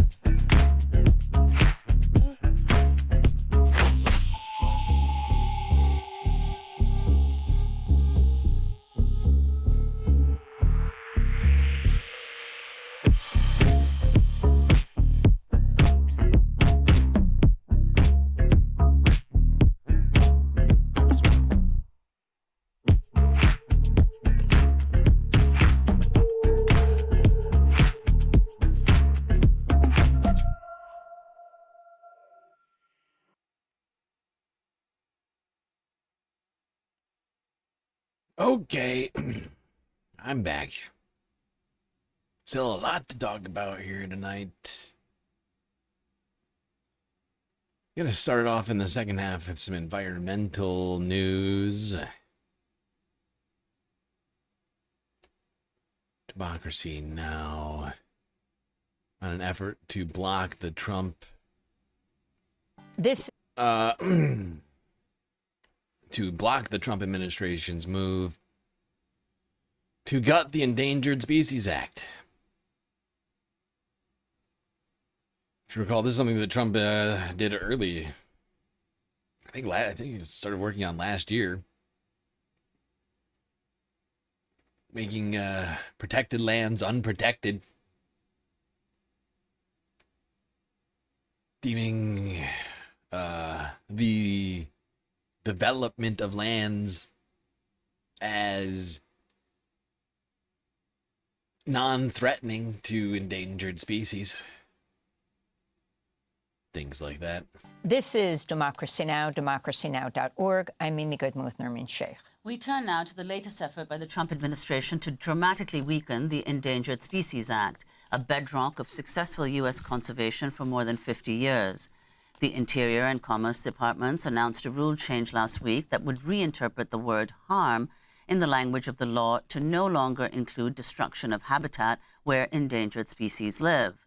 This change will open previously protected areas to development, oil drilling, and other extractive industry. Conservation groups, including the Center for Biological Diversity, the Sierra Club, Oregon Wild, and others, are now suing the Trump administration over the rule change. They're being represented by Earth Justice. So we go to Earth Justice now. Senior attorney Ben Levitin. Ben, lay out your case. What is the lawsuit based on? What is this change? Yeah, thanks for having me, Amy. We at Earth Justice filed suit because the Trump administration is trying to eliminate one of the most important tools that we have for saving species from extinction. They are trying to say that destroying a species' habitat does not count as harming it under the Endangered Species Act. Now, the Endangered Species Act is a landmark law for protecting the natural world. It was passed almost unanimously by Congress in 1973, signed by President Richard Nixon, supported by majorities in both parties, and it has always recognized that in order to save endangered species, they need to have a place to live.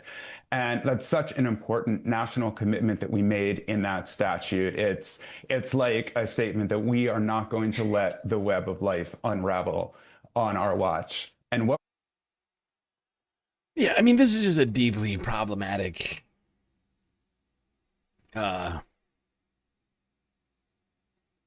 plan that completely excludes nature from the equation.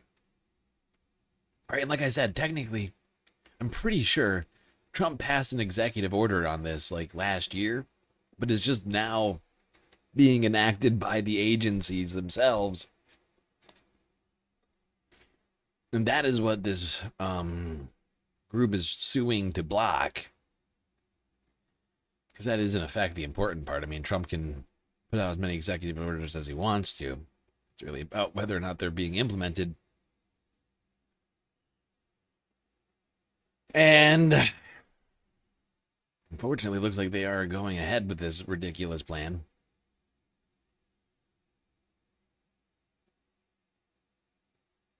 You know,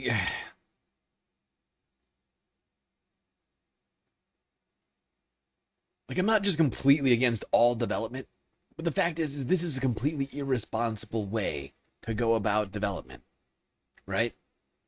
Also, it's being done in like there's multiple reasons why this plan is just so fucking insane and stupid, right? Like there's plenty of land existing to develop, right? The land that they're opening up to development is national parks and like endangered habitats. They're like, oh, don't worry about those. Like, so that we have like, is this opening up more of our land to billionaires and corporations, oil drillers, whomever else, to come in and just reap the benefits of the natural environment and give nothing back to us, to the planet?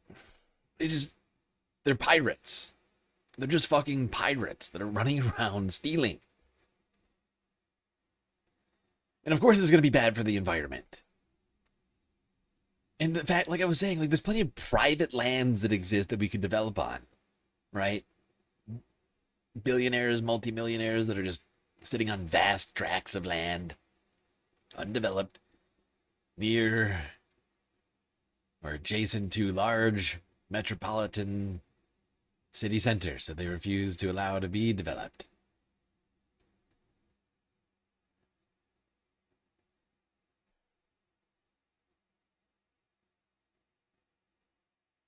I don't think we need to start building in the national parks. Like that's, you know what I mean? Like building social housing in the middle of I'm trying to think of a good example here. Yeah, my brain just broke. Why can't I think of any of our national parks right now? Like we don't need to clear out like the Adirondacks for housing. Like there's already existing housing supply and existing places where we could be putting housing where it's actually needed. But that's not what we're doing here, right? It's just for oil drillers and lumber, what do you call them? Lumber, oil, whatever, miners, not children, but like, you know, rare earths. The rare earths and things like that. That's who's going to take advantage of this. Not going to, this isn't about making housing for people. Hope I didn't make it seem like that. Because that's truly not what it's going to be about.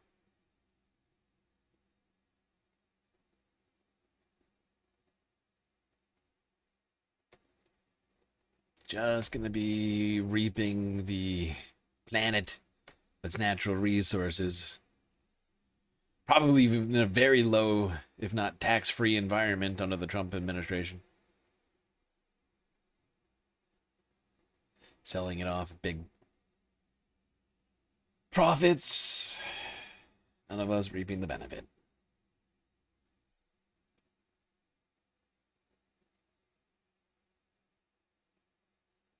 Meanwhile, it's all burning down.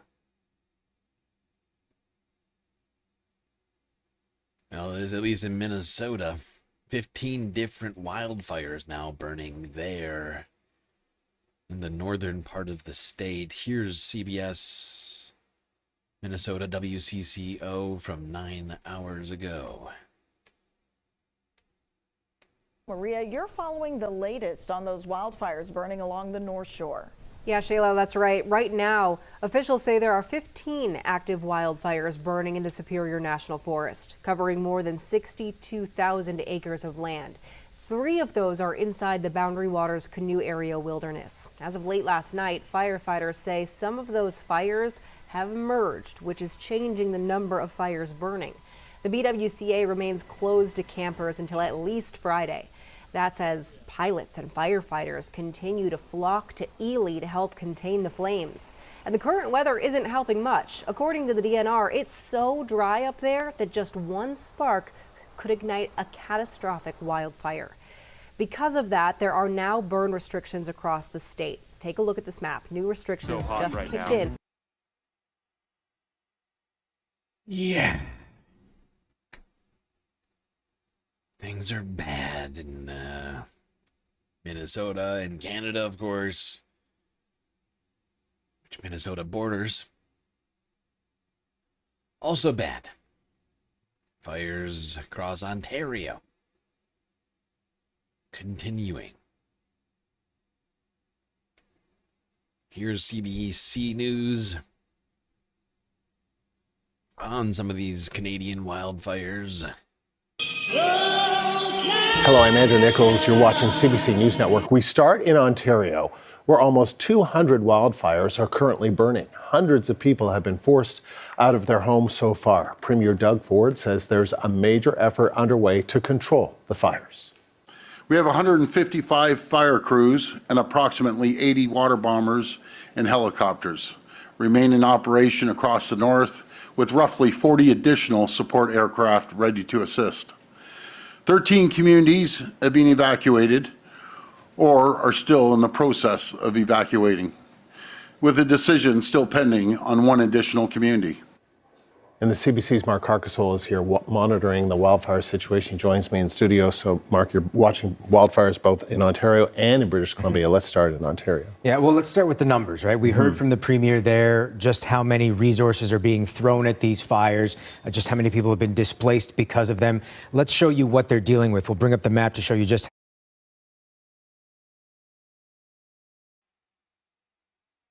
That number is insane. 200 fires just in Ontario alone. Just the province of Ontario. I mean, it's a huge space too. So you're being forced to spread out these forces on 200 fires across a state or province. It's about the size of Texas, right? Just for context for everyone. It's huge. It is huge. And let's not forget, there's like another 700 fires burning across the rest of Canada. Something of a disaster scenario. Really don't feel like I'm exaggerating. Many there are across Ontario. And as of the province's update earlier today, 190 active wildfires across the province, 16 of them discovered over the last 24 hours or so. Most of those fires, new discoveries to be found in the province's northwest region. 56 of the fires in Ontario currently are not under control. 6 of them are being held. 16 are considered under control at this point. The amount of total area being burned up by these fires right now across the province, somewhere around 735 hectares. That's a lot of fire, and that's why the province is throwing so many resources at it. 155 fire crews, 80 various firefighting aircraft being used in the effort, with 40 additional aircraft. You see what I mean? So this is an area the size of Texas. And you got this many out of control fires. From top all the way to bottom almost. Oh boy. Of course, right next door. What is this, Saskatchewan? Fires over here too. Fires in northern Manitoba. And the rest of the northern Canadian provinces. And this fire season has gotten off to an insane start. It is real disturbing. And the fact is, it's not just Canada, but the rest, all of America. All of North America has been seeing an extended fire season. It goes into the fall because the forest just continues to dry out. straight through summer, straight through fall. And so this whole thing could just continue to get worse. Until, I guess, Canada runs out of forests.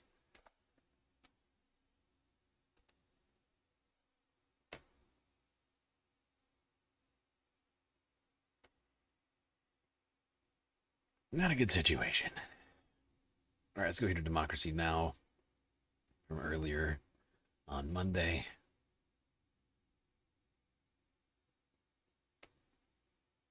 What is happening? What the fuck?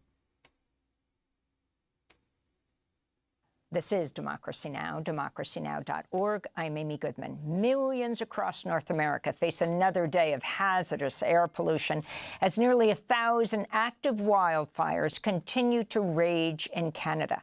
Hazardous air quality alerts are once again in effect today for major cities, including Chicago, Detroit, Columbus, and Minneapolis. Here in New York, air quality's improved, at least for now, following what officials are calling the second worst smoke event in New York City modern history. In Canada, the fires have disproportionately impacted Indigenous communities, forcing thousands to evacuate their homes. On Friday, President Trump threatened to impose new tariffs on Canada over the record levels of hazardous air. Trump wrote, quote, "The United States is being unnecessarily invaded by filthy, polluted, and unhealthy air, the quality of which is dangerous and totally unacceptable," Trump said. But Trump has not said... He is such a lunatic. Oh, my God. Blaming Canada for the existence of wildfires is deranged. Word about climate change, which many scientists say is a driving force behind the fires. We go now to Montreal, where we're joined by Rachel Gilmore, independent journalist, creator of Bubble Pop Media. Thanks so much for being with us, Rachel. If you can talk about what's happening in Canada, the blowback, I guess you could say, in the United States, and President Trump threatening Carney and Canada with tariffs, blaming Carney for what's happening in Canada, actually standing next to Carney and the Mexican president at the World Cup on Sunday in New Jersey. Yeah, the situation in Canada is, it's horrifying. I mean, we're watching the impact of the climate crisis in real time. It's disproportionately impacting, as you noted, Indigenous communities here. People have had to flee their homes, a large number of them ending up in Thunder Bay, where there's actually not enough space for everyone. The people are camping in tents just so that they have somewhere safe to sleep that isn't their communities that they've had to leave behind because of the ravaging wildfires. As you noted, there's almost 1,000 of them burning. It's genuinely a crisis. There's lots of mobilization happening here in Canada. And the commentary from Trump was extremely offensive to a lot of Canadians. I mean, what else is new? I think, unfortunately, no one's really surprised by it anymore up here. But, you know, particularly given just days before he made those comments, a Canadian firefighter had died in Colorado fighting wildfires. So it was just extremely, extremely tone deaf. But the additional horror, I guess, of just the apathy in Trump's comments is the reality that he's not acknowledging climate change. And Mark Carney sort of did a little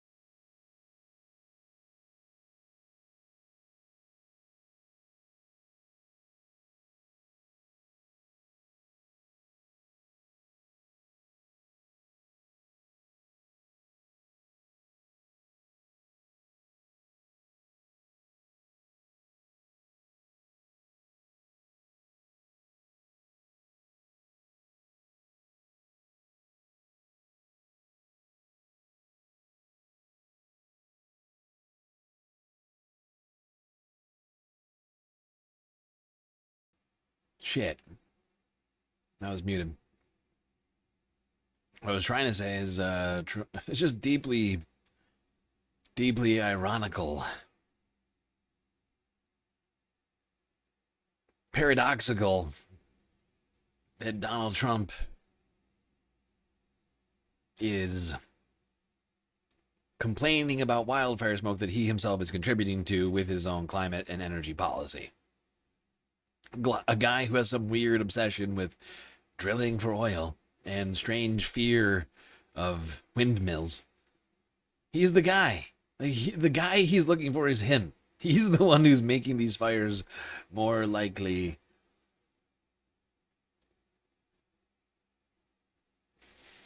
It's a real sicko.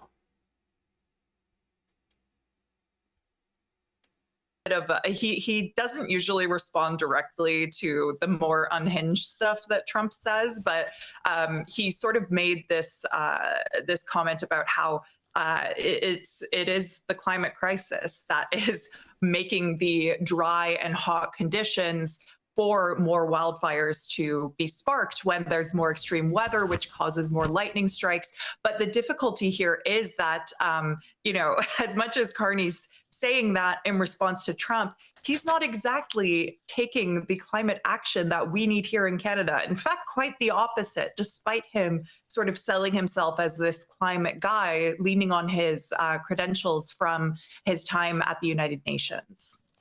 If you can talk about that, I mean, on the one hand, you have Prime Minister Carney announcing a multi-billion-dollar strategy on what he called breaking Canada's economic dependence on the U.S., which must have infuriated President Trump. But it includes a new pipeline in Alberta and building up multiple liquefied natural gas terminals. The proposed pipeline would move 1 million barrels of oil daily from landlocked Alberta to the southern coast of British Columbia. Yeah. And here's the other point that I was trying to make the other day after Trump first made these comments, right? And it's that the people Canada has right now, to some degree, as leaders, are not the best messengers on this particular topic. You know, Doug Ford and Mark Carney. They're not climbing. They're not. Mark Carney's a fucking banker who came to power saying that he was going to build that pipeline. She was just talking about just now, right? Like he was. Like he's not some sort of tree-hugging environmentalist. In fact, he's got a rather shitty environmental policy, in my opinion. One that contradicts itself. And like I was saying, I really wish Mark Carney was a different guy, so that he could tell Trump that you're saying something fucking insane. I wish Canada was the leftist utopia that people claim it to be sometimes, because I needed someone in this moment other than Mark Carney or this dickbag, Doug Ford. Is it Rob? No, Rob's the brother, right? Did he die? Anyway, this dickbag.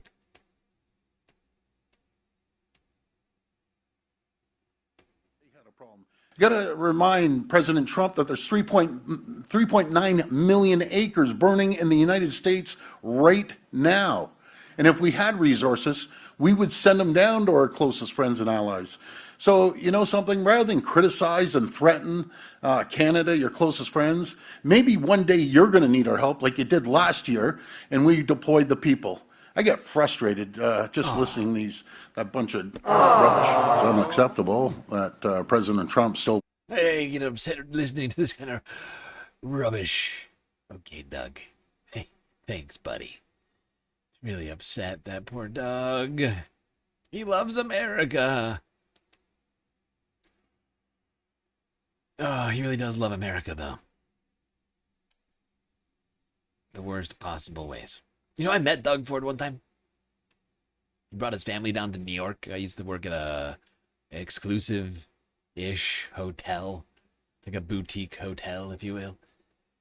He stayed in the most expensive suite, showing up with his family in a black Bentley convertible, and proceeded to be a real fucking tool when someone dropped his key, I think, on the ground or something. He's just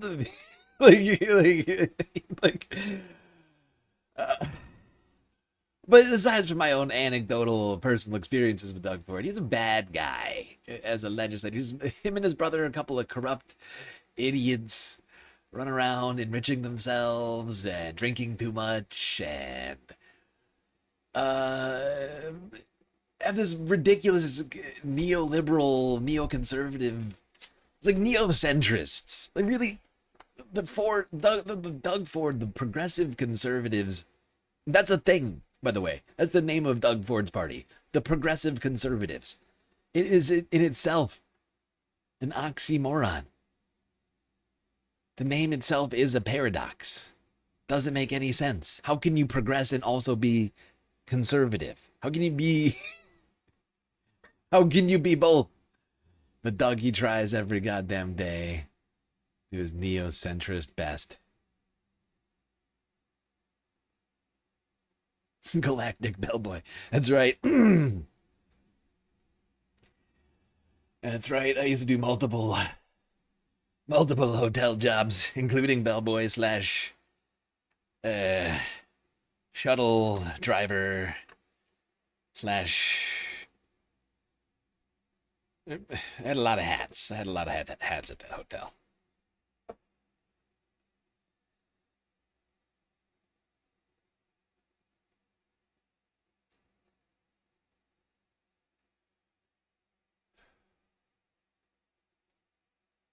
I've done a lot of service jobs. They never last. I never last longer than a year. It's always, I get to the year, if I get there at all, and I'm like, how long? As we've been doing this for too long. And again, I'm immediately gone. Immediately, if not sooner. I look around at myself and I say, what are my opportunities for advancement? And I say, actually, I'm good.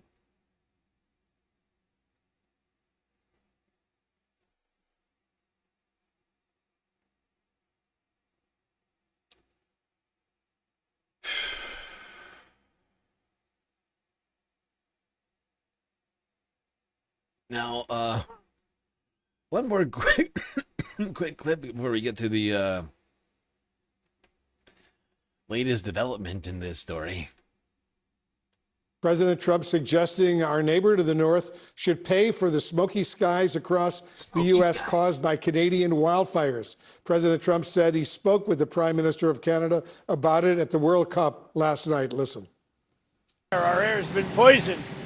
I have a good relationship with Mark Carney, but, you know, we got to stop the fires up there. If we can help them, we'll help them. But maybe they should pay us some damages or something, or we should do some tariffs. But it was terrible. Doug Ford, the Premier of Ontario, responded just a short time ago. Listen to this. Okay, we don't even hear, but here's something interesting for everybody. Earlier today, the White House posted this to the website. President Donald Trump imposes additional tariffs on Canada. Wait, what was that? What did I just see? This is so dumb. Welcome to the Golden Age. Sign up for news and updates from the White House. Good God. People are deranged. Defending American workers and ensuring Fair Trade Act. Today, President Donald J. Trump signed 3 proclamations, like an emperor, pursuant to Section 338 of the Tariff Act of 1930, to impose additional 50% tariffs on certain goods of Canada.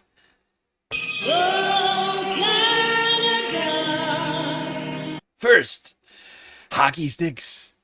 I'm sorry. Each Section 338 proclamation imposes a 50% tariff on a different set of Canadian imports, covering products ranging from wine to hockey sticks to cement. Not hockey sticks. Oh, God. These Section 338 tariffs apply to all covered goods, regardless of whether a good originates under the U.S., Mexico, Canada Agreement or USMCA. The tariffs will take effect 30 days after signing and are designed to offset the burden and disadvantage on U.S. commerce from Canada's discrimination and totally not having anything to do with the smoke. So yeah, this happened to pop up on the White House website at the same time Trump was threatening Canada with tariffs. The claims of the tariffs all pop up. Supposedly they will be imposed in 30 days. It's not clear. I have to look for the whole list. I don't have a full list in front of me. It's obviously for the tariffs. It has nothing to do with unfair business or trade practices. It's got everything to do with Trump being a fucking child. Angry about some smoke.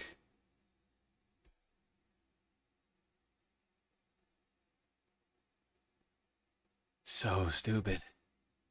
So deeply, deeply stupid. But prepare yourselves for more expensive Canadian goods. Maybe.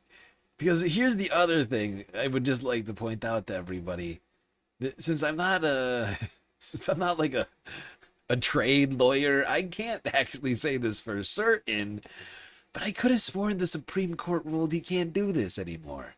So it's just a little confusing to me. I don't know if anybody else is here with me on that, but right? Didn't the Supreme Court say you can't just like unilaterally decide to impose these tariffs that go beyond the scope of his presidential power? Isn't he literally doing that again right now? And how is this time different? How is this different than him tariffing Brazil because they they decided to charge Jair Bolsonaro with election crimes? Like, how is this any different than him raising tariffs to 150% against China? Some stupid fucking who blinks first tit for tat. Like, it's not. There's no difference. This is equally as stupid, if not stupider. Write that down.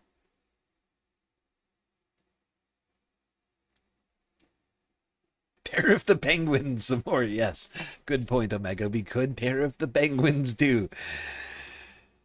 Not just Canada. Can't forget the penguins on Heard Island. Yes.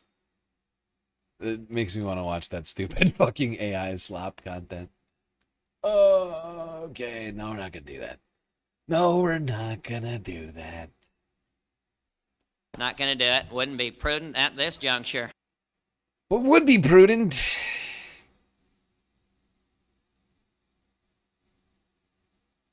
Let me think. What would be prudent right now? We're 5 hours into the stream. How am I doing?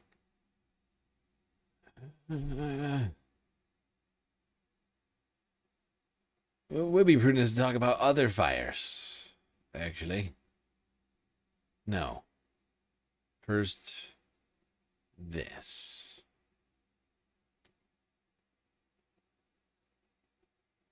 A deadly storm, actually. Let's go all the way down to South America. We're in Chile. Extreme sudden storms. So hot right now. Left half a dozen people dead. Honestly, I've had almost no time to look through this one. Like, this happened right before the stream started.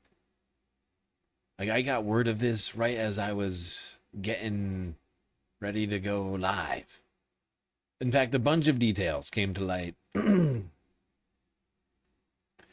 I've added into today's stream right as I was preparing to go live. Really inconvenient things happening. You know? It's very rude. How rude. I'm sure these people felt the same, if not more inconvenienced. emergency teams are working round the clock to rescue isolated families caught in the worst winter storm front to hit Chile in more than a decade. Yo soy santiaguino. I am from Santiago. I saw snow there when I was little, but this amount of water? Never, never. It began last Friday in the south-central regions, with gale force winds and rain that in just one day surpassed the yearly average. Mudslides, landslides, and flooded rivers followed. And now the storm has moved north, pounding the Atacama and Coquimbo regions, an area more accustomed to acute drought. We're experiencing not an emergency, but a catastrophe. So far, we have 80 families that are isolated, 11 people missing, all the ravines flooded, and routes 41 and 5 cut off. 10 of Chile's 16 regions have been put under a state of emergency. And now President José Antonio Cast has declared a state of catastrophe in Atacama and Coquimbo. Yeah, but this is one of the storms. Like, write this down. This is one of the storms. I'm going to try and look more into this. And I think it hit a more populous area in like the last 12, 24 hours. And that's why I'm only hearing about it now, even though it's been going since Friday. But this is one of these storms that is almost definitely tied in to the El Nino. Right?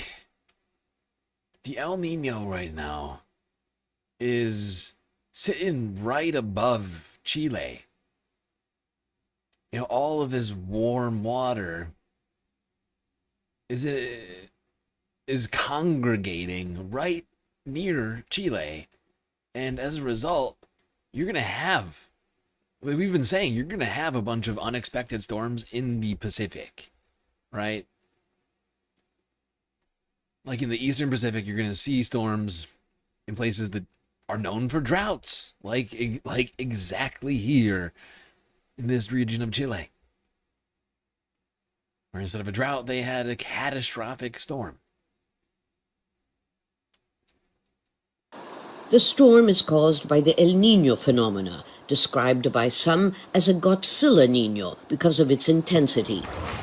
El Niño is a climate pattern marked by unusual warming of surface waters in the central and eastern tropical Pacific Ocean.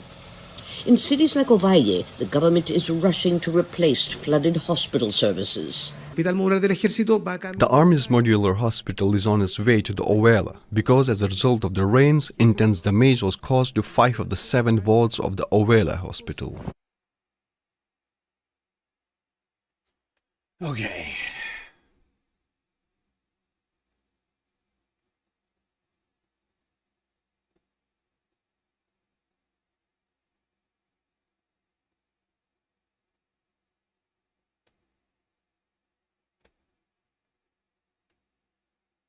Now to a more uplifting story. At least less horrible story. One which was intended for Sunday Funday. But might as well leave it in here. Let's go to an annual environmental festivity tradition. Stretching back over a century. The British counting of the swans.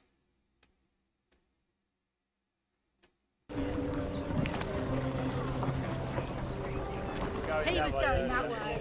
Yeah, we were trying to get him past. We didn't get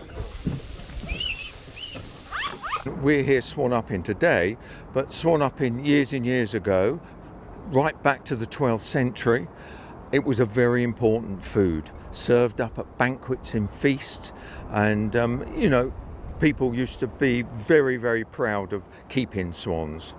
Of course, today, swan upping is nothing to do with eating swans. It's all about education and conservation. I don't even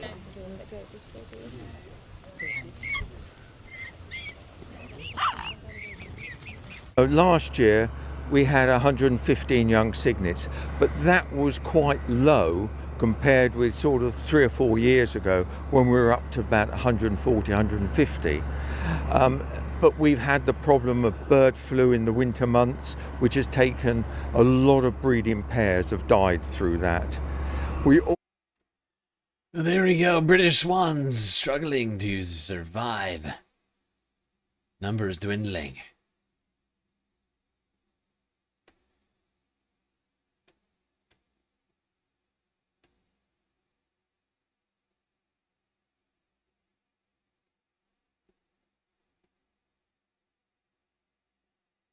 But the swan uppers must continue to up the swans, supposedly. Keep track of them.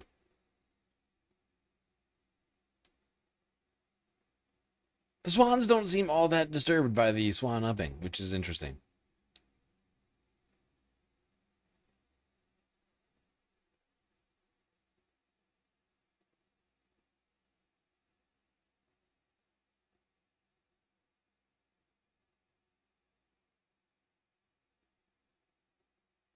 All right, now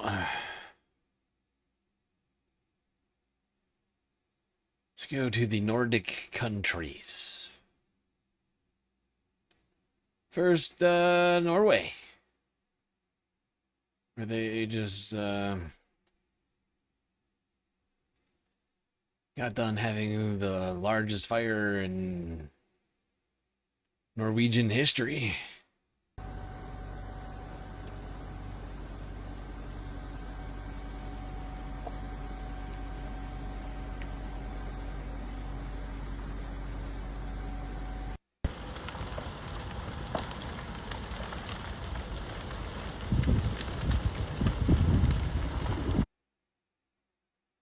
Yeah, we've been talking about this. I don't have a new update. I think it might be done.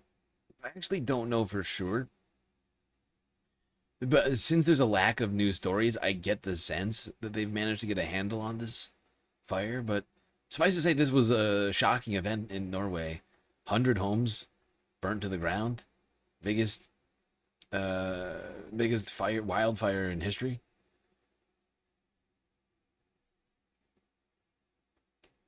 Real freaky weather events happening in Europe. I'm just realizing I think these are out of order. Isn't Sweden west and Norway east? I always forget. Well, anyway, right next door. Sweden. Oh, no, I was right. I was right. Just next door to the east, Sweden. With another shocking weather event. A rare double tornado captured on video here yesterday.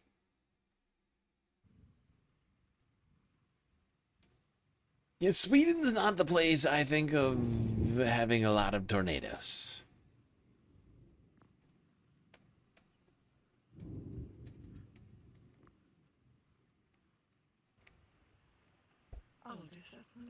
And it's true, they don't. It's true, Sweden doesn't normally get tornadoes. And then you get two at one time in a very strange double tornado event. I don't know what that means, but it seems ominous.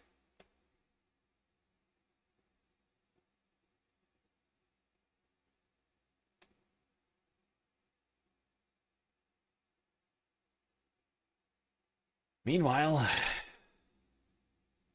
European water levels are falling to historic lows across the continent. Recently, we talked about them falling in the Netherlands, also Germany, which we'll quickly talk about again here, for those of you that missed this one. We're traveling on a ship taking iron ore from the port of Rotterdam to a steel factory in Germany. But as you can see, they're taking a lot less than usual. Cargo ships on the River Rhine have reduced their weight significantly to prevent hitting the riverbed. The Rhine is an important artery in Europe, transporting yearly around 300 million tons of cargo. The drought has now doubled transportation costs. Normally we take 5,600 tons only in the ship and the barge. But now, what did we take? 2,100 tons. So actually we need 2.5 ship to transport the same level of amount of cargo. Yep. Water levels are so low, these boats practically unable to use the river at this point for shipping. Being forced to reduce cargo by over 60%. That's a problem.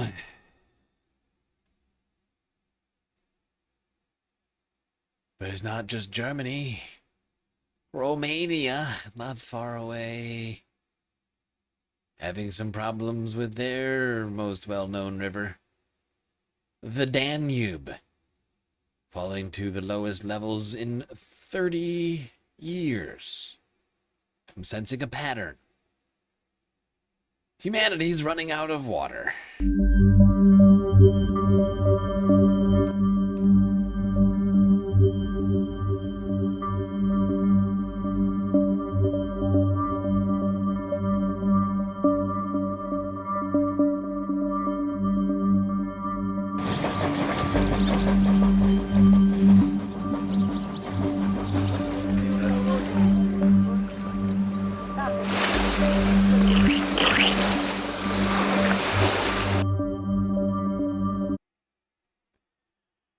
Yeah, people are over here bathing in a puddle in Romania.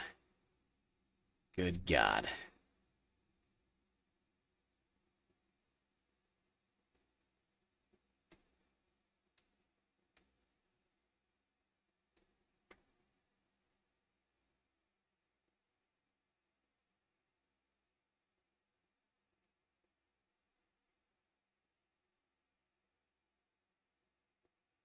Okay.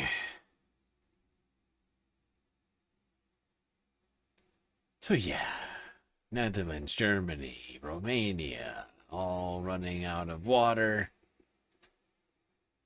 Immediately, if not sooner. Meanwhile, extreme heat threatening pasta lovers across the planet. With Italy's Parmesan heartland under threat. Is extreme heat threatening Italy's Parmesan heartland? We are in Reggio Emilia, where authentic Parmigiano Reggiano is made. 300,000 wheels of Parmigiano Reggiano are stored inside this warehouse run by Italian bank Credito Emiliano. The cheese is made using just 3 ingredients: milk, salt, and rennet. But there is a fourth one: it's time. Wheels are stored during the aging process for at least 12 months, and sometimes several years. Parmigiano Reggiano is stored as collateral by... You have friends with a bigger pond than that? They call it the puddle too? Yeah, well actually, that's the Danube, not a pond. That's the Danube River that looks like that. Right? Like, the thing we were just looking at, that was the Danube. You know... It's just running out of water, so it doesn't look as glorious as it once did. Yeah, it's a disaster.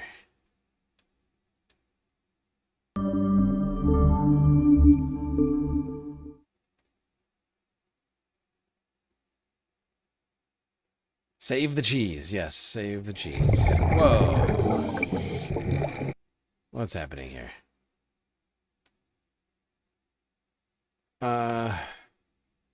Is extreme heat threatening Italy's Parmesan heartland? We are in Reggio Emilia, where authentic Parmigiano Reggiano is made. 300,000 wheels of Parmigiano Reggiano are stored inside this warehouse run by Italian bank Credito Emiliano. The cheese is made using just 3 ingredients: milk, salt, and rennet. But there is a fourth one: it's time. Wheels are stored during the aging process for at least 12 months, and sometimes several years. Parmigiano Reggiano is stored as collateral by Credito Emiliano in exchange for credit lines that help to finance production costs. More than 500,000 wheels of Parmigiano Reggiano are stored in its 2 warehouses, together worth more than 300 million euros. But director of MGT Giancarlo Ravanetti says extreme temperatures are becoming a major challenge. This year, during the hottest days, we recorded an increase of around 30% in daily energy consumption. We are certainly concerned, but over the years we have tried to find solutions. Yes, cheese industry in Italy doing everything they can to fight back against the heat. But it's costing them an arm and a leg. Threatening cheese production.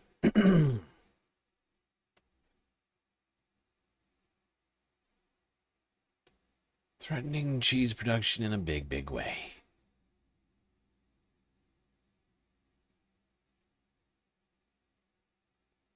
One thing you could do to escape the heat, take a little summer vacation to Croatia's underwater museum.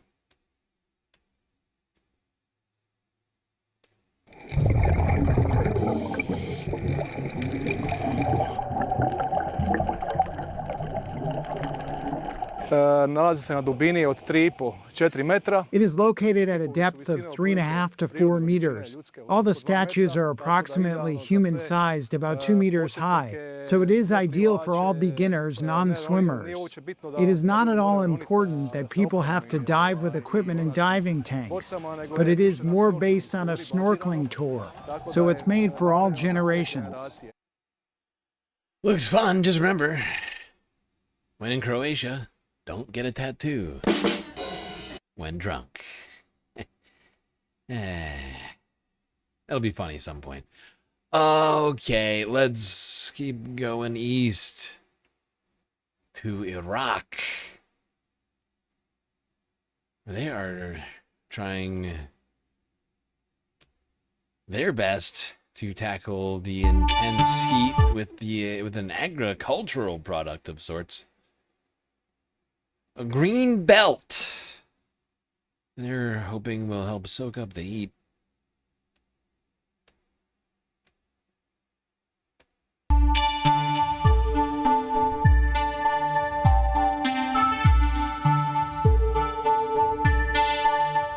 We have hybridized a special type of seed, Dutch turfgrass seeds. These seeds tolerate very high salinity levels and high temperatures, which of course makes them very suitable for the Basra Governorate.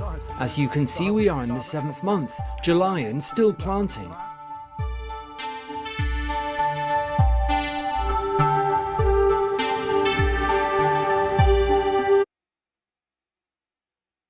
Yeah, a little geoengineering here in Iraq.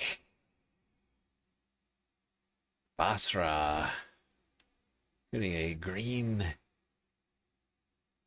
belt. I don't know if it's going to be as effective as they're hoping it to be, but might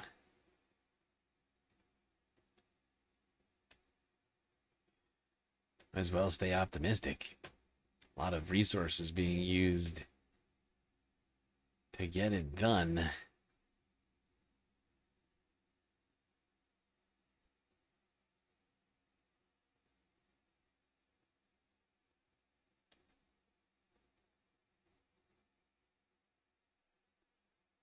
All right. I think that's going to do it on the environmental news for today.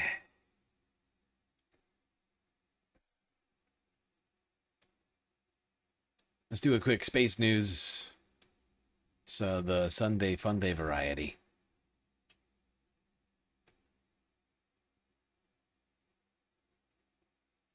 Did you know that the Aliens franchise turned 40 this week?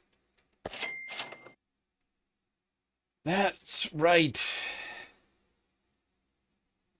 The James Cameron classic Aliens. 40 years old. Coming out in 1986.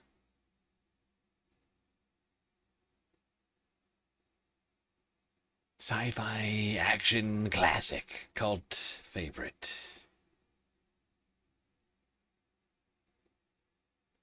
In fact, galactic favorite. I think there's a lot of Aliens fans around here. You gods don't speak in ways we understand.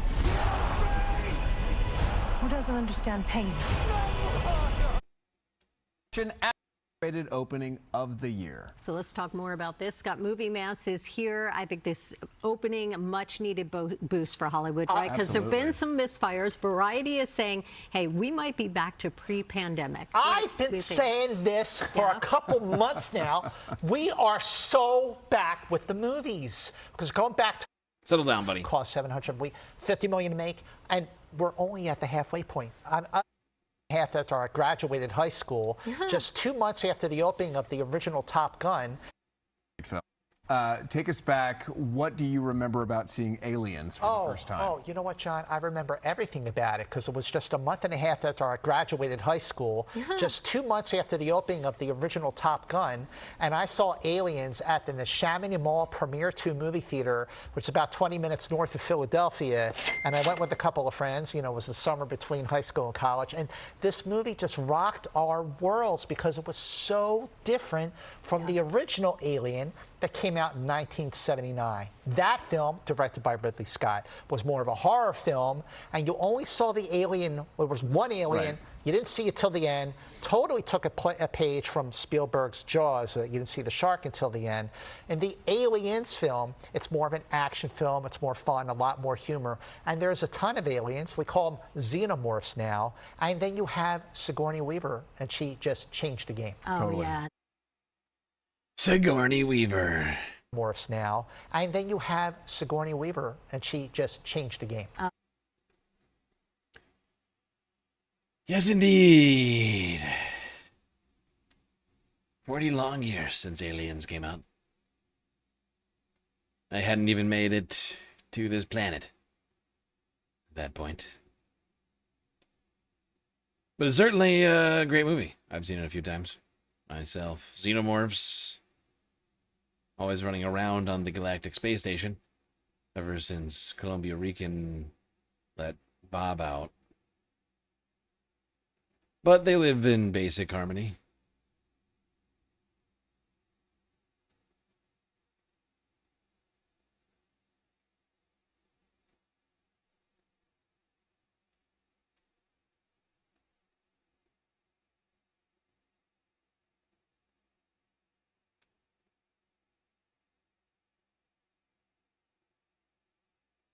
Okay, that's it on space news. No real space news to report today. Just remembering old space news. We do have Earth news. There's a lot of it.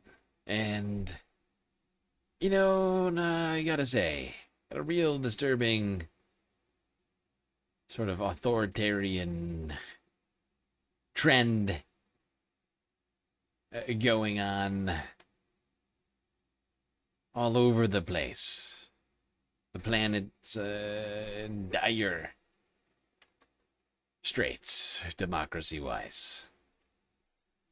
Nicaragua getting involved for some fucking reason. President of Nicaragua declaring no more elections earlier on Monday.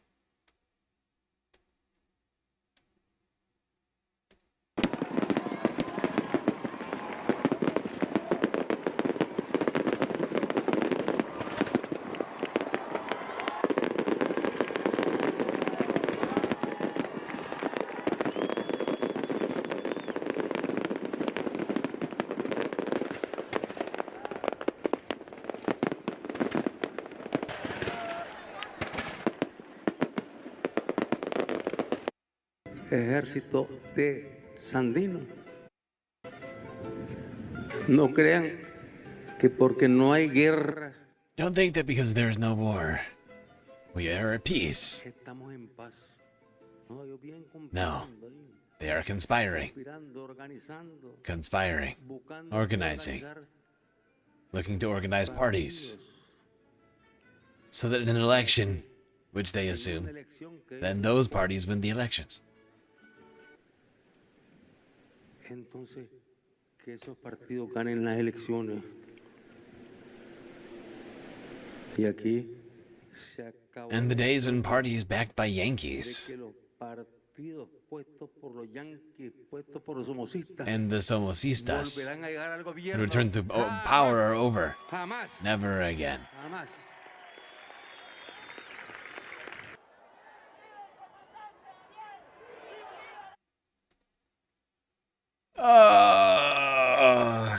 This is disturbing to me. I mean, the fact is Nicaragua is like a leftist government. Was a leftist government. Till they declared elections over. And now they're authoritarians all of a sudden down here, and it's disturbing to me.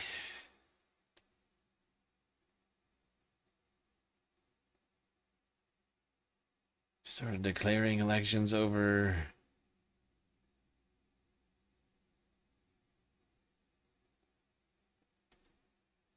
On a whim. Not great. Not a great vibe. Speaking of bad vibes, let's go to Peru, where like a avowed authoritarian, Keiko Fujimori, received the credentials for her supposed presidential election win.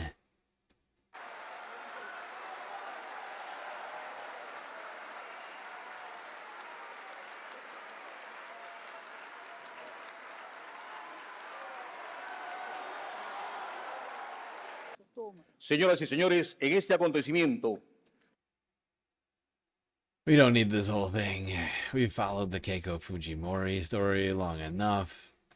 But, suffice to say, here it is, it's official. Election victory. Certified. Presidential credentials, whatever you call them, handed over. Handed over to Keiko Fujimori. A woman whose father was literally a brutal dictator. Now elected president, who seems interested in doing very similar things, like expelling all the immigrants, which is still confusing to me.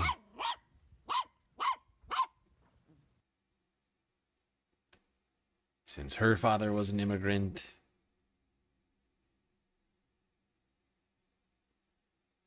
But hey, fascism doesn't have to make sense.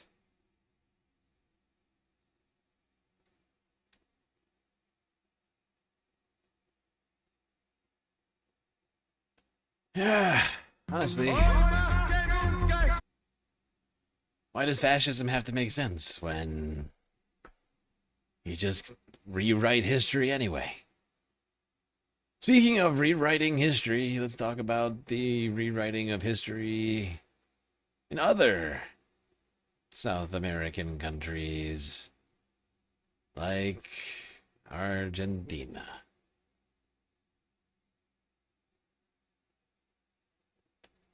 Hoy más que nunca estoy firme por la patria.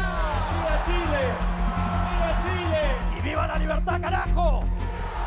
Sitting behind the electoral success of a wave of right-wing leaders in Latin America is a sprawling transnational network of far-right influencers, YouTubers, and commentators. Pues prácticamente todo el mundo hoy tiene acceso a un teléfono de estos, otorgándonos el título a todos y cada uno de nosotros de pequeños brazos armados en defensa de la causa de la libertad. Across the region, these figures are fighting what they call a cultural battle to reclaim the past. In Argentina, a push is underway to revise the record of military rule in the country. Durante mucho tiempo se ocultó una parte de la historia y se impuso una verdad absoluta. No había nadie que se le animara. These arguments have also found appeal among a younger generation, which grew up surrounded by corruption scandals and economic crises, with no memory of the region's history of dictatorship. Javier Milei and his vice president Victoria Villarruel are engaged in a battle over memory, and one of the most important figures who informs the official narrative about the past is Agustín Laje. La idea era completar la historia para las generaciones que no vivimos la época, que se montó sobre un relato mentiroso sobre los años 70, un relato totalmente distorsionado. He's not a government official, but his videos, articles, books, and speeches are part of the intellectual environment of the government. El entorno intelectual del gobierno. Javier Milei ha visto en mi trabajo. What Javier Milei found in my work is a confrontation with the woke agenda. This guy right here, who is a content creator by the name of Agustín Laje, I think that's how you say it, has been helping Javier Milei in his epistemological fight against history and rewriting history in one of the most possibly disturbing possible ways that you could imagine.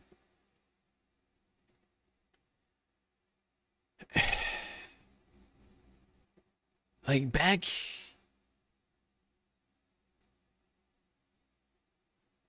in like the 70s,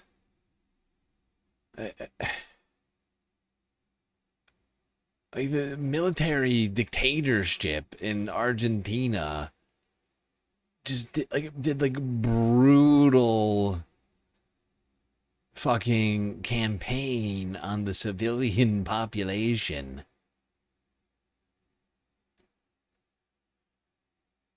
Of which include a lot of accusations of things like ethnic cleansing. And they're trying to rewrite this shit. And basically claim, actually, the civilians were doing bad stuff too. And the government was just trying to make Argentina great again. And it's like, dude, are you shitting me? Like 50, I don't remember exactly how many, but it's like tens of thousands of people supposedly died. And you're telling me that it might not be the bad guys, it's actually the people fighting back against the military dictatorship. They're the ones. That is the rewriting of history. That is the fascist war. Epistemological war against facts. And that is what is happening here in Venezuela. I'm not going to listen to this whole thing. Honestly, they talk to this fucking dude way too much in this Al Jazeera piece. Like, they give him so much time to talk. Like, this guy has got some fucked up beliefs. They give him a shitload of time to talk. So, history persists, history continues, history carries all of its components, all of its fragments, forward into the most immediate present. Hacia el presente más inmediato. It's important that young people don't forget that these are absolutely extraordinary crimes, not comparable to anything in Argentine history. And those types of crimes are not called crimes against humanity for nothing. They don't have a statute of limitation. So, trivializing and relativizing these crimes is dangerous because young people lose sight of the seriousness of what happened, which puts at risk the founding pact of our democracy. Yeah, it's kind of like trivializing other sorts of mass atrocities. It's just wrong. It's like trivializing the Holocaust or anything else, honestly. And honestly, from my understanding, some of the former Nazis who fled to Argentina had something to do with this. Because Jews were especially targeted in this by this regime, the Perón regime, whatever it was fucking called. And it's wild that this is the world we're living in right now. And it's not just Argentina. The United States, we're doing the same thing. Trump and his allies are trying to rewrite history, act like slavery it wasn't such a bad thing, and everything, all these, like This is the very definition. all this manifest destiny shit they're trying to bring back up. It's all this part of the same right-wing propaganda war. Fact is, a lot of these guys are working together in one way or another. We saw them all convene, at least to some degree, in places like Portugal, Hungary, earlier this year. All these fucking creeps. Made from the same cloth. Human F being.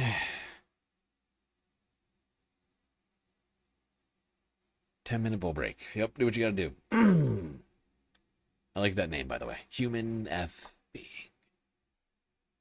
What does F stand for? Frank? Human Frank being.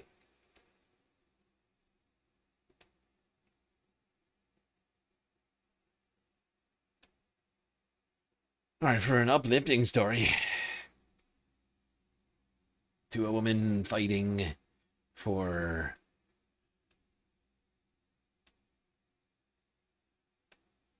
recognizing and educating the world on history. A woman who is honestly growing on me more and more and more. I already thought her music was pretty good, but, you know, a little poppy. Definition of pop, probably. But Dua Lipa's at it again, opening a library for banned and censored books in Portugal. That's right. Let's cross the Atlantic, see what the hell Dua Lipa's up to over here. I mean, this woman is dangerous, ladies and gentlemen.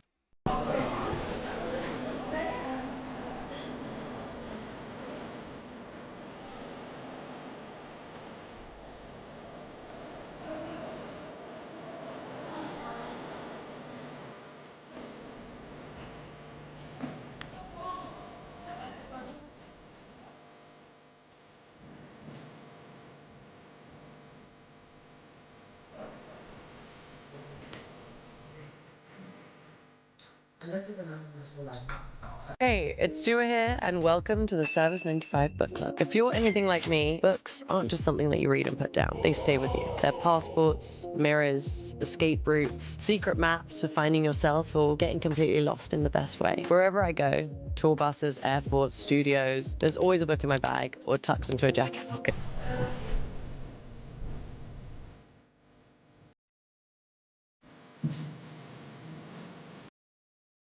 There we go. I just thought this was a fucking sweet ass fucking project right here that we need. This is the kind of things that we need. You know, the rich and powerful and famous to get us focused on. You know, we were literally talking about literacy earlier and about repression of thought, of history. I couldn't have thought of a better thing for somebody like Dua Lipa. Get involved in Manifesto Library.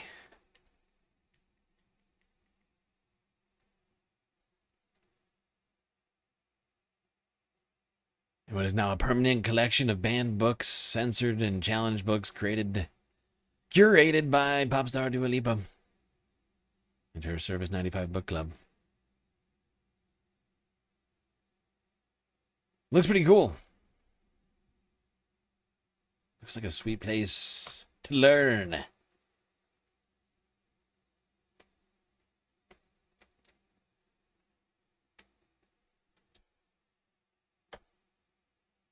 And you know we love the learning around here.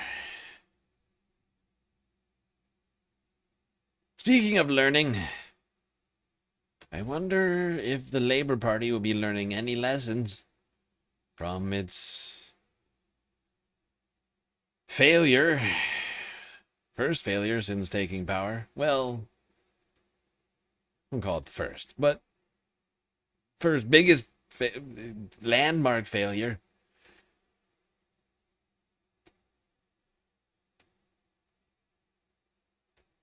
I feel no. I hate to jump the gun on this one before a manifesto's been announced. Before the Andy Burnham, before the Keir Starmer smell has even left 10 Downing Street. But I do have some reservations about the future of the Labour Party and what Andy Burnham's going to be bringing, if anything, of substance or novelty. I do worry it's going to be much of the old, non-substanced bullshit. Issues that Andy Burnham will have to deal with as Prime Minister boil down to money. How much of it and where to spend it, starting with the UK's defence sector. One of Keir Starmer's last major initiatives was the Defence Investment Plan, which lays out defence spending over the next 4 years. And that includes an uplift of some $20 billion paid for by cuts to infrastructure projects and government departments. But around $6.2 billion of that hasn't been costed, leaving Andy Burnham to deal with the budget shortfall. Now, the plan was supposed to get the UK on track to meet its NATO commitments of 3.5% of its GDP spending on core defence. But some critics say it's still not clear exactly how the UK is going to get there. Another big spend. Yeah! It's still not clear. Yeah, some serious budgetary concerns here. Now, has been pointed out by a number of different people in the UK recently that a very small tax on the very wealthiest, a small wealth tax on the very wealthiest in the UK would easily shore up this budget deficit currently being experienced. But the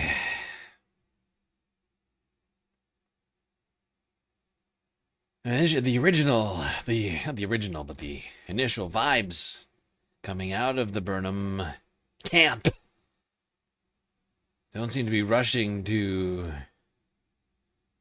claim any such thing or any such plan. A way for the world's media to capture the moment that Andy Burnham officially takes over number 10. And questions remain over who'll be moving into number 11, where the UK's finance minister lives. Rachel Reeves is almost certainly out, and she's expected to be replaced by Shabana Mahmood. She's the current Home Secretary. A centre-right politician. In the past, she's disagreed with left-wing former Labour leader Jeremy Corbyn and his economic policies. Yeah! Now, supposedly, Shabana Mahmood will not be finance minister. From my understanding, it's going to be Tim Leahy, I think. But that's no far left pick either.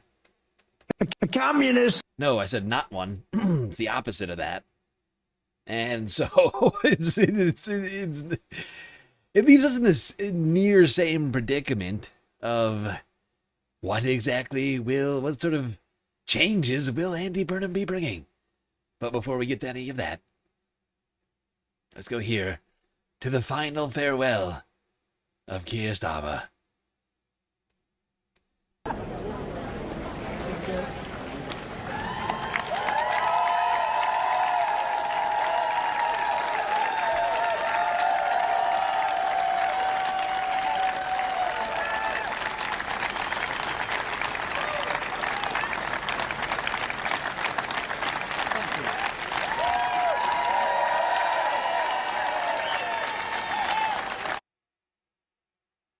Yes.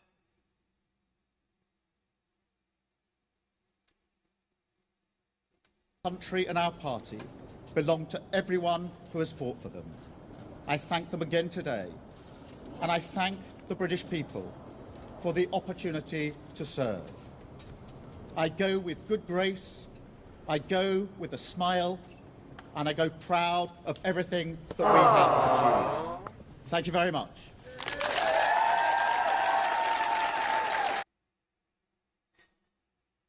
Yes, everybody clapping. And immediately everybody's out of power. Immediately, if not sooner. Well, at least much further removed from it. If not completely. That's right, everybody shuffled out of 10 Downing Street. So the new team can show up. Yes. Andy Burnham and wife. We will make this moment Lady Burnham. a I don't know her circuit name. breaker for Britain, bringing forward the biggest changes in the last 4. In fact, I'm pretty sure she's not to be confused. I just realized that part of the landed gentry. I don't think Burnham is a lord or his wife. Years. A new political model and a new economic model. In the 1980s, Britain took some wrong turns. Political power was centralised, economic power privatised, large parts of the country deindustrialised, and they still haven't recovered. Many feel as though they're still in decline, and they don't have the ability to turn things around, and that's why we will change politics. He keeps saying stuff, but none of it makes any sense. Or like it makes sense, but he doesn't address any of it. He keeps making these like vague, general statements about what is happening, but not what is going to happen. And it's that sort of like it feels like a real what's the word, like triangulation. Like, or it's certainly an attempt to avoid, in my opinion, to obfuscate whatever his fucking plan is. Like you don't avoid saying like any detail to this level without having a shitty plan, in my opinion. I could be wrong. You could come in, completely wow me and everybody else.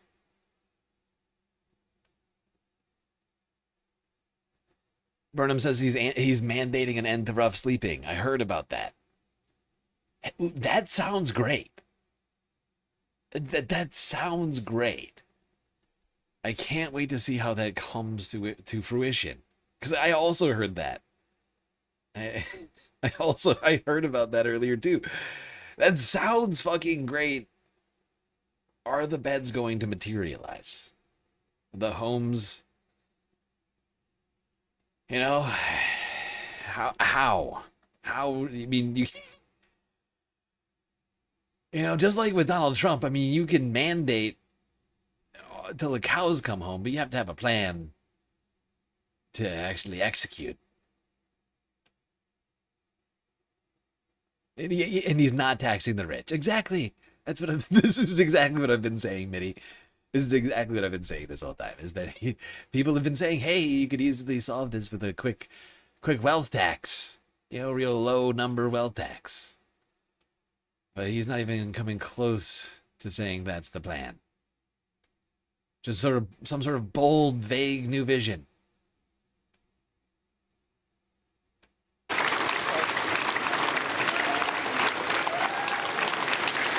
A vaguely bold and a boldly vague new vision being ushered in by Andy here. Hold on. You don't need this whole speech. Oh, right. This is the whole speech. Yeah. I listened to this whole thing. Honestly, the last clip was good enough, so we're going to skip this one. Oh.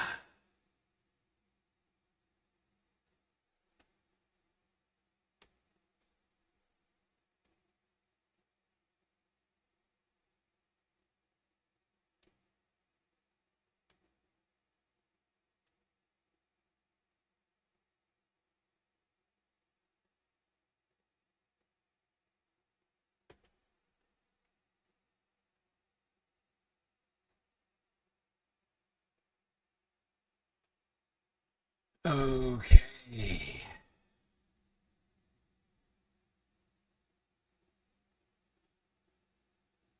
Let's go here, Channel 4 News, for breakdown. What's been happening here at 10 Downing? The transfer of power is complete. Now he's got to get on with it before the electorate lose patience. And right now it's about naming the team. Many of Keir Starmer's highest profile ministers have gone, including Rachel Reeves and David Lammy. The new Chancellor, defying most speculation, is John Healey, the former Defence Secretary, who resigned last month. The Foreign Secretary is Ed Miliband. Shabana Mahmood remains Home Secretary, and Louise Haigh is Minister for the Cabinet Office. So, for those who said Andy Burnham might be continuity Starmer, that Labour was on the road to Wigan-Keir, the new Prime Minister was bold. He intends to be a radical break, promising the biggest political change for 40 years. He will start tomorrow, with help on the cost of living, and has talked today about tax reductions and social care free at the point of delivery. Tonight, is the plan coming together? Is it deliverable? And will the bond markets wear it? Our political editor, Gary Gibbon, has been watching events. Here's his report. Welcome to Buckingham Palace. Please, let's go and see the King. In less than 4 years on the throne, the King has found himself welcoming his fourth Prime Minister to Buckingham Palace. In Downing Street, lined with friends and political allies, he promised change on an epic scale. He gestured to his family gathered in front of number 11 Downing Street and blew a kiss to his mother before his first public words as Prime Minister. The chopping and changing of leaders of the nation, to which he was now contributing, should end now. I am acutely conscious that I am the 6th person in the last 10 years to walk up this street, the 7th Prime Minister since 2016, making this a moment for reflection and new resolution. It requires my generation of politicians to raise our game and rise to the new challenge. Okay, I'm skipping past the rest of this. His boldly vague vision of a future where the British government isn't failing to meet the moment, where somehow what I strongly suspect are neoliberal economic policies and plans that he's got, like, somehow are going to come through finally after failing and failing and failing and failing, you know. And I'm looping in the Tories with neoliberalism. I mean, they're basically the distinction between the neolibs and the neoconservatives is not all that important, honestly, especially in this conversation, because this is what exactly has Labour done to distinguish themselves from the Tories since taking power? Not much. Not much. Basically the same thing. He's like, honestly, he's giving me the vibes that he's coming in, you know, to be like, neoliberalism will work, actually. I'm staying in the race. Hey, you know, the finance minister, John Healey, is one of the people who was trying to oust Jeremy Corbyn back in the day when he was Labour leader, right? So he's clearly no leftist.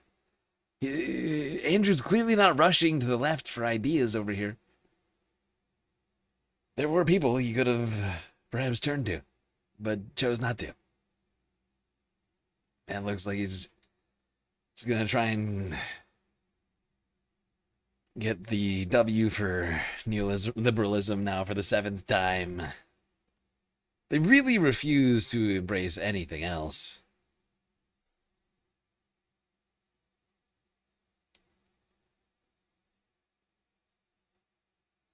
I think it's why he's been so vague about naming any policies with any specifics at all. And bus fares. He wasn't ruling out rent freezes. He was still interested in unfreezing income tax thresholds, a levy to fund social care, and, he said, fiscal rules could be reinterpreted.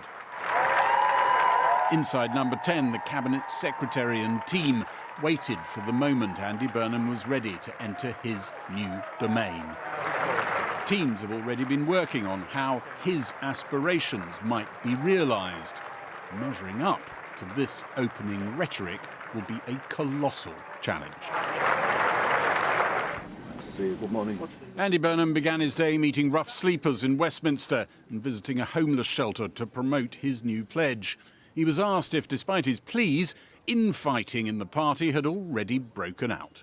I'm appalled at those briefings. I'm appalled at any colleague being on the receiving end of an anonymous briefing. And coming back to Westminster, I kind of see that having gone to another level. Earlier, Keir Starmer's staunchest cabinet allies filed into Downing Street to cheer him out of the building.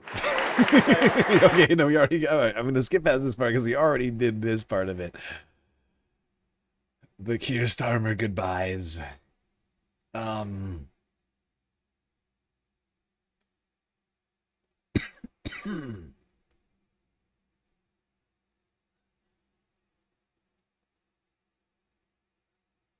But we should take a look at some of the with some exceptions to have constituencies below in and the outgoing people. Those now in office after this Excuse me, you're being very rude. Thank you.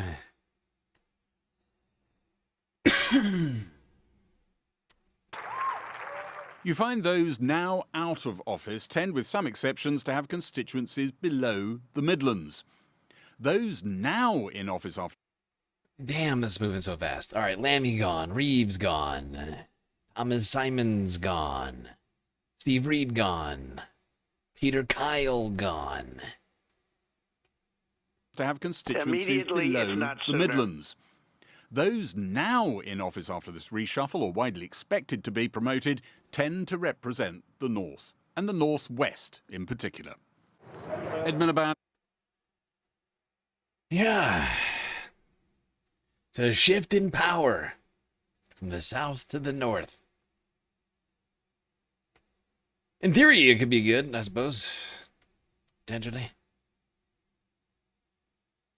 But doesn't feel like it's going to be anything but like a geographical change. Ideologically, it feels like you're just getting the same people. Just different faces. Different faces, slightly different dialects.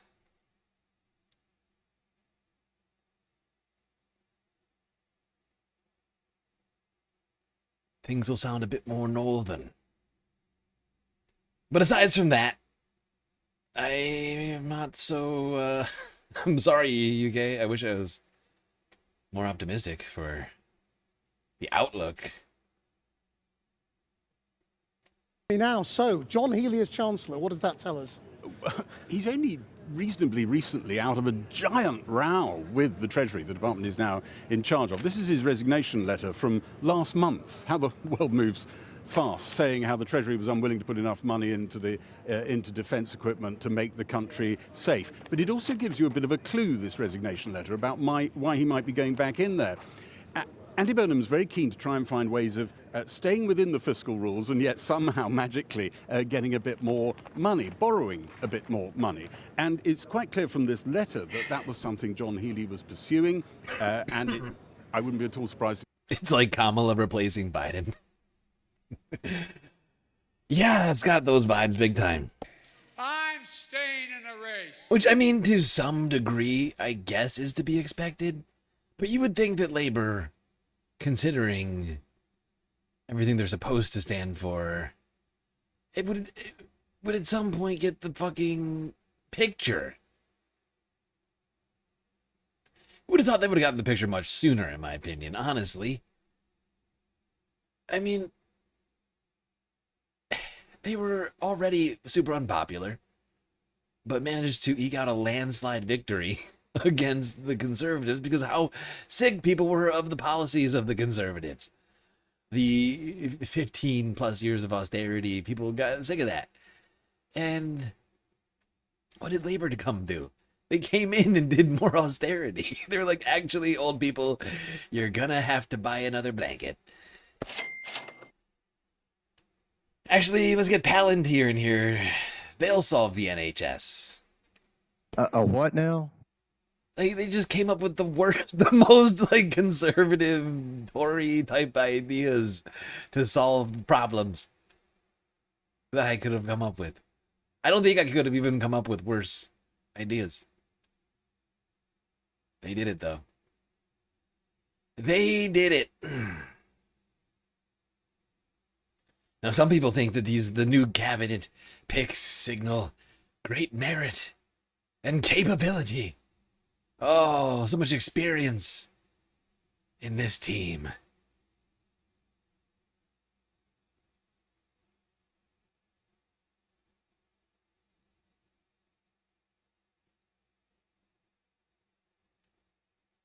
Back into work, and that is also a cost to our society, and it's an injustice that I know that really does drive Andy.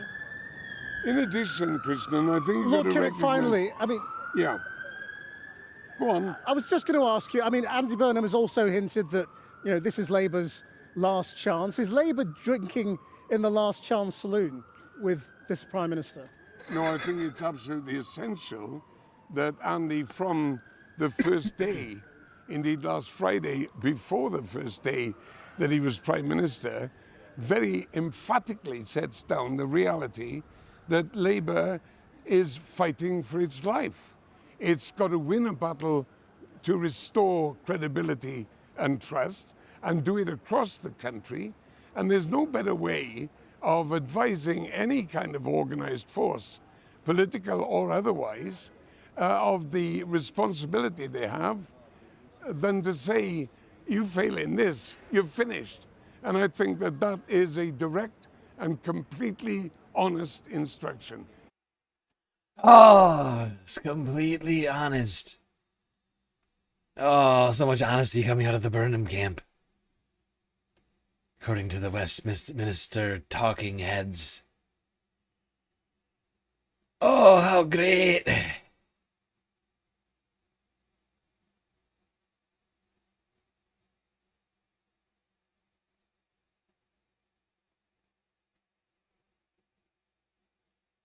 Let's see what the regular folks are saying. This is the 37 service to Manchester. How we got here and where we're heading next. With another new Prime Minister setting out on another new course. We're talking to people in areas where Andy Burnham needs no introduction. Andy Burnham is a down-to-earth person. I think he needs to be given a fair crack of the whip. And in other places, outside the northwest of England, where he might have more work to do. He's just a random person that just popped out of nowhere. I've heard of him, but I've never really understood what he's about. As the sun rises, and with most in Manchester still asleep, we're at an industrial site on the outskirts of the city centre, where the work starts at 4 a.m. Making and baking bread and pastries, hundreds every day, to be delivered, then devoured. We make croissants, pain au chocolat, parmesan. If Andy Burnham were a pastry, which one would he be? This is our parmesan. It's not really a classic, it's a revisited classic. This is your Burnham. This is your Burnham. Same thing, slightly different clothes. This is your Burnham right here. Oh, thank you, sir.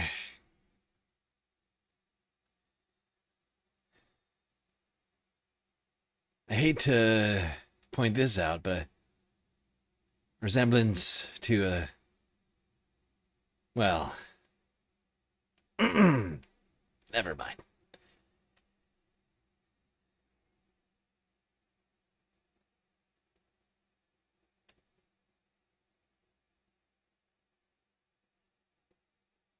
Now, I just want to scoot to the very end of this. The interview. What is this guy's name again? I'm always forgetting this the presenter, the Channel 4 guy's name. But here's Robert Jenrick, Reform MP. Let's see what he had to say about another election. Want to chuck everything they can at Nigel Farage and reform. This People is a have been police saying- investigation. Well, we don't know what the police are going to say, and I suspect that reform will be, if I'm convinced reform will be found to have acted entirely appropriately. But my point is this: you've got to ask yourself, why are people chucking all this stuff at reform? Why are our opponents, trying to do this? Why are some of their friends in the media? I think it's because people know that Nigel represents change. The two old parties. What's his name again? I think it's because people know that Nigel represents change. The two old parties. What is this guy's name? Somebody help me with it. Because that was fucking hilarious. Well, Jenrick is like, why are people chucking all of this rubbish at reform? Well, people are saying you'd committed crimes. Illegal. Yeah, exactly. People are saying that. It's true. People are saying you guys committed crimes. What's up with that?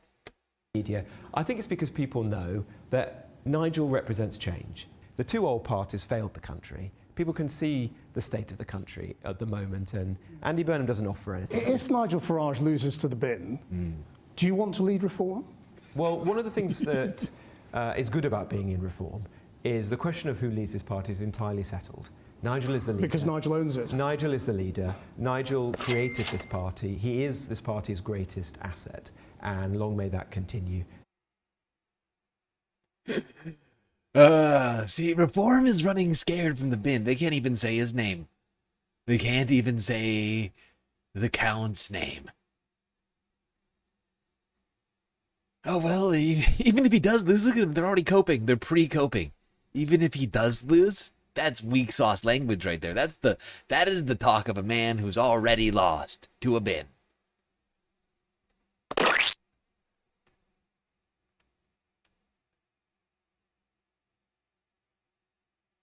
Long live Count Binface. I figured we'd leave that part of the Channel 4 clip in for today's discussions. It only felt right.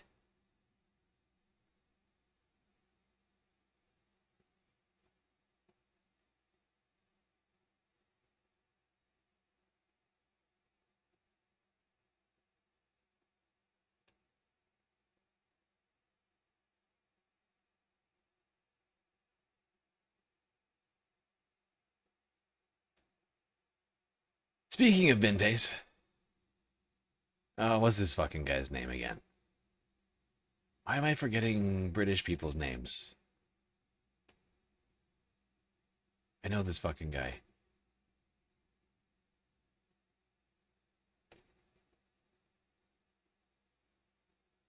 Nish Kumar. Is Nish or Nish? I think it's Nish. Nish Kumar had this to say about the rise of Count Binface on the Saturday show.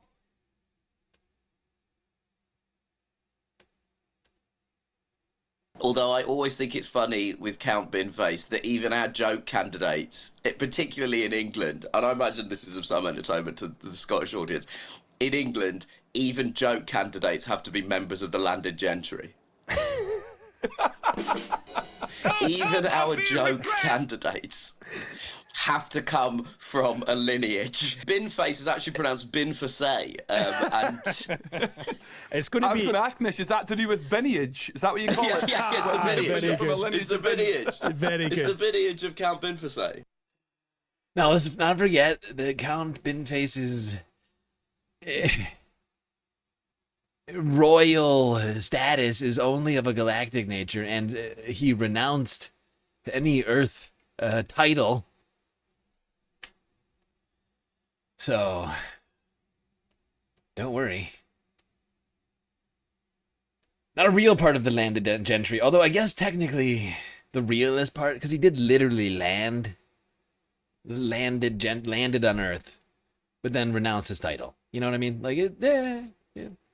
Literally, yes, but also in practice, most certainly not. A bin of the people.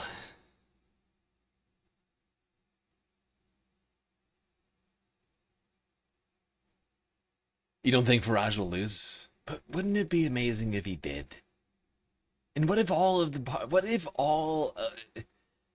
the thing is, it's a mono... bin. It's a one-on-one race. And what if all of the people who would either have voted Conservative, Labour, or Lib Dem, or Green, what if they all vote bin? I've heard the numbers bear it out that if that were to play out, he would win. Now, it's not clear that that's going to happen.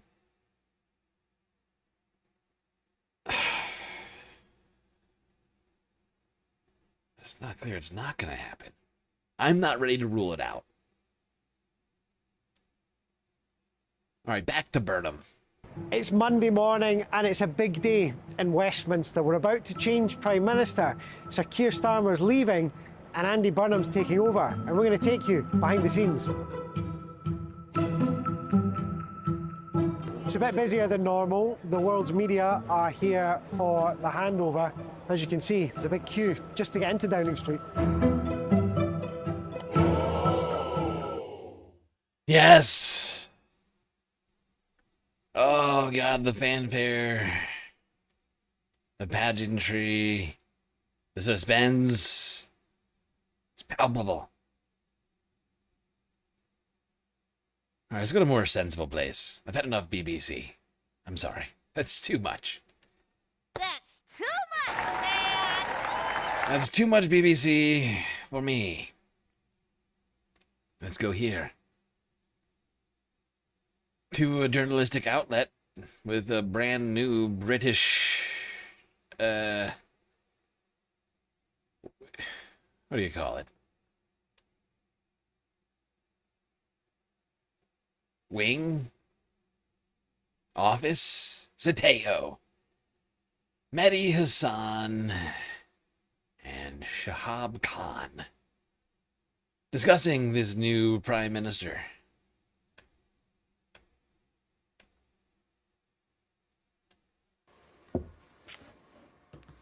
Hello, good evening, UK. I'm Mehdi Hassan. I'm joined by Zateo. By the way, for anybody who obsesses over this sort of thing, I tried to do this sort of 8 hours ago. 9 hours ago. Live streamed. UK's political editor, or I thought I was joined, but I just lost him. That's the beauty of live broadcast. We are live discussing for the next, I don't know, half an hour. Join us with your questions and comments. Andy Burnham becoming the 7th Prime Minister in 10 years. Andy Burnham is now the Prime Minister of the UK. Former Mayor of Manchester, just got elected to Parliament, and he's immediately turned up in Parliament and got the top job. Keir Starmer quit. Immediately, if not sooner. Andy Burnham became Prime Minister. Zateo UK launched at the same time. Now, there's a good time to launch a media outlet in the UK when it's got its new Prime Minister. Shab, can you hear me? Are you good? I can. Sorry about that. Some slight tech issues on my part, but we are... It's all right. There's a lot going on in the UK today. Tell us what we should make of this big news. This is a big deal. Britain has a new Prime Minister. Is it a big deal? You guys have got used to it. Yeah, this is not particularly surprising given that we've had 7 prime ministers in just over 10 years. It's almost sadly become part of the norm. It's not supposed to be that way. Usually when a prime minister gets elected, they stay in office for expect at least a term. That's not really been the case. But Andy Burnham is now the prime minister. When we launched Zateo UK, he wasn't even an MP. When we soft launched, I should say. So it's been quite a very quick turnaround. He ran in the recent by-election. He won the recent by-election. But look, he was on the steps of Downing Street today. He delivered his very first address as Prime Minister. It was very different to what we'd seen before. But he did point out the fact that it has been an unusual time in British politics. Let's play that clip. I know people at home are fed up with politics. I hear you. And I want to be honest with you. We have not been good enough. And we need to be better. We will be. We will make this... Okay, sorry, I got distracted looking at my notifications on my phone. We don't need all this goddamn clip. Oh,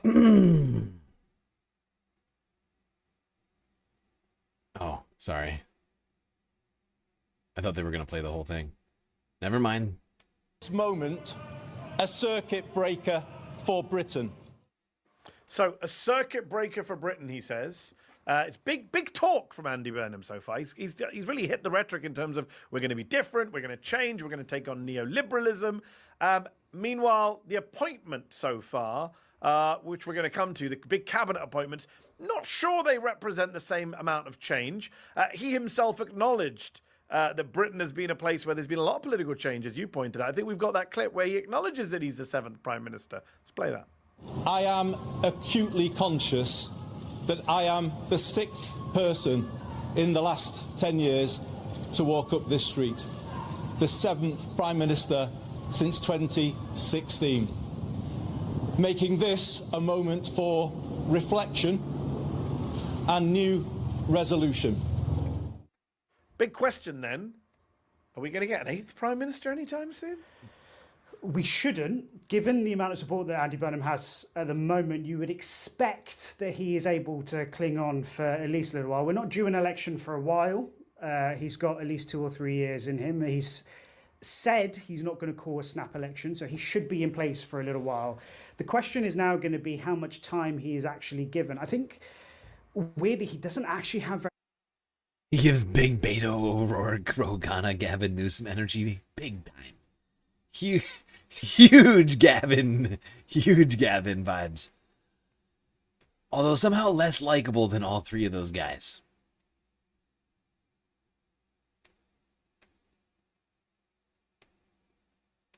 Or at least like maybe this is just a difference between American and British politics, but just there's certainly nothing that grabs your attention about the guy. Like, he's exactly the sort of guy who gets lost in a crowd. He looks boring. Everything he says is boring, and like he's deeply forgettable. Like, if he wasn't just made the Prime Minister of the United Kingdom, I'd go back to forgetting him.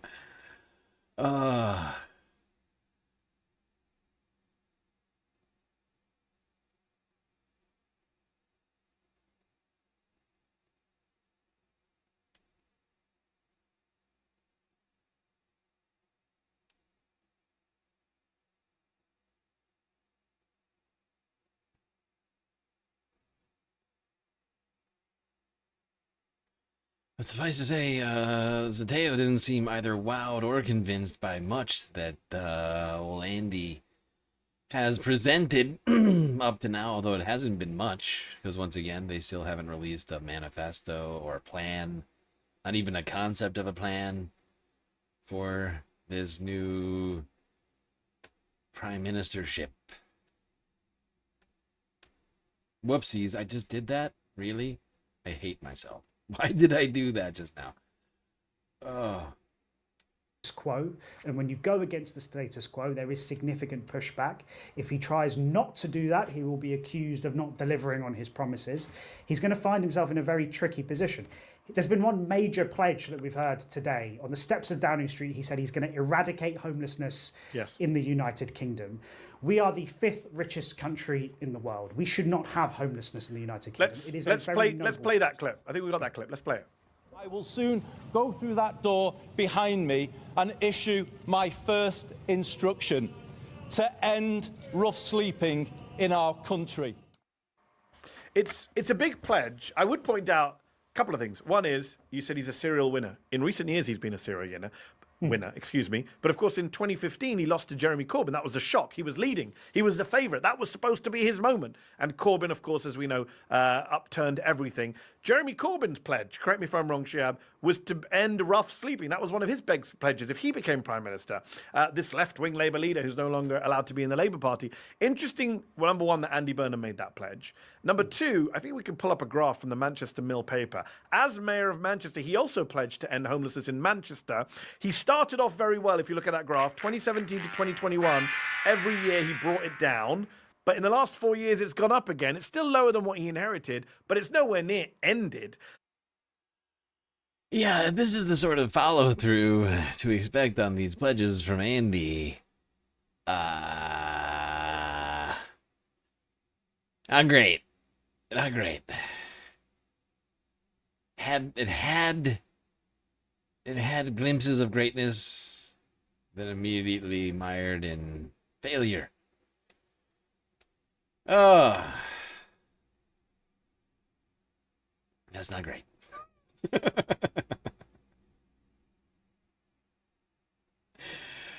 Homelessness, rough sleeping, returning to the highest level it had been since less than a year since Burnham was elected, originally making that claim. And that was 2025.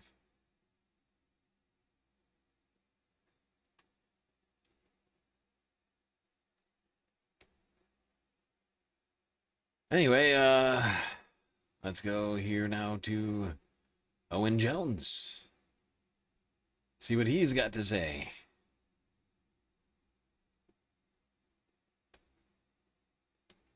Oof, brutal. Andy Burnham has become Prime Minister of our fair land and engaged in a mass purge of the allies of Keir Starmer. That is the Prime Minister he de facto overthrew in a coup. He's also appointed someone as Chancellor, which I'm afraid to say is bad news for those who want an actual break with a broken economic model, to put into practice what Andy Burnham's actually promised, which is to end 4 decades of neoliberalism. I cannot see John Healey, we'll talk about him, doing any of that. And you know what? I've got to speak the truth here. I'm not here to just be a hatchet job merchant or whatever. But I'm not here to be deferential or to try and suck up to power. I'm here to try and speak the truth. With Keir Starmer, a lot of political journalism didn't see the red flags or decided to ignore the red flags when some of us could see them very clearly, which is why I'm going to do the same again. Doesn't mean it's going to end in the same way as Keir Starmer, but I am going to point out the red flags today. Now, Andy Burnham became Prime Minister with a speech promising the return of hope. It's about putting the right values and the right standards at the heart of government. I will put the care of people at the heart of everything I do. I will give this my all, and I ask you all to pull with me. Let's build a new national sense of unity, of common purpose and positivity. Let us make this the moment when Britain starts to believe again, the moment we bring back hope. Thank you very much, everybody. You know what? It sounds compelling, uplifting even. And look, just the fact he can speak like a human being, unlike his predecessor, is probably going to give him something of an advantage. You know, and he's there, at least talking in a sense of a vision, what he wants to do with the country. That's in the abstract, and I must emphasise in the abstract, and understanding that politics has become about despair and fear and decline and stagnation. But lofty rhetoric and practice, policy, not the same thing. Now, there was one striking commitment. We will help people to live well, building a more preventative state, investing in people's success rather than paying for failure. And that work starts now. I will soon go through that door behind me and issue my first instruction to end rough sleeping in our country. He followed this up by emailing Labour members, "We are going to end rough sleeping in this country at the first opportunity. People have told me it'll take decades, some say it's impossible. I'm not..." He went through the doors and backed down at the first convenience. Whenever possible, let's end rough sleeping. I mean, wow. Everybody certainly noticed this pledge, it would seem. I mean, it's quite a pledge to end houselessness, rough sleeping, whatever you want to call it.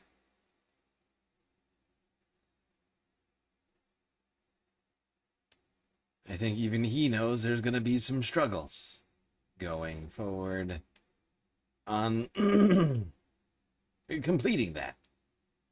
That said, I do give him all the best. Truly hope that he does solve that. I mean, at this point, I would take pledges here in the United States over what we have now, which is just criminalizing,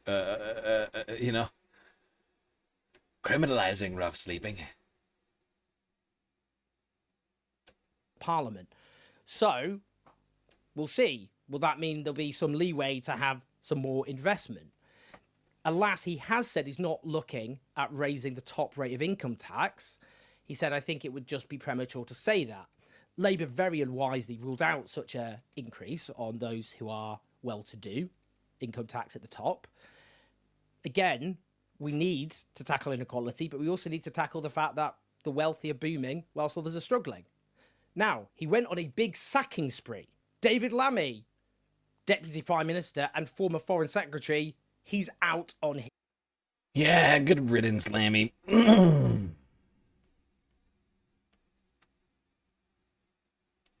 Yeah, the decision to say this early that they're not going to raise taxes seems like a really odd move.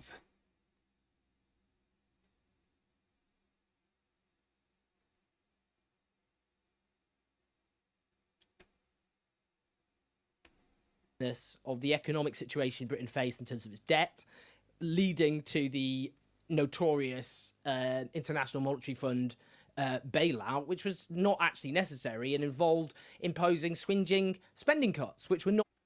You housed everyone in less than a Z week during COVID? Is that true?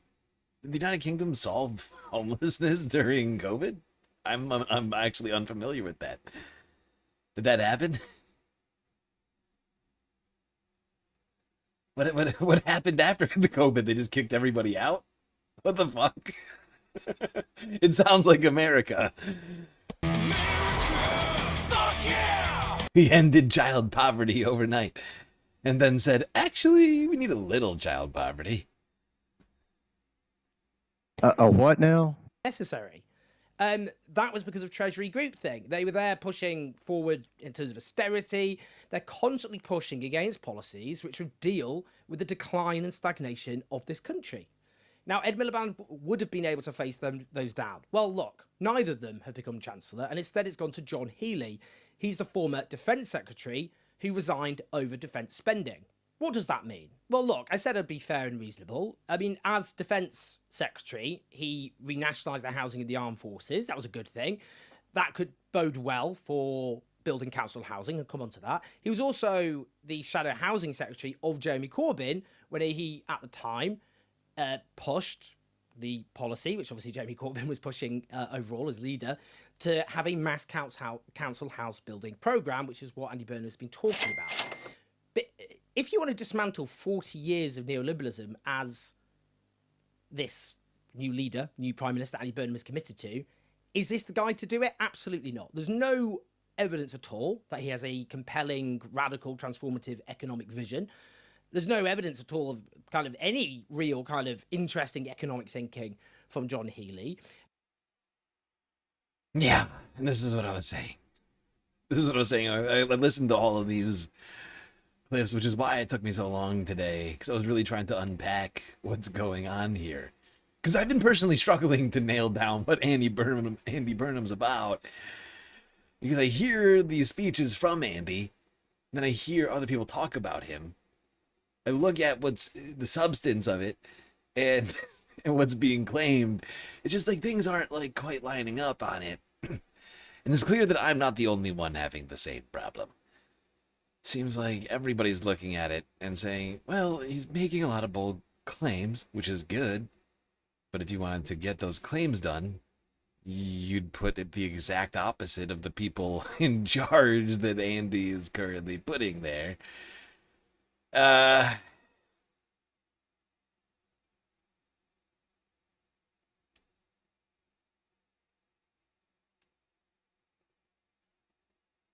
And, you know, his record on some of the things that he's claiming, like houselessness and or rough sleeping, is inconsistent with the claims he's making right now, at best. Not that it's not a good goal. It's about execution, I think, rather than the aspirations. The child poverty comparison is perfect. Well, it's all I get is the very first thing that came to mind. I was like, oh yeah, we did that. I remember now. we did a very similar thing. And then we were like, you know what? We prefer hungry children rather than children with food. To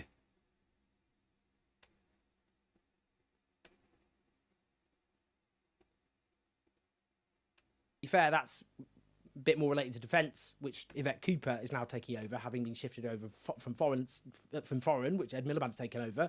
But nonetheless, obviously, he has input into that and will help shape the relationship between Britain and the US, and actually expect him to be a much more powerful foreign secretary than most, because Andy Burnham's not that interested in foreign affairs compared to domestic policy, whilst Keir Starmer wanted to kind of grandstand as a global statesman. The danger, though, with Ed Miliband being shifted there, not just not being Chancellor, is given he was in charge of climate policy and actually was doing good stuff there, that was one good part of this government, it takes away one transformative-minded domestic minister away. That's the issue. The other point about what does this mean for climate, because Donald Trump tweeted the other day, the people of Aberdeen and Scotland are dancing in the streets because the new Prime Minister, Andy Burnham, has stated that he will be opening up all the way the invaluable North Sea oil. Well, that's what it sounds like it's going to happen. So, yeah, and this is the thing that I was talking about the other day. I don't remember what day it was. Might have been Saturday or Friday. But I was talking about this during the environmental portion of the stream, since it looked like Andy was going, it was all but, all but a handshake, a kiss of the royal ring away from being the prime minister. So we were talking about, what his environmental policy might look like. And this is the exact concern that I was saying, is that this guy, some people seem to think that this guy is going to go out there and drill baby drill all of the supposed national oil deposits that are mostly in the sea. And it does seem like those concerns were potentially correct, although it hasn't come to fruition yet.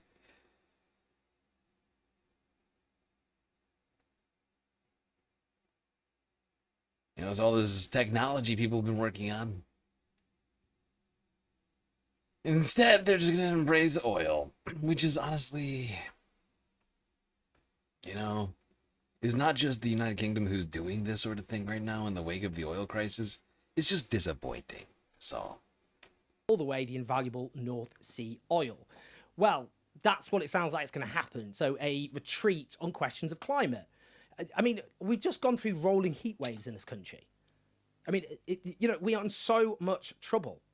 And the polling shows that people want us to stick by net zero targets, not least the sorts of voters who Labour is interested in. And it makes economic sense. It's about investing in the jobs of the future. But again, we'll see what happens. But that doesn't look good. It's also not good that Shabana Mahmood remains as Home Secretary. That means that the anti-migrant policies of this government will continue. Now, he's due to set out cost of living promises, and we'll see what that actually means, because obviously we've gone through the worst cost of living crisis in modern history in this country. Wages have been squeezed for the longest period since the Battle of Waterloo.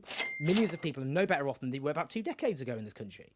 And it's an absolute calamitous situation we're in. But that can only... An absolute calamitous situation, says Owen Jones. It does seem a bit calamitous over there in the United Kingdom.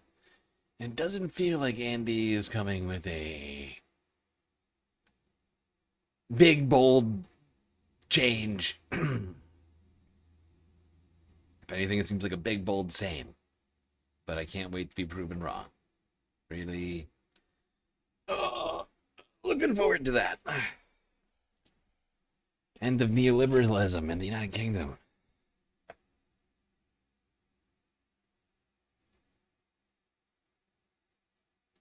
Jones gives a good. I thought he gave a good synopsis as well. I think everybody had good points, at least of the independent news. Even Channel 4 had a good couple of reasonable takes in there. BBC, good production value. Paid for by the British taxpayer. I'll give them that much. Okay. Well, let's wrap up this discussion.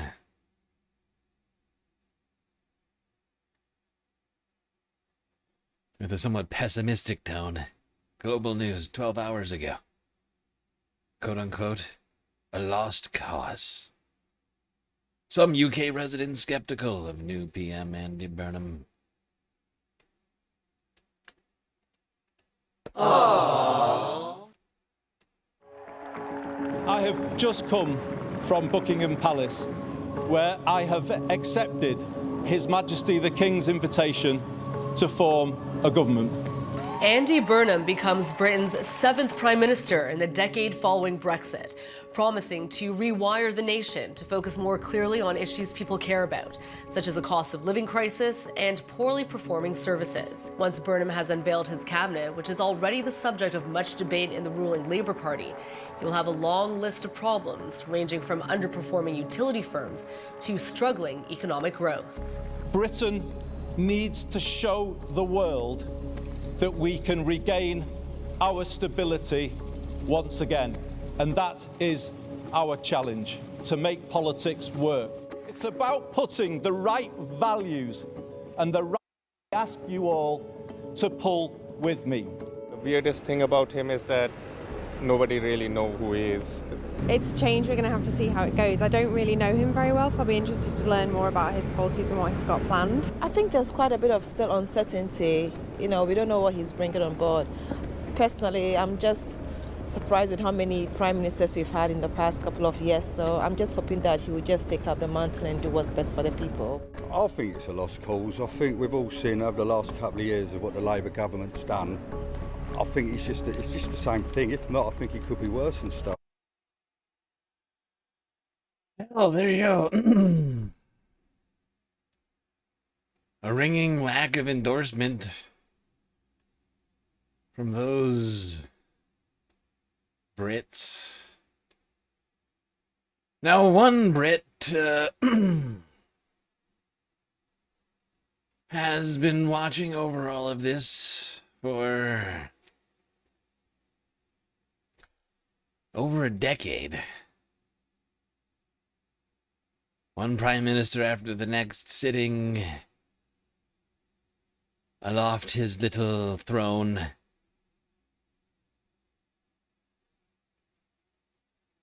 Stoop, really. Step? What do you call it in Britain? I'm talking about the occupant of the front step of 10 Downing Street and the rest of it, the official mouser, Larry the Cat.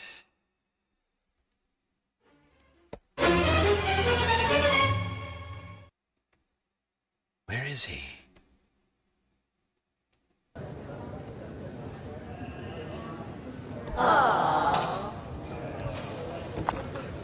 I don't think there'll be any issues, but I mean, mostly because he's seen it all before, and he's well used to all of this, and he's spent time with Rishi Sunak's dog, so I'm sure Andy Burnham, when he brings his dog Axel in, shouldn't be a problem. And hopefully Mr. Burnham will also understand and respect that Larry has been there forever, and he's the boss, so, you know, whatever Larry says goes. I don't know about you, but Larry the Cat's one of my favorite British political figures. He's been around for 15 long years. Lasted much longer than any old prime minister. Seen at least 7 of them, I think. Maybe more. He's... How many since 2011? A lot. He's been mousing, although, to be fair, he hasn't done a lot of mousing. But certainly been more productive than any of the other occupants of 10 Downing Street. Much cuter, too. Been there forever, and he's the boss. So, you know, whatever Larry says goes. Is this the end of rats in Downing Street? He's the most stable thing in British politics, and you know, no matter you know what prime minister comes in, Larry's always been seen as this stable character that people look up to, and people kind of feel as like the night watchman of Downing Street. It's exactly what he is. He's the night watchman of Downing Street. Oh, Larry. Larry's been here through thick and thin.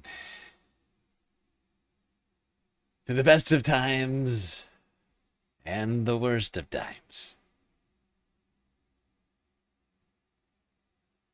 My feline hero. Larry for Prime Minister. Or maybe Binface for Prime Minister. Larry is Commerce Secretary? I don't know, something like that. Can he work a calculator with the pause? Either way, he deserves some sort of honorary position.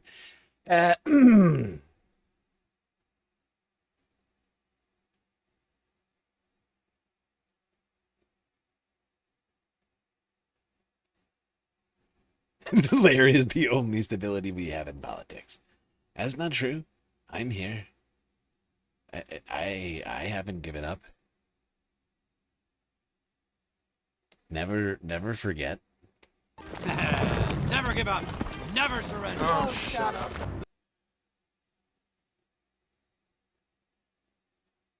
What am I? Am I chopped liver? Mashed peas to you.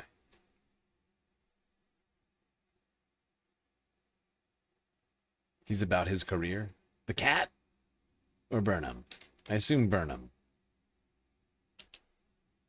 It's quite a jump in his career. Not that much. Is it really after 5 a.m. already? Good God. How long have we been going? 6.5? Oh, I started late as shit tonight. That's right. I forgot. I started super late. That's totally on me. Okay. Now that's it on the Prime Ministerial update for you, Space Fams. Hopefully you feel slightly more educated on the topic. I feel like America, we don't pay attention to what's happening in the United Kingdom, and it's not fair. That's not fair. We should care. We should care, in fact, about everything that's happening outside of our country. You know? We're all on one planet. We need the solidarity, as they call it.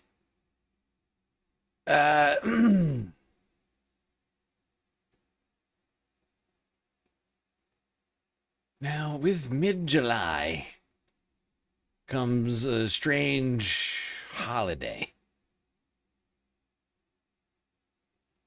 Half Christmas. A what now? Well, some people call it half Christmas. At least I know of some who celebrate this ridiculous holiday. And all of the Santa Clauses have apparently convened in Denmark for some sort of horrifying plan.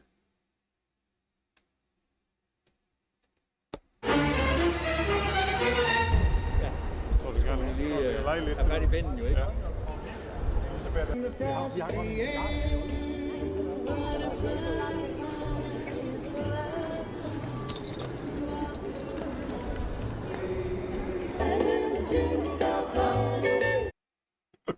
that is literally all I can handle of this. I am sorry.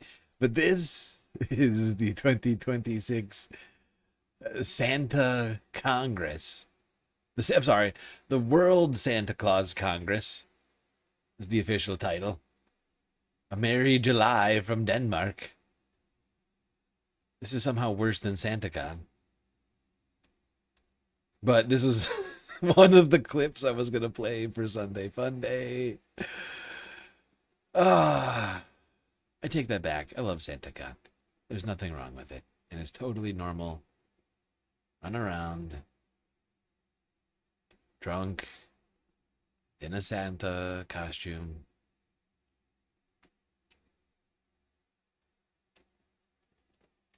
Even though it's not Christmas.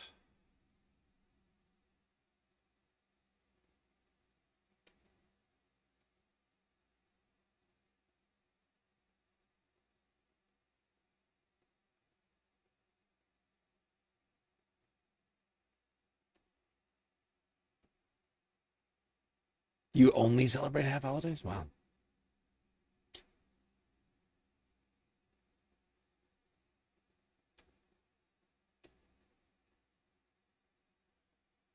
Anyway, I take it back. SantaCon has good things to it. Better elements to this. This is ridiculous. Why do we need a Santa Congress? Is that necessary? What is that doing for everyone? At least SantaCon's close to Christmas. It's not on Christmas, which just sort of drags the holiday out even longer. But this July, why? Why, Denmark?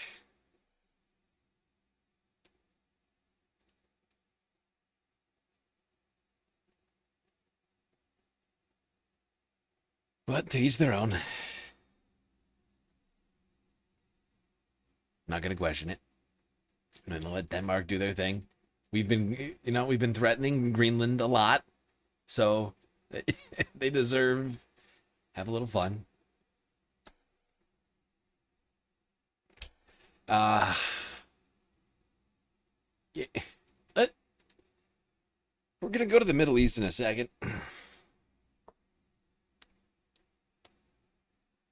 That's coming up real quick. But before we do that, I've been meaning to talk about this for a while. Because this came out 12 days ago on Democracy Now! I was going to do it on Sunday Fun Day, but today is Monday Fun Day. Monday Fun Day, everybody. Unfortunately, this is the least, which is why I think for the last 2 weeks it hasn't made it into a Sunday Fun Day story. It's just not fun. No. No. Let's talk about Sudan, a place that we don't talk about enough. But I think we talk about it more than a lot of people. Where millions still remain displaced. One of the biggest, in fact, I think still the biggest humanitarian crisis on the planet. Has been for years now. Displacement crisis. Hunger crisis. Of course, there's been ethnic cleansings, other sorts of war crimes, crimes against humanity in the last 3.5. How long has this been going for? However long this has been going for. Let's talk about the secret network that is funding one side of this bloody and horrifying civil war. This is Democracy Now!, democracynow.org. I'm Amy Goodman. As we turn to Sudan, where the UN High Commissioner for Human Rights, Volker Turk, has warned another humanitarian catastrophe is unfolding in Sudan's besieged city of El Obeid. The UN Human Rights Council held an emergency session last week as fighting intensified between the Sudanese army and the UAE-backed paramilitary Rapid Support Forces, or RSF, which are vying for control of the North Kordofan state capital. UN experts have urged the international community to prevent widespread atrocities similar to what was witnessed in Al-Fashir after it was seized by the RSF. Already, UN fact-finding missions have documented summary executions, abductions, torture, and sexual violence in Kordofan. Over 11,000 people, including more than 5,500 children, have been displaced from El Obeid in the last 2 weeks, according to Save the Children. And in the United Kingdom, a top human rights investigator said the British government was uniquely positioned to stop a genocidal massacre carried out by the RSF in Sudan's Al-Fashir, but failed to do so over economic interests and diplomatic ties with the United Arab Emirates, which is accused of backing the RSF.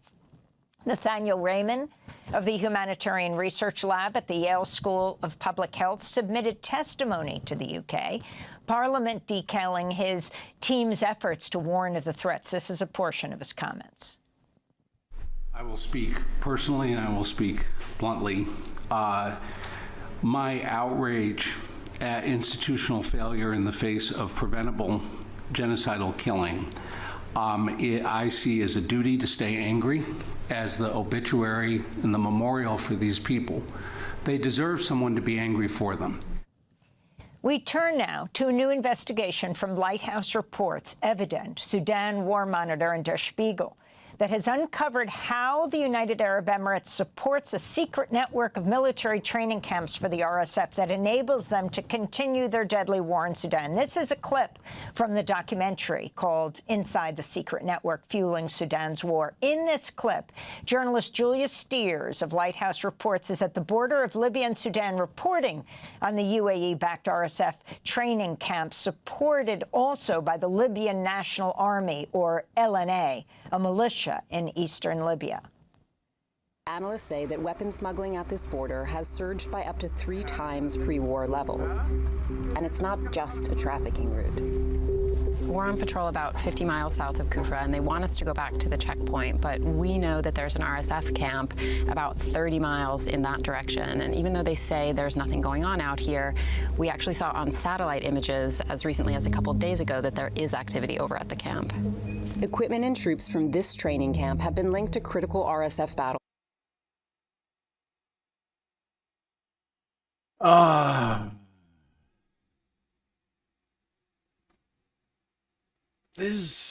When did this actually start? I just want to make sure I have this correct. It's just like all these fucking conflicts are like blending into fucking...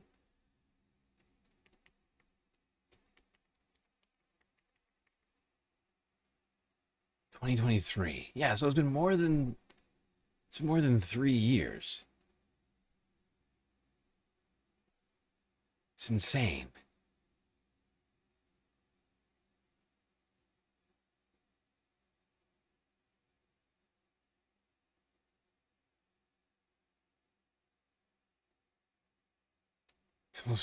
Yeah. It's like 3.5 years or something like that. Almost exactly. This has been going on for so long. This conflict, the Ukraine war. I mean, the Gaza genocide. The cleansing campaign there started nearly 3 years ago now. That anniversary is coming up in like 2-3 months.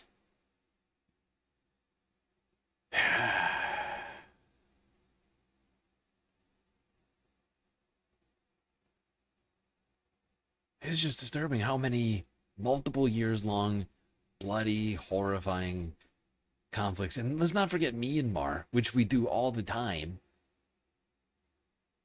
Another thing I feel like we talk about more here than a lot of places, but I still feel like I am constantly not talking enough about. But there are still 2 million people ethnically cleansed from that country living in either Bangladesh or Laos, and an untold number of millions of people inside the country fighting a fucking bloody sectarian guerrilla-style civil war against the fucking military junta, which is pretending to be a democracy. It's fucking, like, it's oh my god. Why is everything getting so much worse on the planet?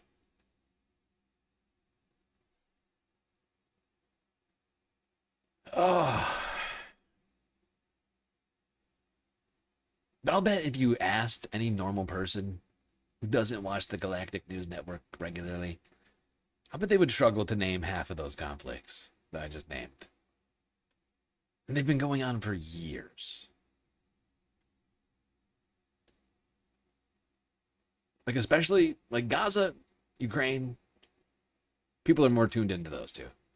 But Sudan and Myanmar, nobody's talking about these things. Let's not forget the United Arab Emirates, who is being accused here of, and that's not, I mean, this has been going on for a while. This is just a very well done documentary that, using investigative journalism, has compiled evidence that is, I think, irrefutable here. But, like, we've talked about how the United Arab Emirates is funding this, a U.S. ally, right, is funding the RSF, who has been accused of the most war crimes in this conflict, although not the only war crimes, but the most, by far. But the SAF has committed war crimes too, technically, a number of occasions. They're backed by, I think, like Russia and Iran and Egypt. But fact is I think the SAF has the most legitimacy. If you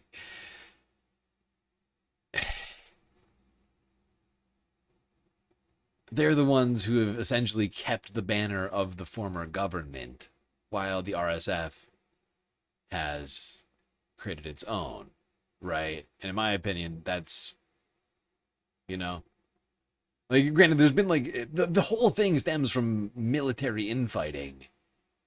It was already, like, military dictatorship. Like, that's part of the problem here, is because the aims of the two warring factions are not democracy or freedom for anyone.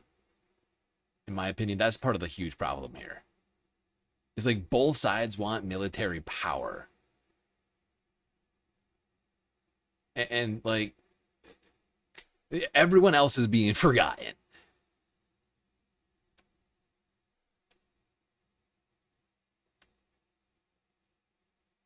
But, like, the evidence here is undeniable. UAE is, like, from what I can tell, UAE is clearly funding this thing. They are, and we know what they've been accused of. It's fucking atrocious, inexcusable type of shit. Like, at the peak of this conflict, it hasn't improved very much. There's, like, 20 million, like, internally displaced, or, like, was it 10 million? 10 million internally displaced, 20 million under near famine condition. Like, people have been starving and, like, running for years now. It's out of control. The human suffering is at a fucking 11 here. It just needs to stop.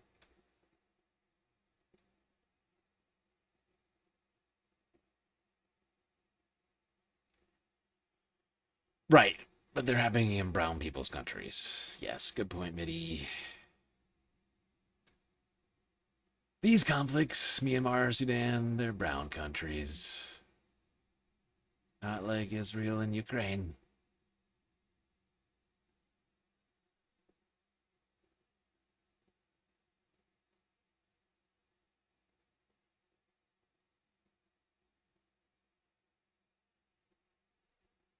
Yeah. But this is why I refuse to change the format of the show. Right? This is why we do it the way we do it. We started off with the U.S. news when the most U.S. people are awake, and we continue talking about everything else through the rest of the night till everybody else wakes up. Hopefully some Americans still here through it all.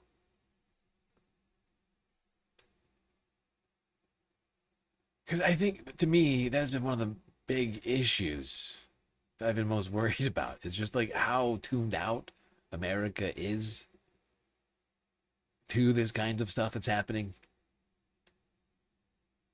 and like what it takes to get them like focused on it. It's just crazy. It's out of control. Like we're so self-centered when it comes to the news. It's a real problem. It's a real problem for honestly for everyone else, right? Like, because we're the ones dropping the most bombs, selling the most bombs. The UAE wants the gold. Is that true? Is there a lot of gold deposits in the Sudan? That aspect of this, I wasn't considering. When I think about gold in Africa, I think about the Congo. It's like like I know there's gold all over the planet and all over the continent. I just don't think of Sudan as being minerally rich.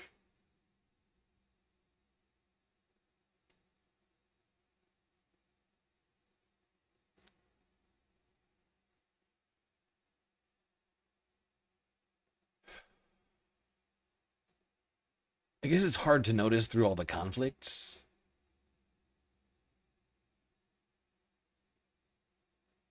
Speaking of conflict, tonight marked the 10th night in a row the United States unleashed strikes, missiles, bombs, and other attacks on Iran.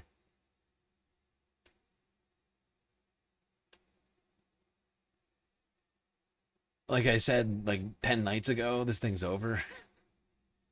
More than 10 nights ago, actually. I think I said like at least like a couple weeks ago now. That memorandum is done. Oh, never have I been less pleased to be correct about that. Although I am glad to some degree that the media is at least accepting these facts.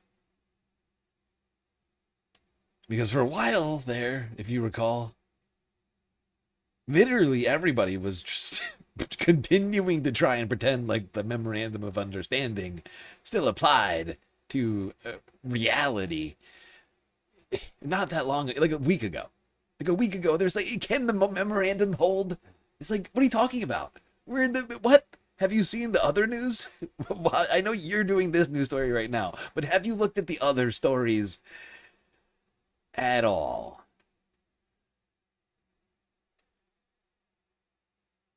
Is there a primary today?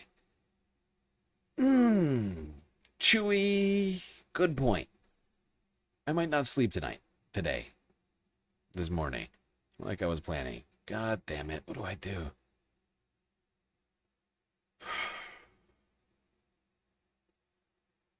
Yeah, there's a primary today, Arizona. That's why I posted that video yesterday and last week talked about it. And talked about the Arizona election.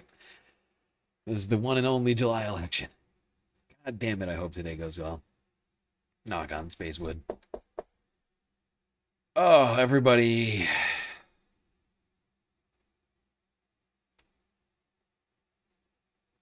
Who we got today? Arizona's first, Rick McCartney. Arizona's third, Yasmin Ansari. Arizona's fourth, Kai Newkirk. Arizona's fifth, Elizabeth Lee. Arizona's seventh, Arlita Grijalva. And Arizona's eighth, Raymond Keeler. These are the galactically approved and or recommended candidates in this election. All the other House races, no primaries. Same thing for the Senate. Or governor, whatever it is. No primary there either. But thank you for reminding me that. Somehow I already forgot since last night when I posted the video. Probably because I've been focused on all the other news. But yes, today's primary day. The Galacticam. I gotta do a Galactic Election Cam stuff tonight. Jesus. Okay. Good reminder, Chewy. Good reminder.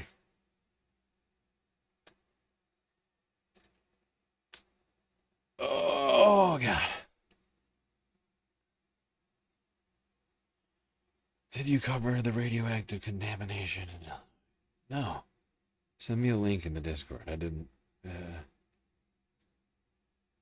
I did not. Oh, I'll try to look into that. Christ. Yawning. Okay. God, I'm like at maximum pressure right now. Just a reminder, everybody, if you haven't already, hit that follow button on Twitch, subscribe on YouTube if you appreciate the content. Consider contributing to the Galactic News Network in one of the many ways we have available to you. Things like Twitch, Cash App, PayPal, Throne, and Patreon all really help us out. Keep me alive, keep me from going homeless, and allow me to keep bringing you this kind of content on the regular, or as regularly as I can possibly manage, while also managing my mental and physical health. Something that's been a struggle recently. Oh, I'm not stressed out, I'm fine. Actually, I'm fine. Actually, I sound like I'm complaining, but what I'm actually saying is everything's great.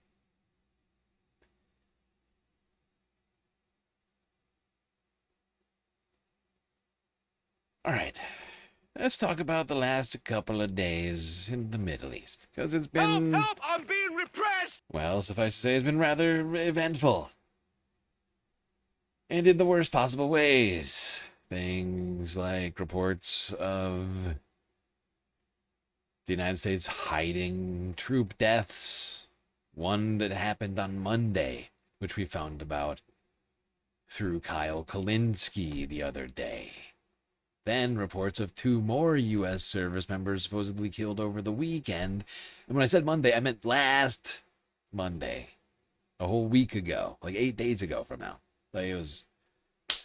Right? Like you didn't hear about that, did you? No, but it happened. And we found out about 2 more U.S. troops supposedly killed over the weekend.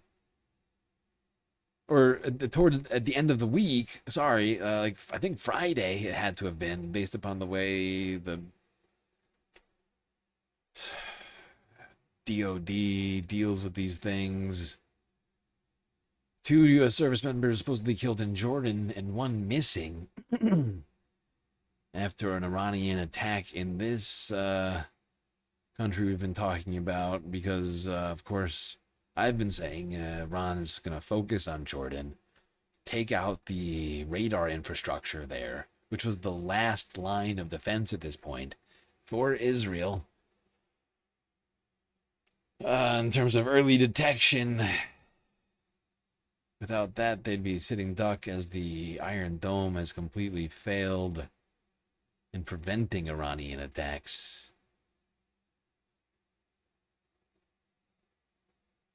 I think this is honestly not just due to the loss of the lives of these soldiers, but also the military significance of these attacks. I think this is important.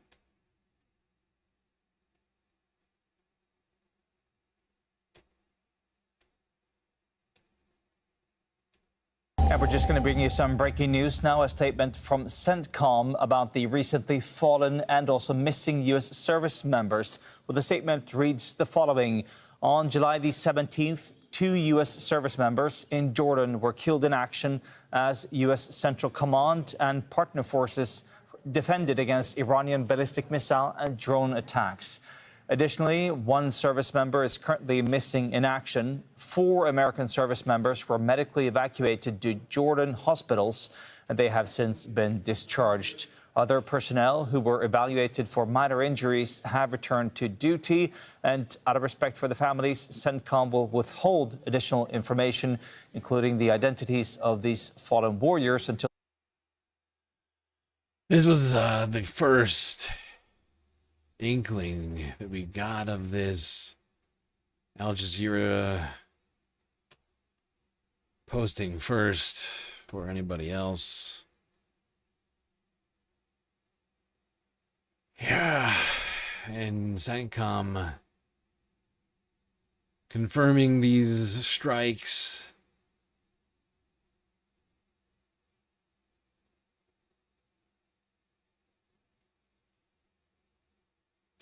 2 more U.S. service members have been killed in military action against Iran, and a 3rd service member is missing. U.S. Central Command, which is responsible for American military activity. Help GSL. Wait, what? What do you need my help for? Wait, are you telling people to help me? Oh, I think I see what you're saying. I see what you're saying. Yeah. I appreciate that. Although I have to say, everybody, we have an update. I was going to post it, but I just didn't have time. I appreciate you all. I see all of your posts coming through, and honestly, they're giving me strength. So they are doing something. They're making me feel a warm and fuzzy feeling inside. I love you all very much, and your thoughts and feelings about this channel and my efforts are inspiring. But we've received a decision from YouTube. We will not be getting remonetized. I have the option to appeal that decision, and if that appeal is denied, I will not be able to reapply for another 90 days after that. So October, mid-October, late October, effectively. They've completely changed the reason why I'm demonetized now, though, which is fascinating. I mentioned this earlier, but I'll say it again. This is the 3rd reason for why we've been demonetized since April, or whenever it was that we got demonetized.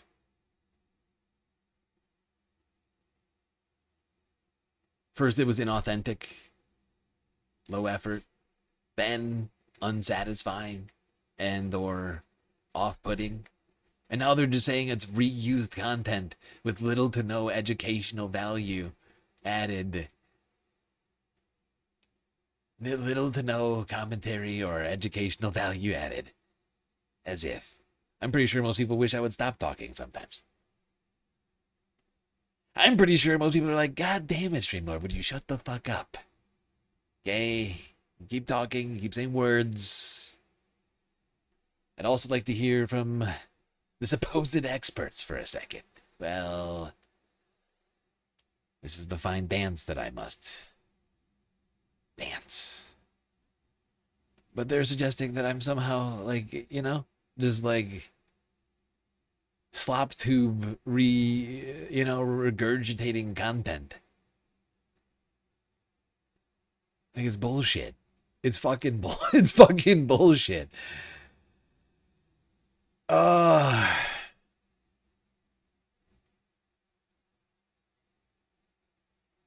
You know, it's crazy. No. At this point, I know that it's not some sort of right-wing attack. It's YouTube. I don't know what I did to piss off people at fucking YouTube, but they're coming at me, and they'll just they just changing reasons. They're just changing reasons. They changed the reason in the middle. Like, just to be clear, what happened? We got demonetized in April, right? We continued to have the channel. I've continued to stream the whole time, but we haven't been making money on YouTube. 2 weeks ago, or like a week and I don't remember exactly when it was, but like 2 weeks ago, I noticed recently I go on to look at my monetization options, which has just been this sort of fruitless endeavor I just keep doing in some sort of masochistic ritual to pain myself over it further, to look at the little yellow cone, little orange traffic cone, and it tells me I can't be monetized. I looked at it, and they had changed the reasoning, right? They had changed it from the original reason, which was supposedly inauthentic or low effort, right? They changed that, switch it up to a completely different reason without telling me, without emailing me. I only found out about it because I looked. And, you know, no heads up. But just, it's like they convicted me of robbery, and then halfway through, they're like, actually, you're an embezzler. And we changed the conviction without a trial. Then I reapplied for monetization yesterday, or 2 days ago, whatever day it was, like 2 days ago, and they come back with a completely different reason for why we're demonetized now. called reused content. It's insane. They can't decide on what we're doing wrong, but they just know I'm doing something wrong. It's ridiculous. This is ridiculous. There's some sort of like concerted effort to shut down the glorious Galactic News Network. I won't let it happen. Not gonna do it. Not gonna do it. Wouldn't be prudent at this juncture. I got that. Never give up. Never surrender. Never give up. Never surrender. Oh, shut up.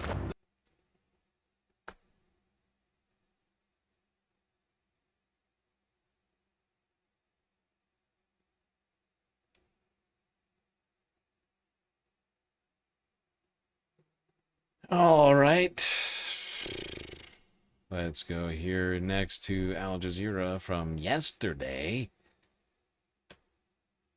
The Central Command says 2 soldiers have been killed in a... Yep. in attacks on the country. CENTCOM says the service member died attempting a controlled detonation of an Iranian drone from those strikes. 2 U.S. soldiers were also killed in Jordan on Friday after these... Don't you think it could come as some astroturfed right-wing attempt to cut down on small leftist creators? It could be, but it has to be happening internally at YouTube, right? It has to be happening internally at YouTube somehow. It's not people flagging the content. Because I've been looking through, you can't flag content for being inauthentic or off-putting or reused. That's an internal YouTube determination. attacks on the base there. A third is missing. CENTCOM says unidentified remains have been found at the location of the strike. If verified, that would mean 4 U.S. soldiers would have been killed in Iranian attacks on Saturday. Now, there's growing alarm as civilian targets are hit in Iran as well as the broader Gulf region. Kuwait's foreign ministry has condemned an Iranian strike on one of its water desalination plants. It's called it a violation of international law. Illegal. Yeah. As things have been heating up, war crimes have been happening. But it's not just Iran committing them. It's both Iran and the United States. And now other nations are getting caught up in it because they've been host to U.S. war activities for years and throughout the entire conflict.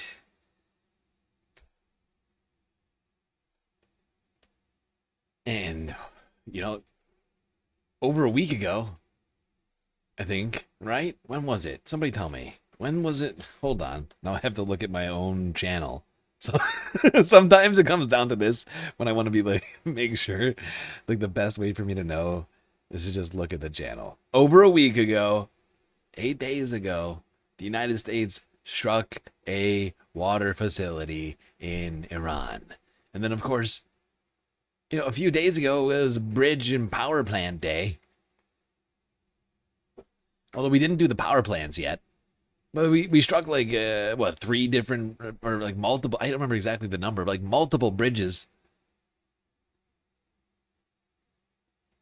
Bridges, they're clearly multiple use, but mostly civilian.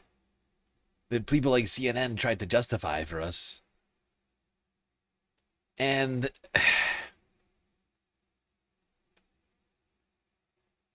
what we're witnessing is just a complete devolution back to where things were, where, yeah, we were every single day we were watching more and more fucking war crimes. And honestly, the Gulf is not gonna, I mean, everything that I'm looking at suggests to me that the Gulf's just gonna be seeing more of this and the worst of it, right? Because they're the ones that are most proximate to this, that count as U.S. targets to some degree. And, or at least, you know, as has been the state of play up to now, they are going to be at the brunt of Iran's retaliations on the United States. When they can't hit U.S. vessels, they're going to go for U.S. bases, or both. They've been doing both, actually.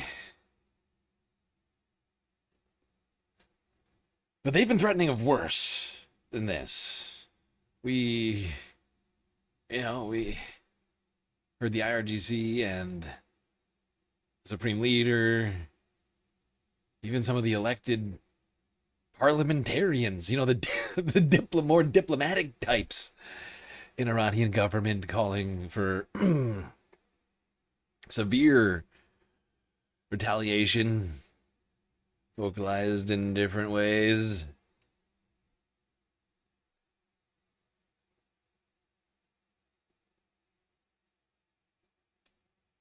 Basically, a lot of threats coming out and a lot of follow through on those threats from what I'm seeing. That's what I'm seeing. I'm seeing threats and then people following through on those threats.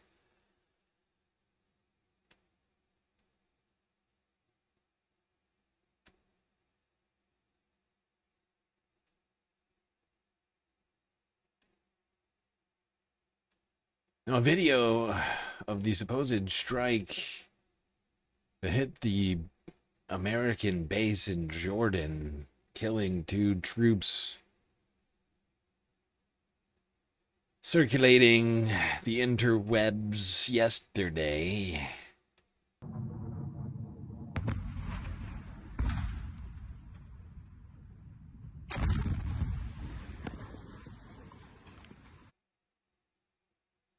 That was it. You can see 2 separate strikes. One that went across the skyline to a different target. One that landed literally right next to this person holding a camera.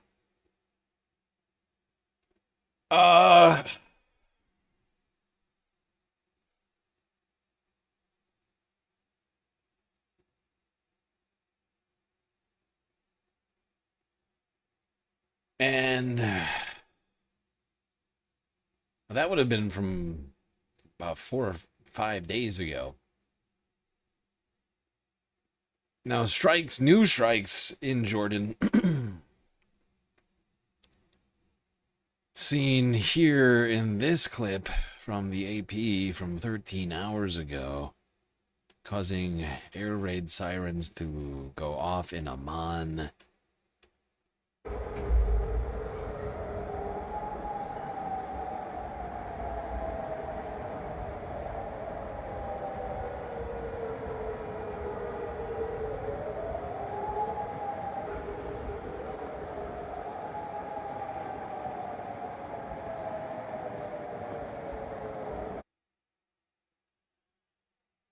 Yeah, less dramatic video, but you can hear that air raid siren going on in the background.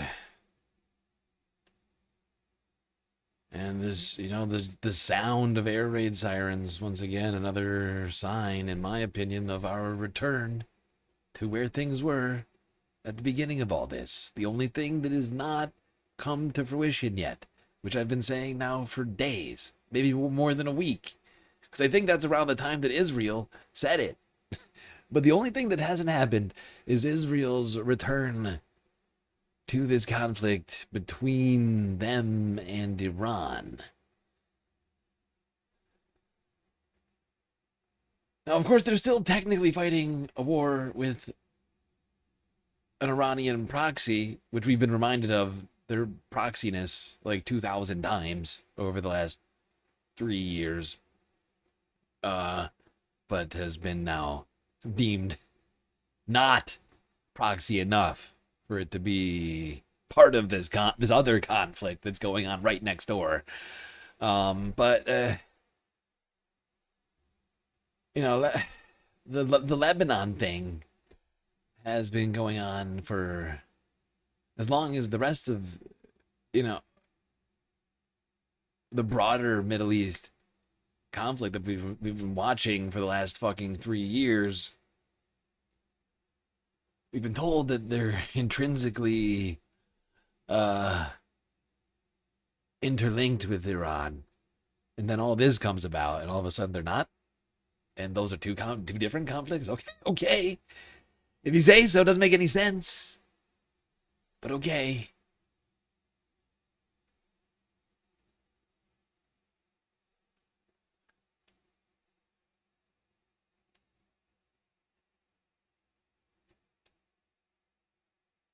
I guess my broader point is that, like, we have been watching this thing drag on and, like, sort of fester and have the media and the powers that be, the president and everybody else tell us that we're doing ceasefire stuff and peace stuff, while all the evidence said we're not doing that.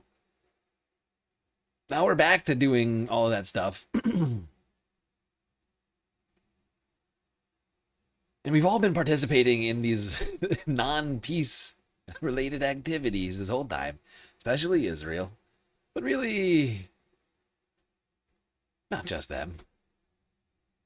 But the one thing that isn't linked back up is Israel's and Iran's direct conflict. Right? And that's basically what we're waiting, or I'm waiting for.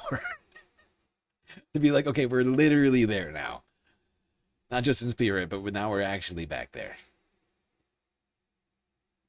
But like I said, like a week ago, Israel was saying, hey, if you need us, we're totally down for bombing Iran again. America.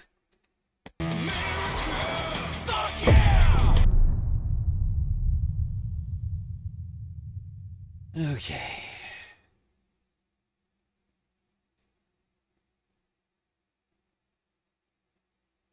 And yet the AI philosophy channels never get clapped. It's true. Yep. I sit here doing my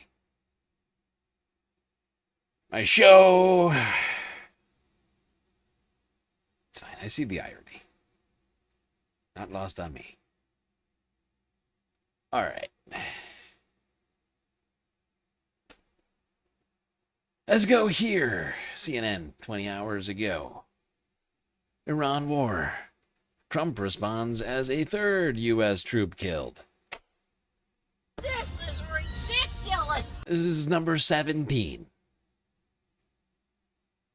This is number 17. You know, I really hate that I said that. The thing that I said, it turned out to be right. But I literally said it. I said, just do the math. This thing's been going for 5 months. We got 16 people dead. That's like 3 people a month. There's no way that this thing continues that we're not going to see more people dead.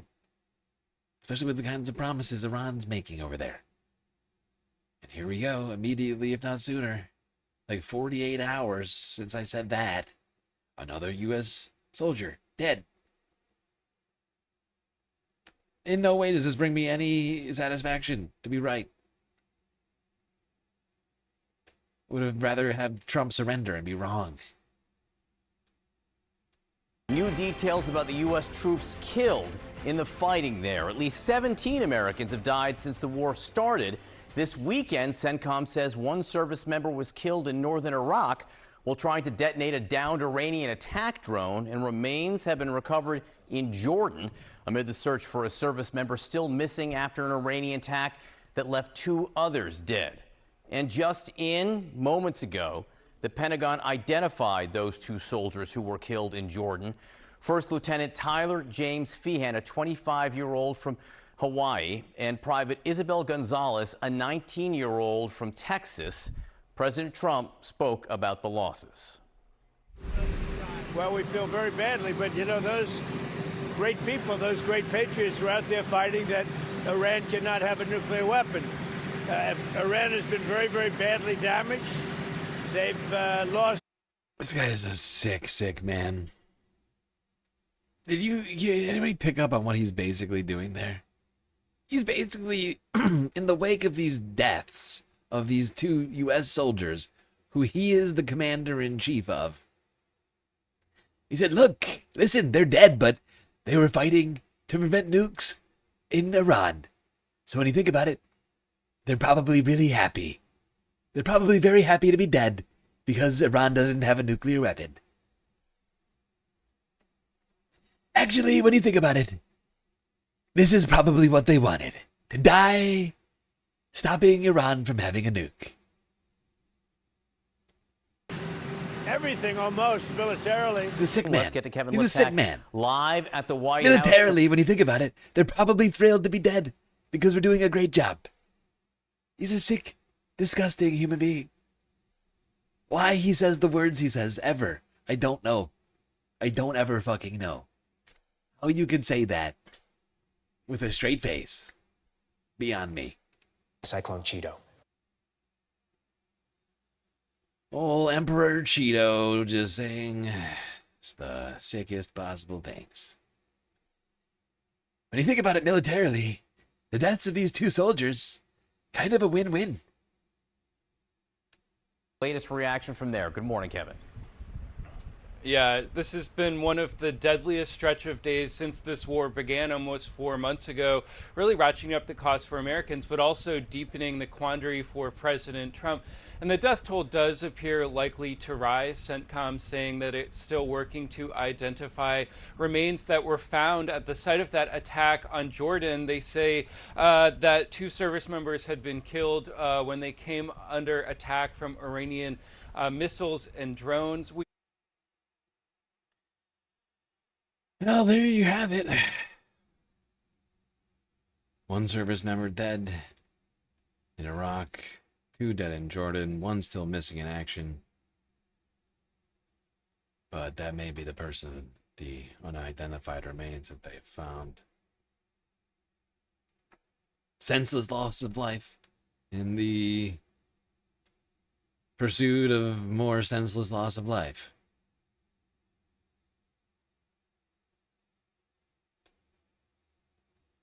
War whose goals will never be achieved via the means we are attempting to achieve them with. This is continuing to be waged unilaterally, effectively, by the president, unchecked by the rest of the government. 19 is too young to have voted for Trump. That's a good point. Although they may have been a Trump supporter, but yeah, too young to have voted for Trump, I think. Yeah, no, yeah. Yeah, you're right. Good mathing, BCAT.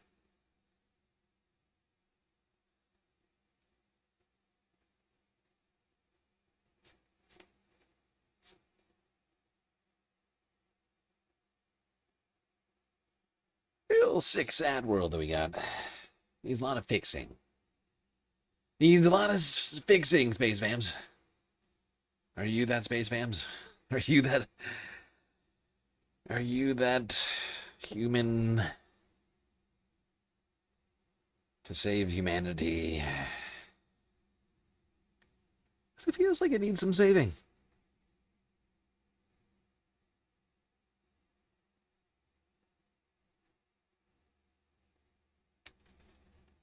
I'm just asking randomly, just checking in.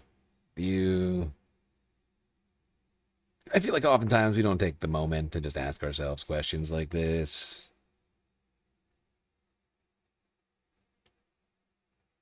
Anyway.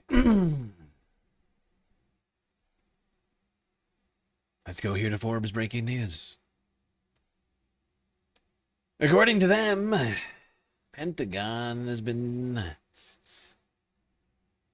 coming out with a lot of denials on all of the very well-documented claims of them hiding casualties during this war.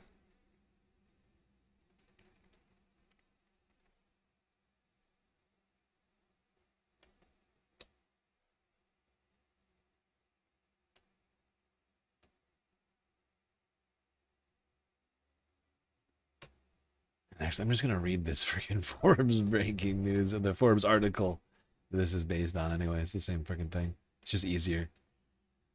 After report, dozens... Whoop. What is happening? Are you being a dick to me? I just said this was going to be easier, and now you're ruining that plan. You realize that, right? You realize that, right? All right, fuck you, Forbes. Write that down. Your site sucks. Pentagon denies hiding injury stats after report dozens were hurt in undisclosed Iran strikes.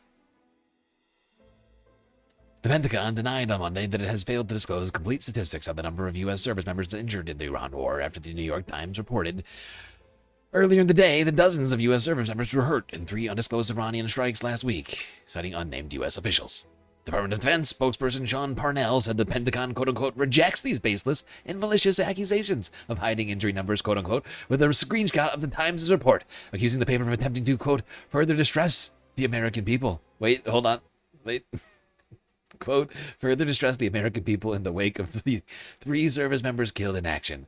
Oh, how dare you, New York Times, for trying to further distress the American people with questions and words.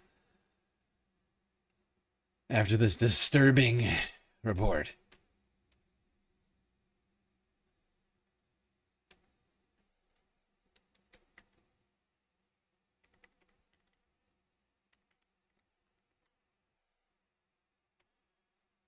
I think I'm going to get paywalled on the New York Times report, too. Aren't I? Am I? Am I not? If I don't, I'll read this. I just was assuming this one would get paywalled because the New York Times is especially paywall-y. Okay, hey, look, if you don't want to do that, I will read this because this is compelling journalism. This is even better. All right, here's the New York Times report.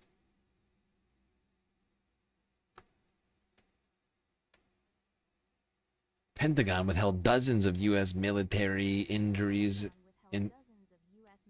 Hey, stop that. Everybody stop it. Pentagon withheld dozens of U.S. military injuries in Iran war. On social media, the Pentagon said later on Monday that the number of U.S. military casualties from Iranian attacks since July 7th had risen to nearly 100. By Eric Schmidt, July 20th. In the week leading up to the Iranian attack on Friday that killed 2 U.S. soldiers and left 1 service member missing in Jordan, Iran carried out 3 other strikes against U.S. forces in the country. Those attacks injured dozens of U.S. service members and damaged several helicopters, according to several U.S. officials, who spoke on the condition of anonymity to discuss operational matters. The Pentagon did not disclose the earlier strikes, nor the casualties and damage they inflicted. Yet later, on Monday, on social media, its chief spokesperson said that the number of U.S. military casualties from Iranian attacks since July 7 had suddenly risen to nearly 100. The episode from this weekend is the latest example during the Iranian conflict of the tension between what the Pentagon says is the need for operational security and the government's obligation to inform the public about the conduct of the war. In statements after airstrikes against Iranian military sites last week, U.S. Central Command said it was retaliating for Iran's attacks against commercial ships transiting the Strait of Hormuz, never mentioning Iran's strikes on bases in the region, including in Jordan. Central Command is not required to release information about injured service members, especially when they quickly return to duty, said a U.S. military official. Moreover, another U.S. military official added, why would the Pentagon divulge information that could help Iran zero in on its deadly ballistic missiles and drone attacks in Jordan and other bases in the Middle East, where thousands of American troops are stationed? Central Command has also stopped announcing how many sites in Iran it hits every day for the same reason, says U.S. officials. Oh, so they're just not telling us anything because of war. I see. So because war, the military can no longer tell us what's happening, how many people are dying or getting injured as a result of this war that we're paying for. We're all just to expect and assume that they are conducting themselves with honor and dignity and not, I don't know, failing in a shameful manner and or incurring a great number of casualties or committing any number of war crimes. Or I mean, it's crazy that, like, look, this is fine because we're not going to tell you anything anymore about what we do because it's not helping. We got to do this whole thing secret, even after the fact. The whole thing's got to be a complete secret. You know, this is really just in line with everything else we've seen out of the Department of Defense. right? I mean, they made everybody sign a loyalty pledge earlier. This is just sort of following with the tradition that they have started. A tradition of complete secrecy and no transparency. Just march in line, take orders, loyalty. It's all we're allowed now, Space Fams. Always remember that. We don't deserve journalism anymore, apparently.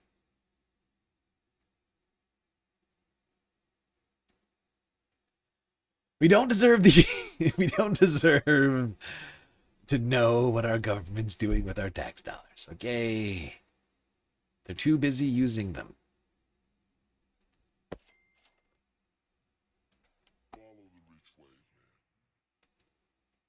Kevin, I know you have new reporting that the U.S. is sending additional military aircraft to the Middle East right now. Yeah, and this coming as the president is weighing whether to widen this conflict. Now the U.S. sending additional F-16 and F-35 fighter jets from bases in Europe towards the Middle East. The U.S. is also increasing the number of aerial refueling tankers that are in the region, all as these tensions escalate with Iran. Last night, CENTCOM saying that it had carried out the 9th consecutive night of strikes against that country. You see both sides of this increasingly going after some very sensitive civilian infrastructure, including water desalination plants. The U.S. has been hitting roads and bridges in southern Iran. But at the same time, I think what these deaths over the weekend really underscore is that Iran has retained some fairly significant missile and drone capabilities, kind of puncturing the president's claims of total military dominance. Yeah, no kidding. I mean, anybody with any sense knew that Trump's claims about total military dominance were complete garbage. For all of the, because of all of the evidence that we could see with our eyes and hear with our ears. There's an overwhelming amount of evidence that precluded Trump's claims and followed them as well. That completely contradicted everything that he's had to say about Iran's military the last 5 months. Honestly, anybody still hanging on to any of that at this point is fucking living in an alternate universe. Like, anybody who actually thinks that Iran's military has been decimated, I don't even know. I don't even know what to say. I literally don't even know what to say to you.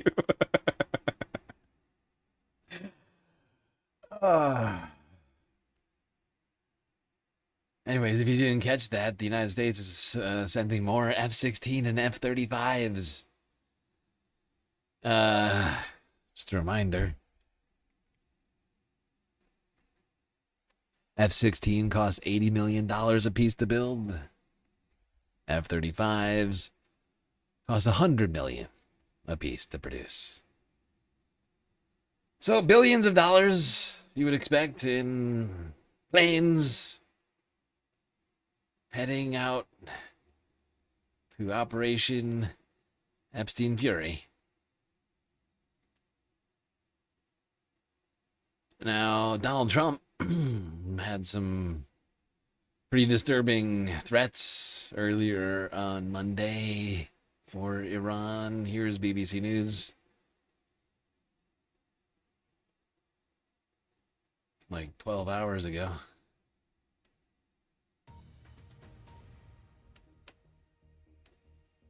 Hello, I'm Martine Croxall. This is the Iran War Today, our briefing that brings you up to date with all you need to know on the US-Iran war. Let's start with some of today's key developments. A 9th consecutive night of strikes. Is the video? Oh, how long has it been like that?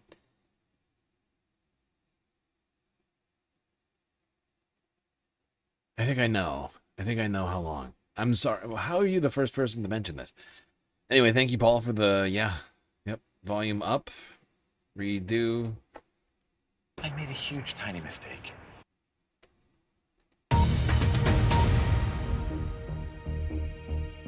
Hello, I'm Martine Croxall. This is the Iran War Today, our briefing that brings you up to date with all you need to know on the US-Iran war. Let's start with some of today's key developments.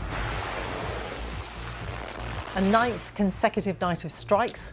The US says it targeted Iranian missile and drone launch sites as well as communication networks. The US president says the attacks are in honour of 3 US troops killed in recent days. It's emerged that 2 of those 3 US service members were killed in Iranian strikes on a US base in Jordan. The third was killed after an Iranian attack in northern Iraq. Iran has retaliated once again, firing at US interests in the Gulf. Both Kuwait and Bahrain have reported incoming fire. Meanwhile, oil rises to its highest price in a month after Iran said it had also attacked 2 oil tankers trying to transit through the Strait of...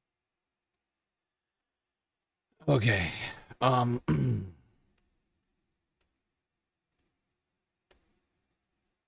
go to the threats from the president. Here we go.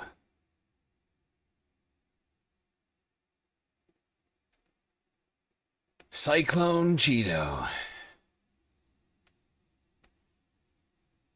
Emperor Cheetamus. Cyclone Cheeto.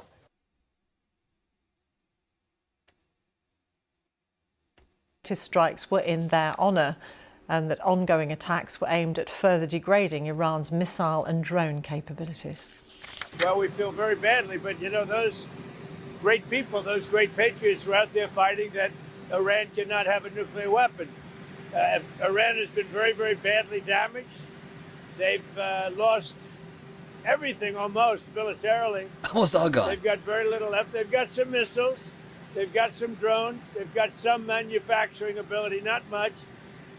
We control the strait. They don't control anything. Does that sound like completely decimated? A little missiles, a little drones, a little manufacturing.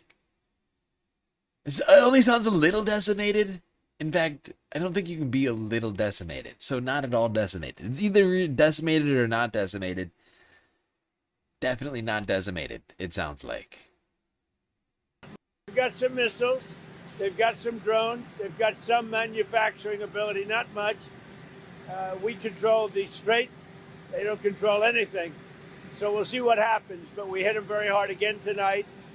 And we did that in honor of the probably 3. It's probably 3 as opposed to 2. It is one of them. He outdoes himself like every other minute for utter depravity. But what in the shit? Have you ever heard a leader, let alone a president of the United States, say that we just did a military airstrike in honor of a soldier or anyone? Just wrap your mind around that for a second. We just did an airstrike in honor of someone.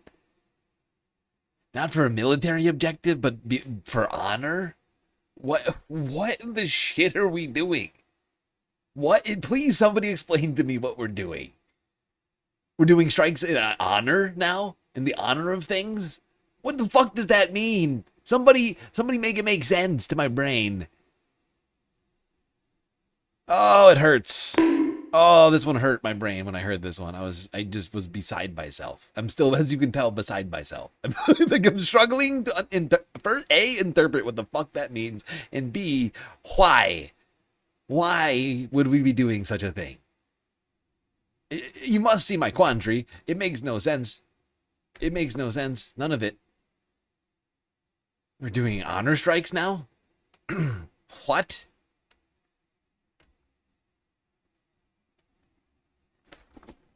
By the end of this thing, we'll be doing strikes in the name of Jesus. I swear to God. I swear to fucking God. That's in the Bible. Like, that's one step away from just being like, this one is for Jesus. This is for my homeboy JC, who people like a lot. Some say almost as much as me. That's by Christmas. Praise be to Allah.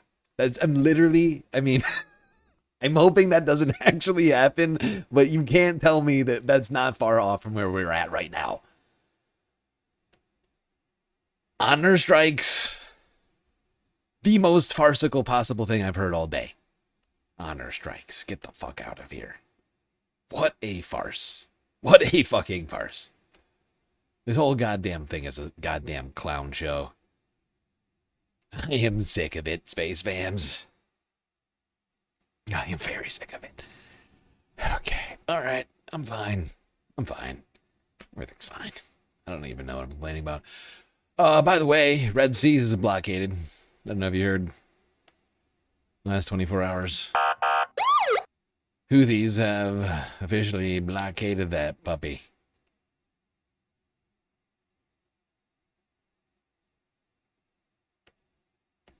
This is definitely an official end to the Saudi Houthi truce that took place in 2022 and has been, despite many things, actually surviving.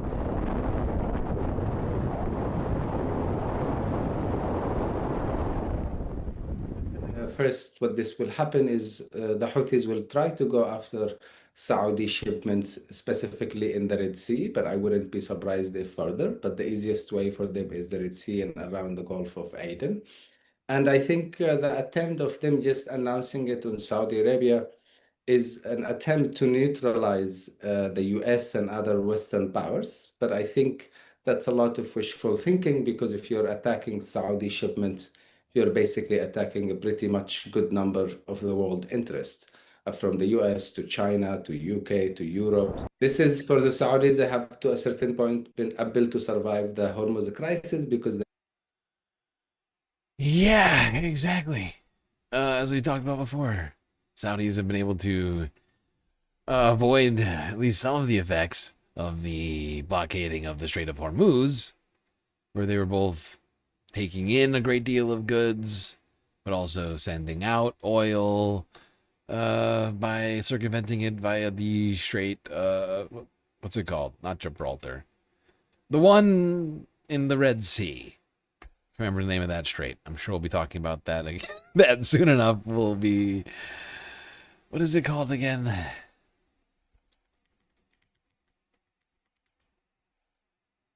Bab el-Mandab. Bab el-Mandab.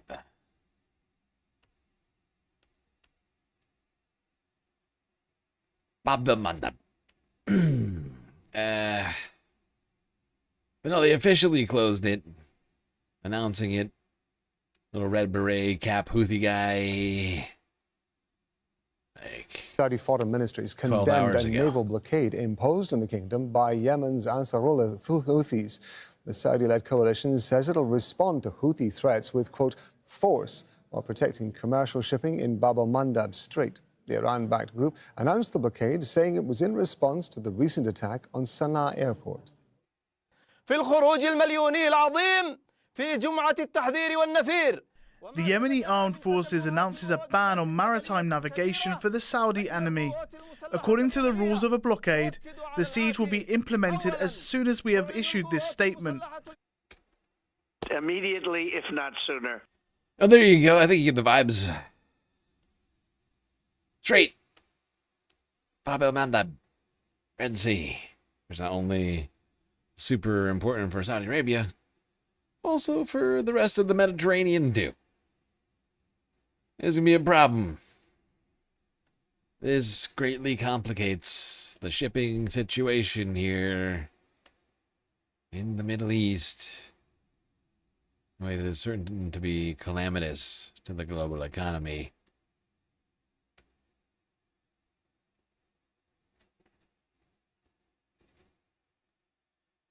All right, Sams, we're making it. We're almost done with the Middle East. I know that's crazy. 8 hours nearly into the stream. But before we leave the Middle East, we should talk about the struggles of one man.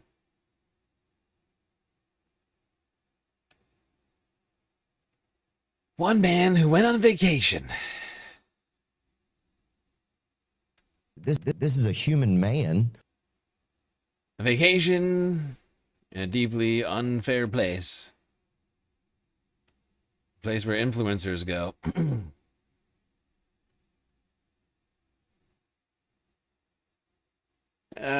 For a number of different reasons.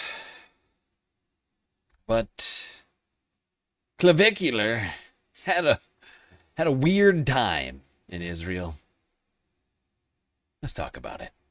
Well, who is Clavicular? This young influencer who started the sort of like looks maxing, hit yourself in the face with a hammer so it grows back more handsome sort of thing. Right. So he's like somebody who's, you know, done a lot of cosmetic procedures at a very young age to look a certain way, and a lot of drugs, right? Didn't he overdose on camera? And he's always clubbing. He's down in Miami. There are long-standing rumors that Peter Thiel has some link to Clavicular's rise, and I cannot confirm or deny that, but I can say that Peter Thiel and Palantir and all of his other investments are heavily invested in the state of Israel, that Peter Thiel and Jeffrey Epstein, who was quite likely a Mossad agent, had been communicating for quite a while prior to Epstein's incarceration, and after those communications, coincidentally, Peter Thiel opened up a Tel Aviv office.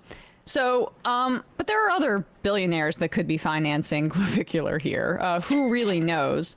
However, he went over to Israel as a part of some PR push because they are having some bad public relations right now. I'm not sure if you guys have heard about this, but everyone's pretty disgusted with Israel for committing genocide. Oh, yeah, right. So they've got to pay people to come over and win back the youth. Netanyahu is freaked out about this. He's all over cable news saying that, you know, oh, don't worry, we're not going to need U.S. military support anymore. And that's why I'm pushing for us to permanently integrate our military and the intelligence sharing in a way that the public has no input in it. But I'm definitely not worried about how young people, including young Republicans, are disgusted with Israel and want to sever ties immediately.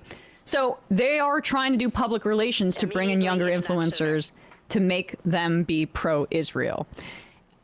However, there's a bit of an issue here because in Israel, the population was a little upset about Clavicular coming to town because he's one of the guys that was filmed earlier this year or a year or so ago at a club in Miami singing along with Andrew Tate, the other rapist brother, Nick Fuentes, and somebody else, Miami, ho. Singing the Kanye West song that praises Hitler, yes.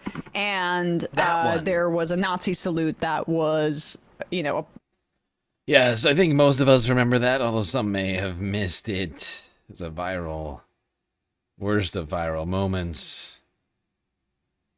Those guys all gathered together on the party bus in Miami.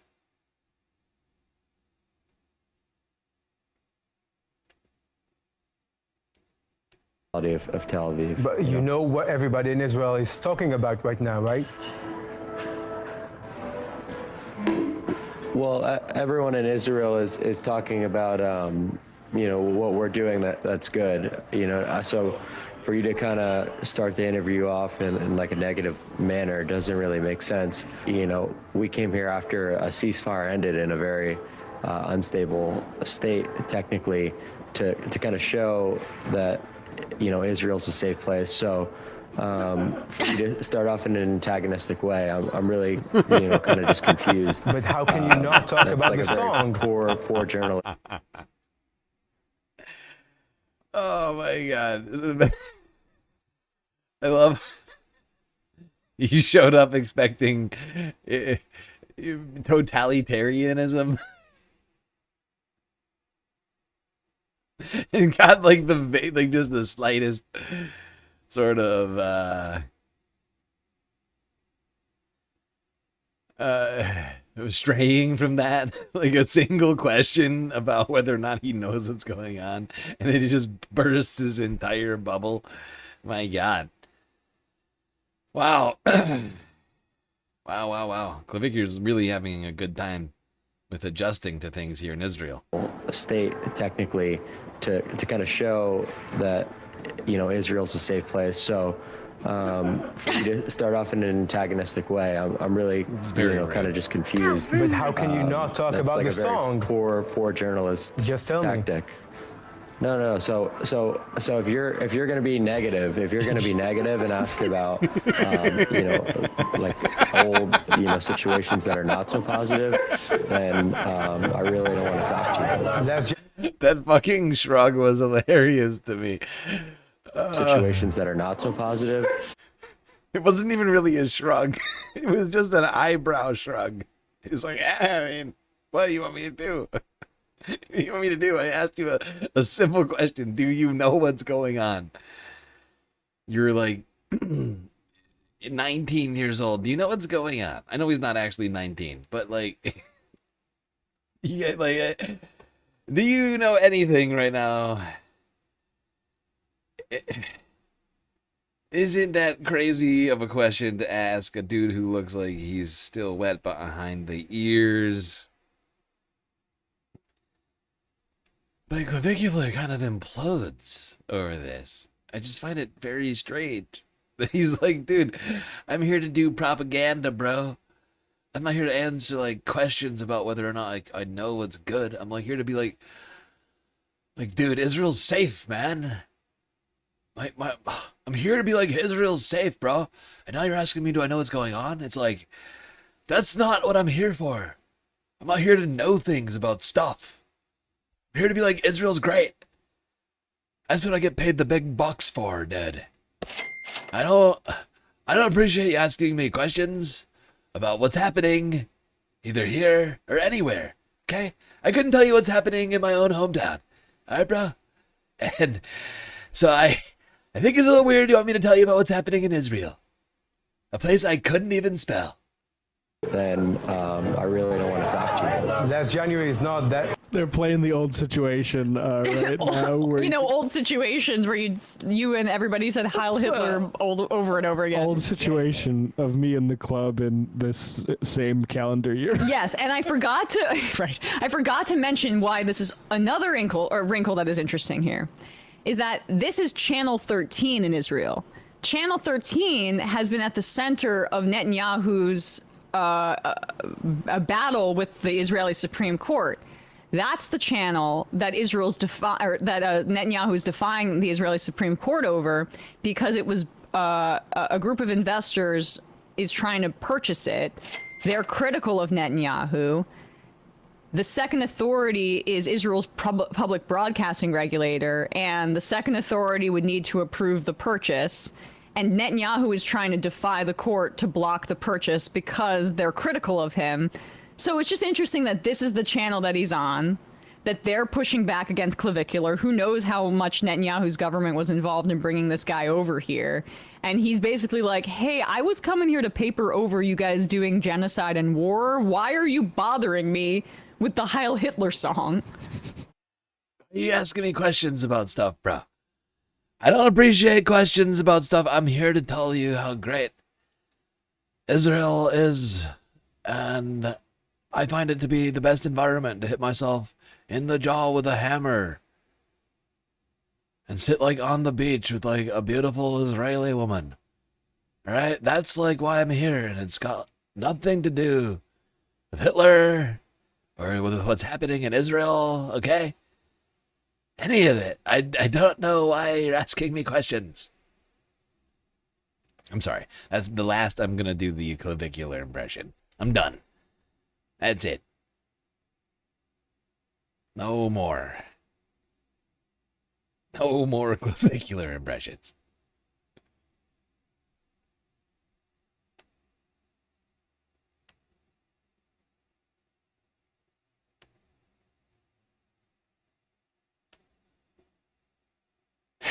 Plus, it would be really weird to do a clavicular impression when we're talking about what's happening in India.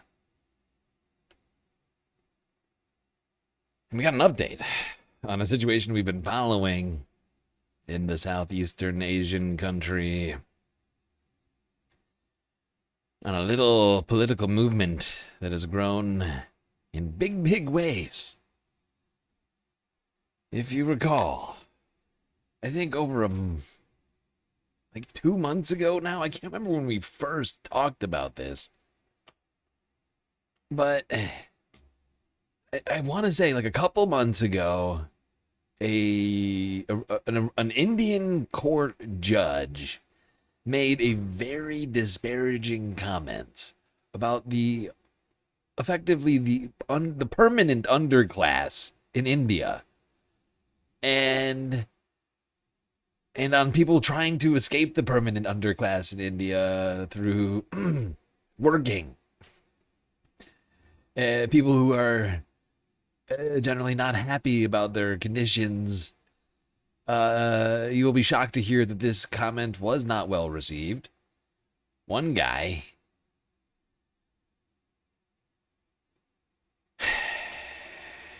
One guy, one time.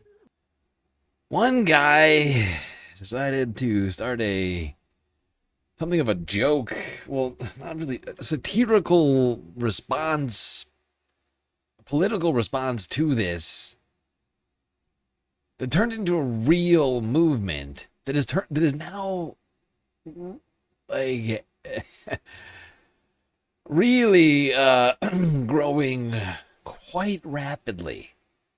Because let's not forget, there are millions and millions and millions of people across India to whom this statement technically could apply. We've talked about the caste system in India, maybe one of the most repressive and certainly the most ancient, still standing form of societal repression, classist repression.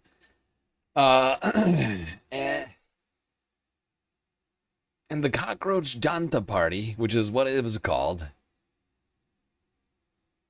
because,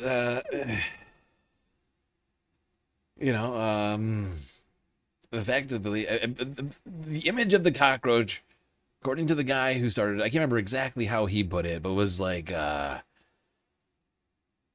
seen as the cockroach seen as lowly by everyone, but actually resilient. And a movement has formed. Millions now, apparently, at least over 1 million that I'm aware of now, part of this movement, the CJP, Cockroach Janta Party. And the movement took to the streets over the last day, met by serious police force, presence, crackdown, whatever you want to call it. Police were out in full.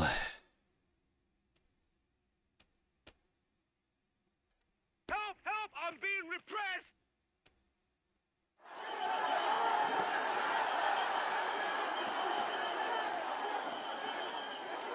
The police personnel beat our sisters, but I want to tell them that if even one drop of my blood can be used for the benefit of the youth, I am ready for it.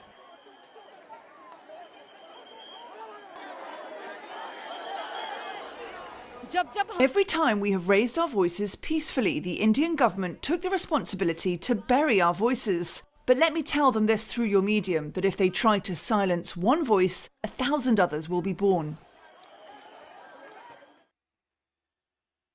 Those are some pretty interesting statements, I thought.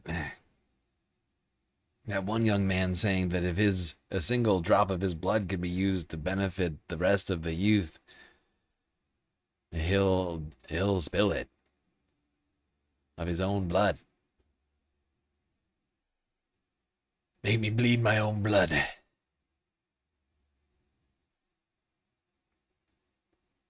But that woman saying that this is that every crackdown will lead to a compounding of the movement, or whatever she said. I can't remember the exact wording now that she said. I got too caught up in what I was saying, but like, I just thought that those two comments were quite stark, and shows just, I think, how dedicated people seem to be to this movement, to making some sort of change.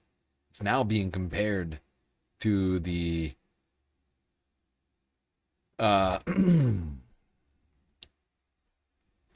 sort of parallel youth-led movements seen in Nepal and then Bangladesh in the last year or so. Couple years, actually. When did the Bangladesh movement actually happen? That's like approaching 2 years. Right? Am I wrong about that?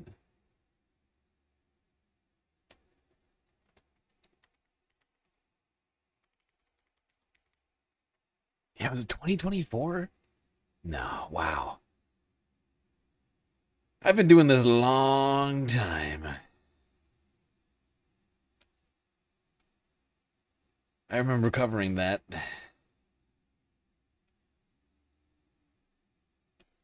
Pushing past police barricades in the Indian capital. These tense scenes unfolded Monday with security personnel dispersing crowds and baton-charging protesters. The march to India's parliament comes as the youth-led cockroach movement demands the resignation of India's education minister after repeated leaks of medical school entrance exams. Accountability have to be taken by the education minister because in 2024 actually a paper leak already happened and this time it is again repeated. And he is not taking proper accountability. I voted for this government, so I think it's accountable to answer our questions. That's the basic right, human right that I deserve. And I think I'm liable for whatever is happening because I voted this government. And hence I'm here to ask for answers. The demonstration... I voted for this government, so I'm here to ask for answers. Imagine that. Accountability.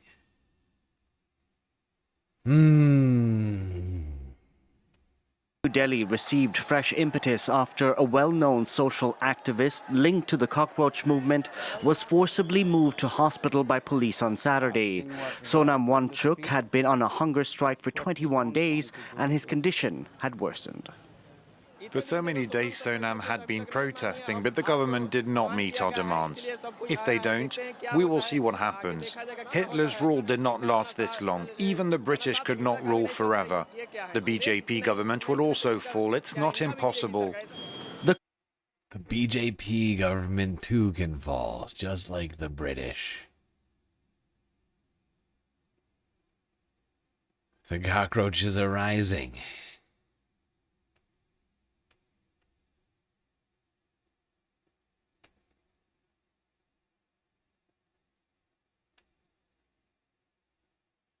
I'm going to keep going through the clips on this. I find this fascinating, how this is unfolding. Like, they're seemingly scaring the establishment at this point. Enough that the establishment is sending serious police forces to try and crack down on their free speech, their protests. Apparently scaring people enough for that.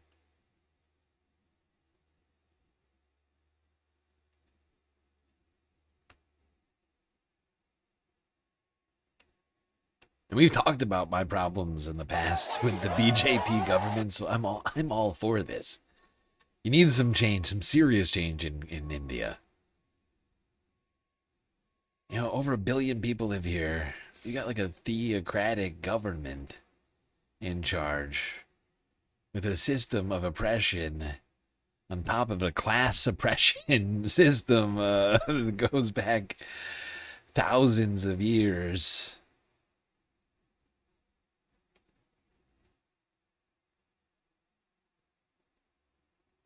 And that's something I've always wondered, if that can ever be, actually, if that can be broken and be rectified. Because there are people who have literally just been told they have no upward mobility because of how they were born for so long.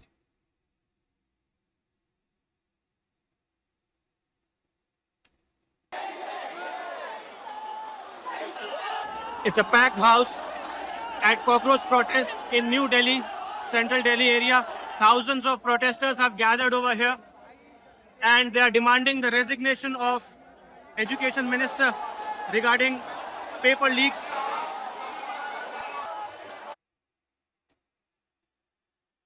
Yeah, the thing that supposedly fomented these protests had to do with leak regarding the testing system. That aspect of it, I'm still trying to wrap my head around exactly what happened, but from what I can grasp, it sounded similar to the sort of corrupt and like corruption and like favoritism that we were seeing in Bangladesh that led to that situation that unfolded there.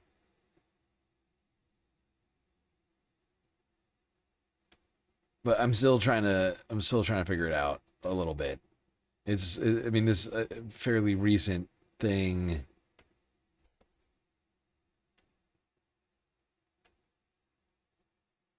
Still trying to, always got like a million stories I'm trying to avail myself of, and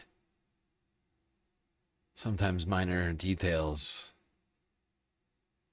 take me a little while to actually figure out.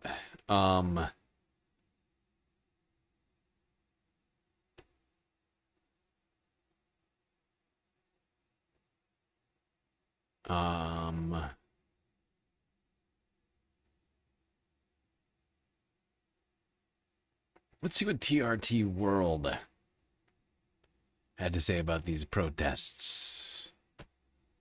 This is from Monday.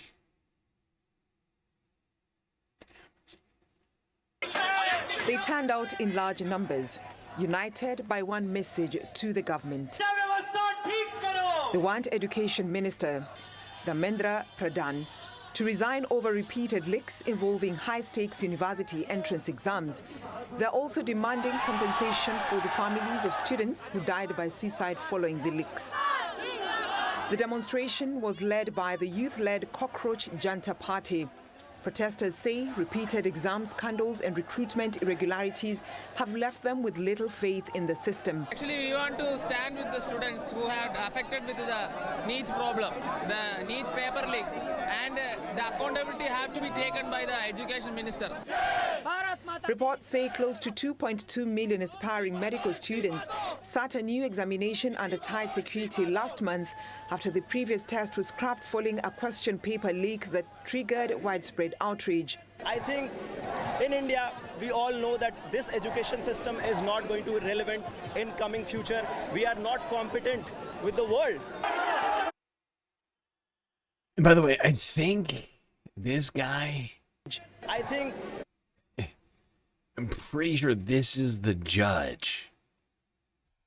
I'm pretty sure. I've seen this photo pop up at a lot of these protests. I'm pretty sure this is the guy.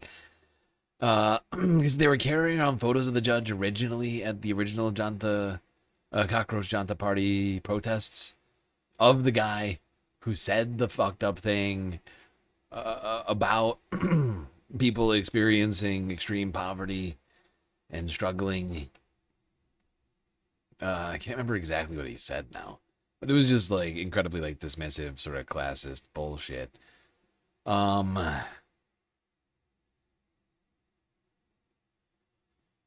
But people are pissed. I mean, you see how many people are showing up at this protest? I mean, it is vast. And it is giving me big time Bangladesh vibes from what we saw back in 2024. I still can't believe it was 2024.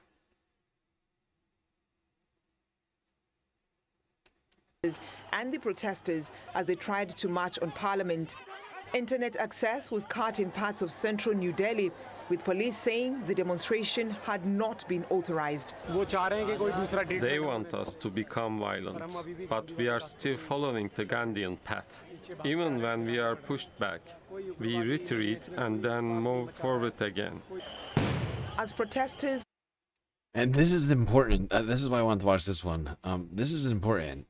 This guy is saying that they are following the Gandhian path. Essentially the non-violent path of resistance, right?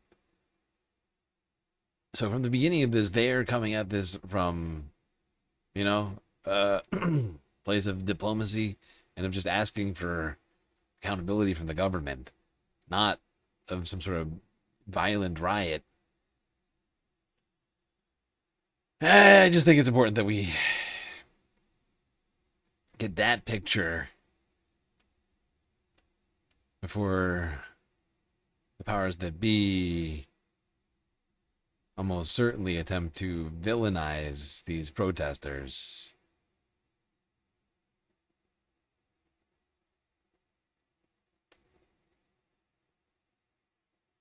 All right, one last clip on this. Who better to round it out than the former oppressors of India? Help! Help! I'm being repressed! BBC News and the BBC World Service. How India's cockroach party sparked a protest movement.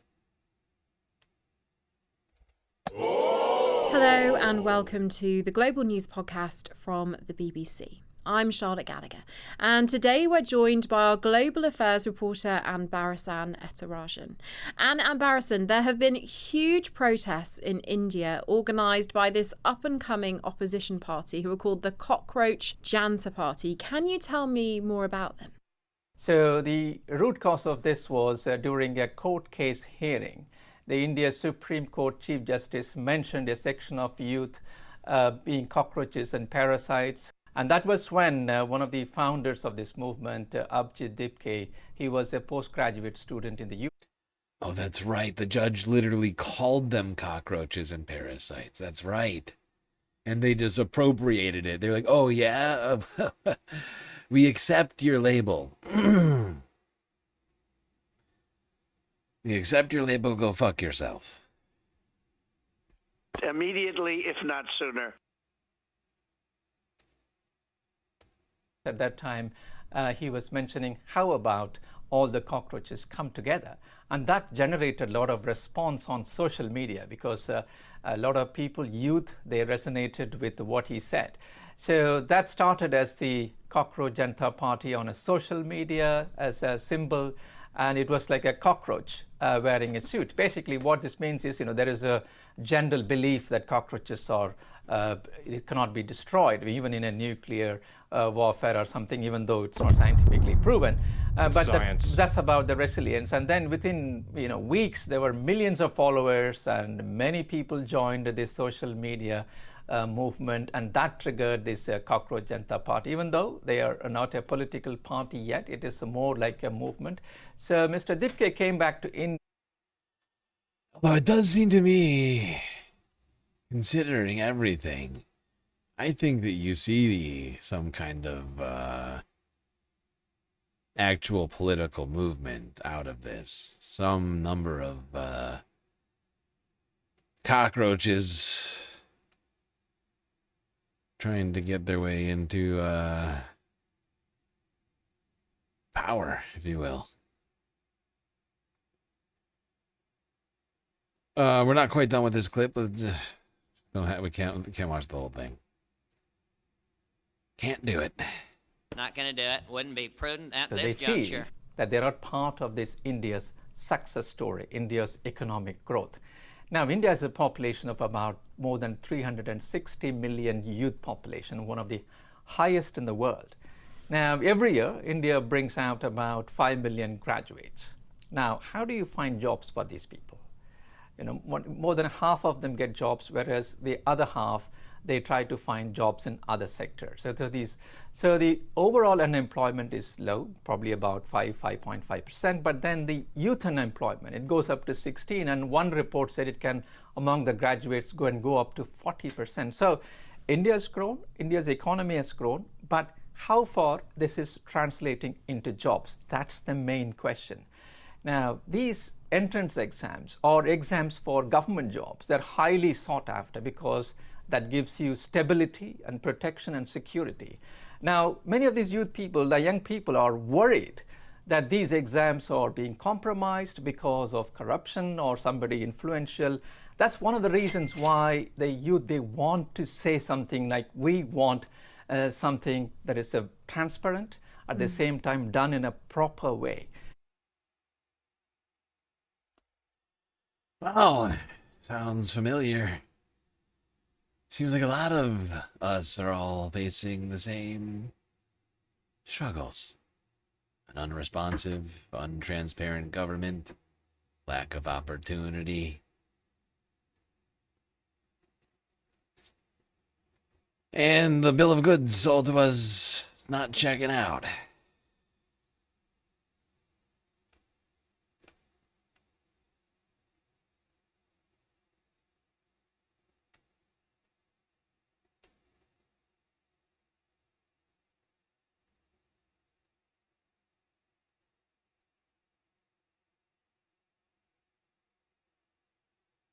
All right, now let's see. Round this out. Talk about the other Gen Z-led protest movements across South Asia. Well, if you see what happened in countries like Sri Lanka, Bangladesh, and Nepal, definitely there were a lot of talks on social media. How come this is not happening in India? Because the youth are facing huge issues. There is a corruption issue here. Then the governance also is an issue here. And also people are worried about how far they can express themselves freely. Is there any kind of actions against expressing dissent? On what about the freedom of the press? These are some of the questions raised by some of the youth leaders. But now, if you look at Bangladesh, what happened a couple of years ago, a student movement later turned into a wider anti-government protest movement, because there were also issues about the brutality of the government, the alleged excesses by the security forces, and also about corruption issues. Again, the same issue happened in Nepal. Whereas what started as a small movement, it spread across social media, attracting tens of thousands of people. That led to even a government change. The governments were toppled, the regime changes were happening. But if you see what happened in Sri Lanka or in Bangladesh and Nepal. Now, India is a much bigger country. It would take a huge force to change things there. But this is significant. This is a significant movement that has turned into millions of people. It's fascinating that I feel like I almost feel sort of, what's the word? I can't think of the word because I don't think I feel this very often. Pleased, proud to have been able to be covering since the very beginning of this thing. And just to have watched it go from where it was at the beginning to now, it's crazy. I mean, it made such an interesting, like, an explosive path for themselves. I am expecting this to lead to some changes in India. I don't think this just dies.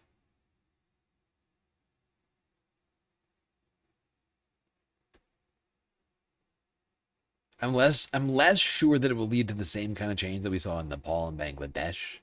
Because of course those are pretty, I mean, we saw like literal like overthrown governments essentially. I mean, the leader of Bangladesh, Sheikh Hasina, had to flee the country to India, I think, actually.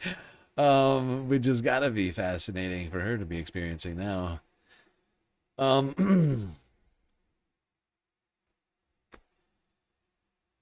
there you go, Space Fams. Cockroach Danta Party. Latest update, and it's quite a fascinating update. I'm pleased to be bringing to you here in India. What it'll lead to, unclear. I think change, in one way or another. Much needed change in the country. It'll be enough to bring more equality, one can hope. India's a place that needs some serious work on that.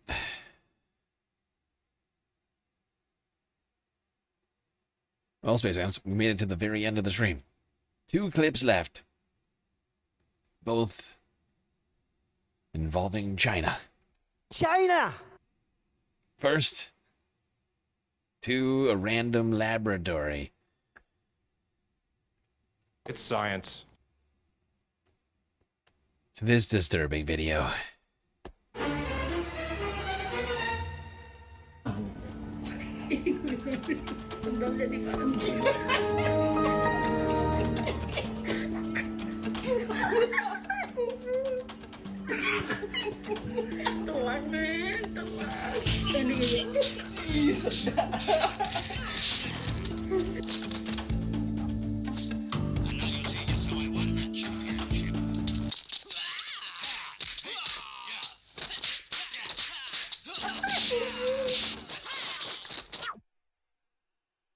Yes! That's right, killer kung fu robots gone rogue, attacking their handlers. Oh, puny humans.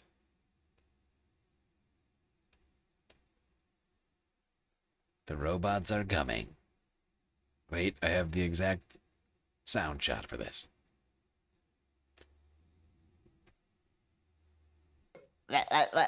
Lucky him. You've been very bad and the robots are coming.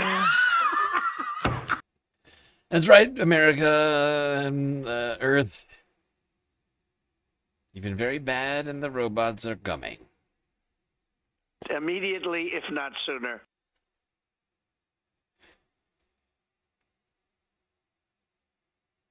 It's actually some pretty good kung fu form. Look like some wushu to me. GTA, we're all doomed. Yep, that's it. That's it, game over.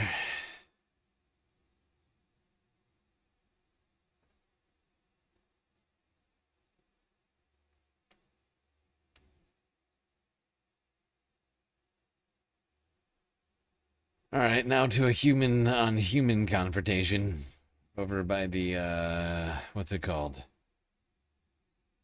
The shoal. The one China's been trying to occupy near the Philippines. What's it? Whatever it is. Another... That's too much, man! An anonymous user gifted goddamn. 5 subscriptions to the community. An anonymous gifter. Some random person? Some unknown individual of great generosity? Gifting 5 sweet galactic subs.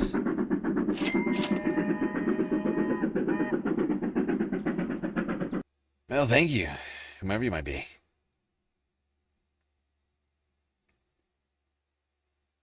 What a guy, gal, or non-binary pal. Freddie, Uranus, Melanie D. No fix dad dress. No. I can't. No fixed address. No fixed address. Ruti and Parkour's language. All getting one of those sweet subs. Thanks to an anonymous unknown gifter on Twitch.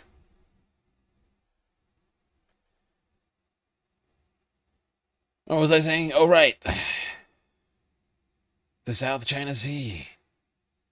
Philippine Navy and Chinese Coast Guard facing off in a couple of dinghies. Literally. Hold on.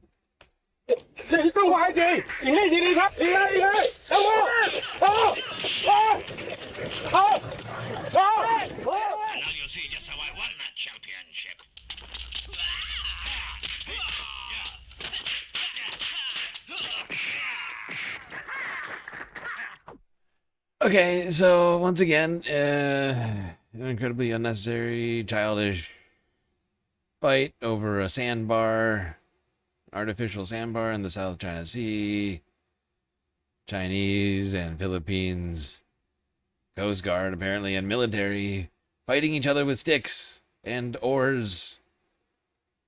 I mean, better than bombs and bullets, as I've always said in this stupid conflict, but unnecessary. Okay, can we settle down, please? How about that? Have we all just not say that we didn't? By the way, Hype Train. I think that's the second. Is that the that the second hype train of the night or the first? That was the first. What did I think we had? Oh, no, yesterday. It was yesterday's crazy hype train. Or was it? Yeah, whatever day it was. Last stream's crazy hype train is still in my brain. Sweet, sweet. I can't end the stream until the hype train's over. So I guess I'll just sit here and talk to you, Space Fams. Oh my god. Subscriptions to the community. Oh my god. Oh my god. Oh my god. Omega Star gifting 5 sweet galactic subs to the community as well. Getting us to a level 3 hype train immediately. Immediately, if not sooner. Well, now I can't end the stream even more. Although technically I'm going to just This be doing... is the very definition of totalitarianism.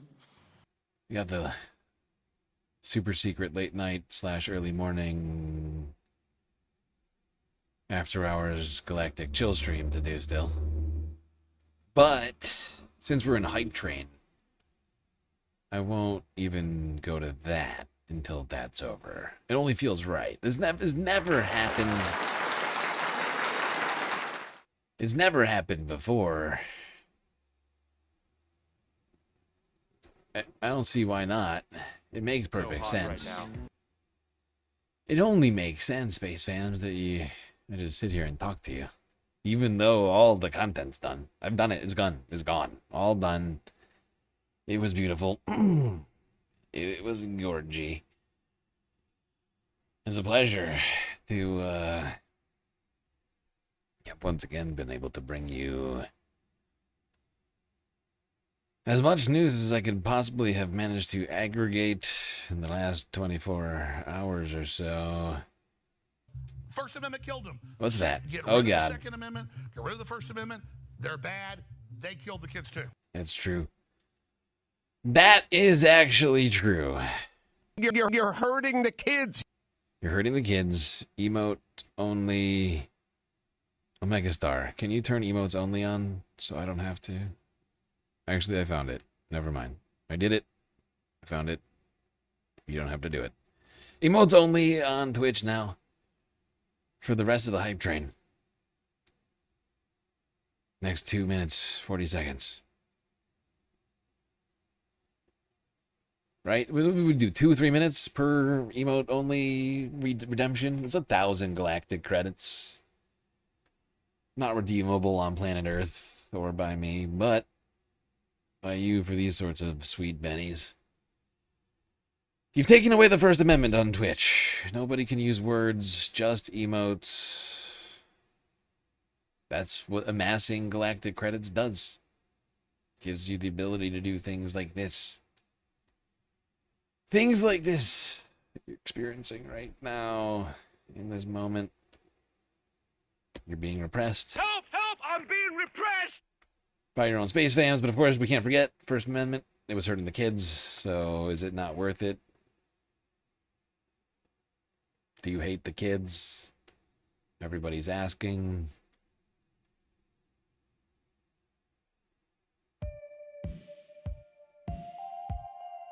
Wait, no, don't do this. Why are you doing this to me? You're way ahead of me. How much time we got left on that hype train? 1 minute and 25 seconds. Hype train level 3, 76% of the way through it. Stream coming to an end.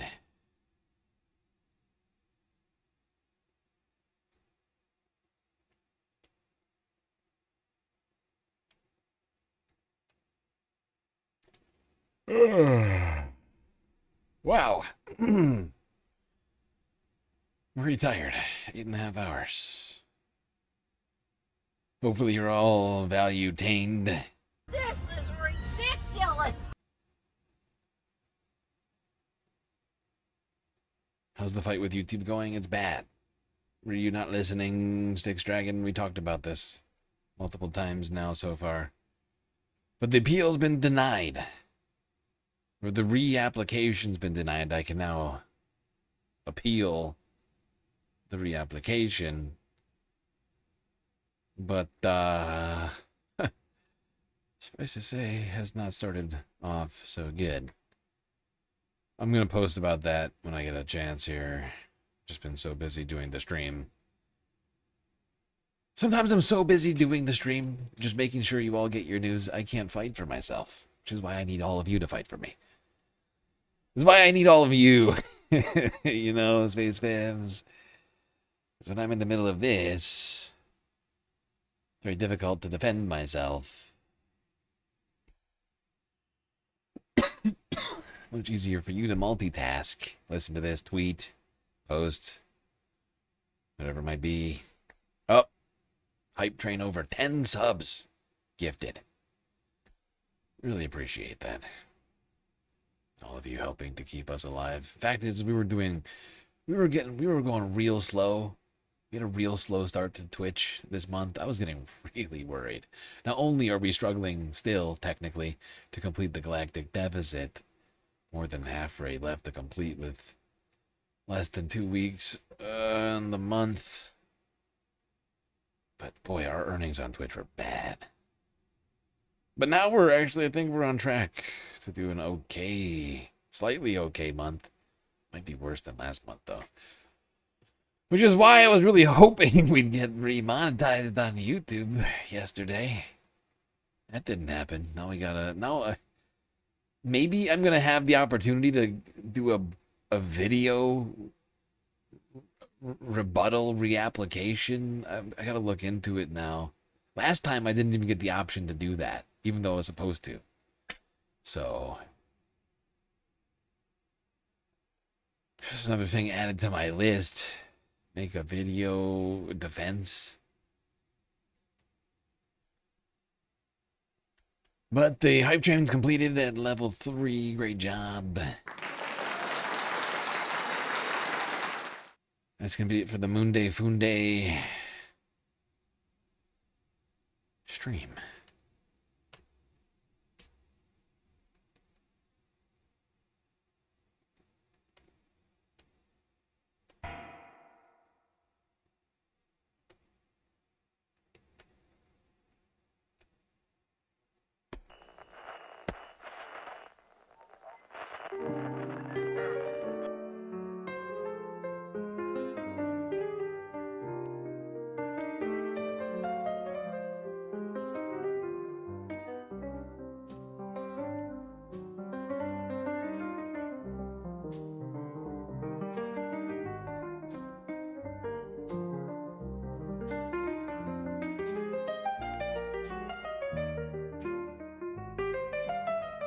Well, we got through another stream. It was quite long and also difficult, but thankfully we had each other to get through it. That's gonna be it for me tonight. Till I see you next, you stay classy, Galactic Stream Nation.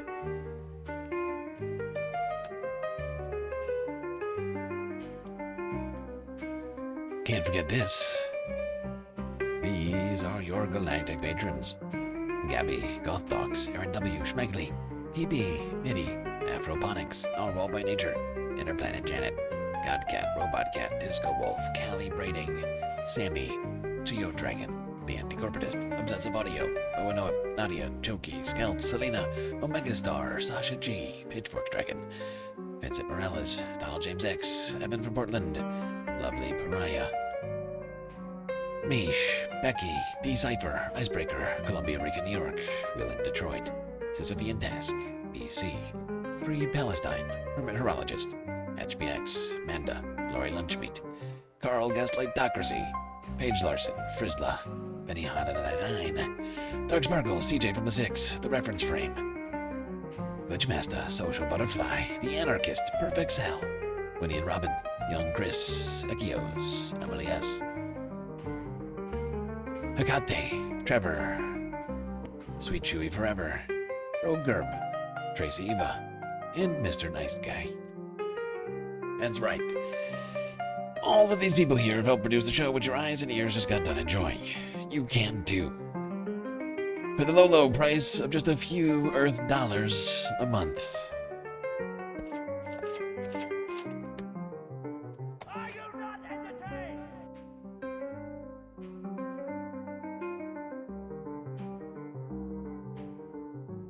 you.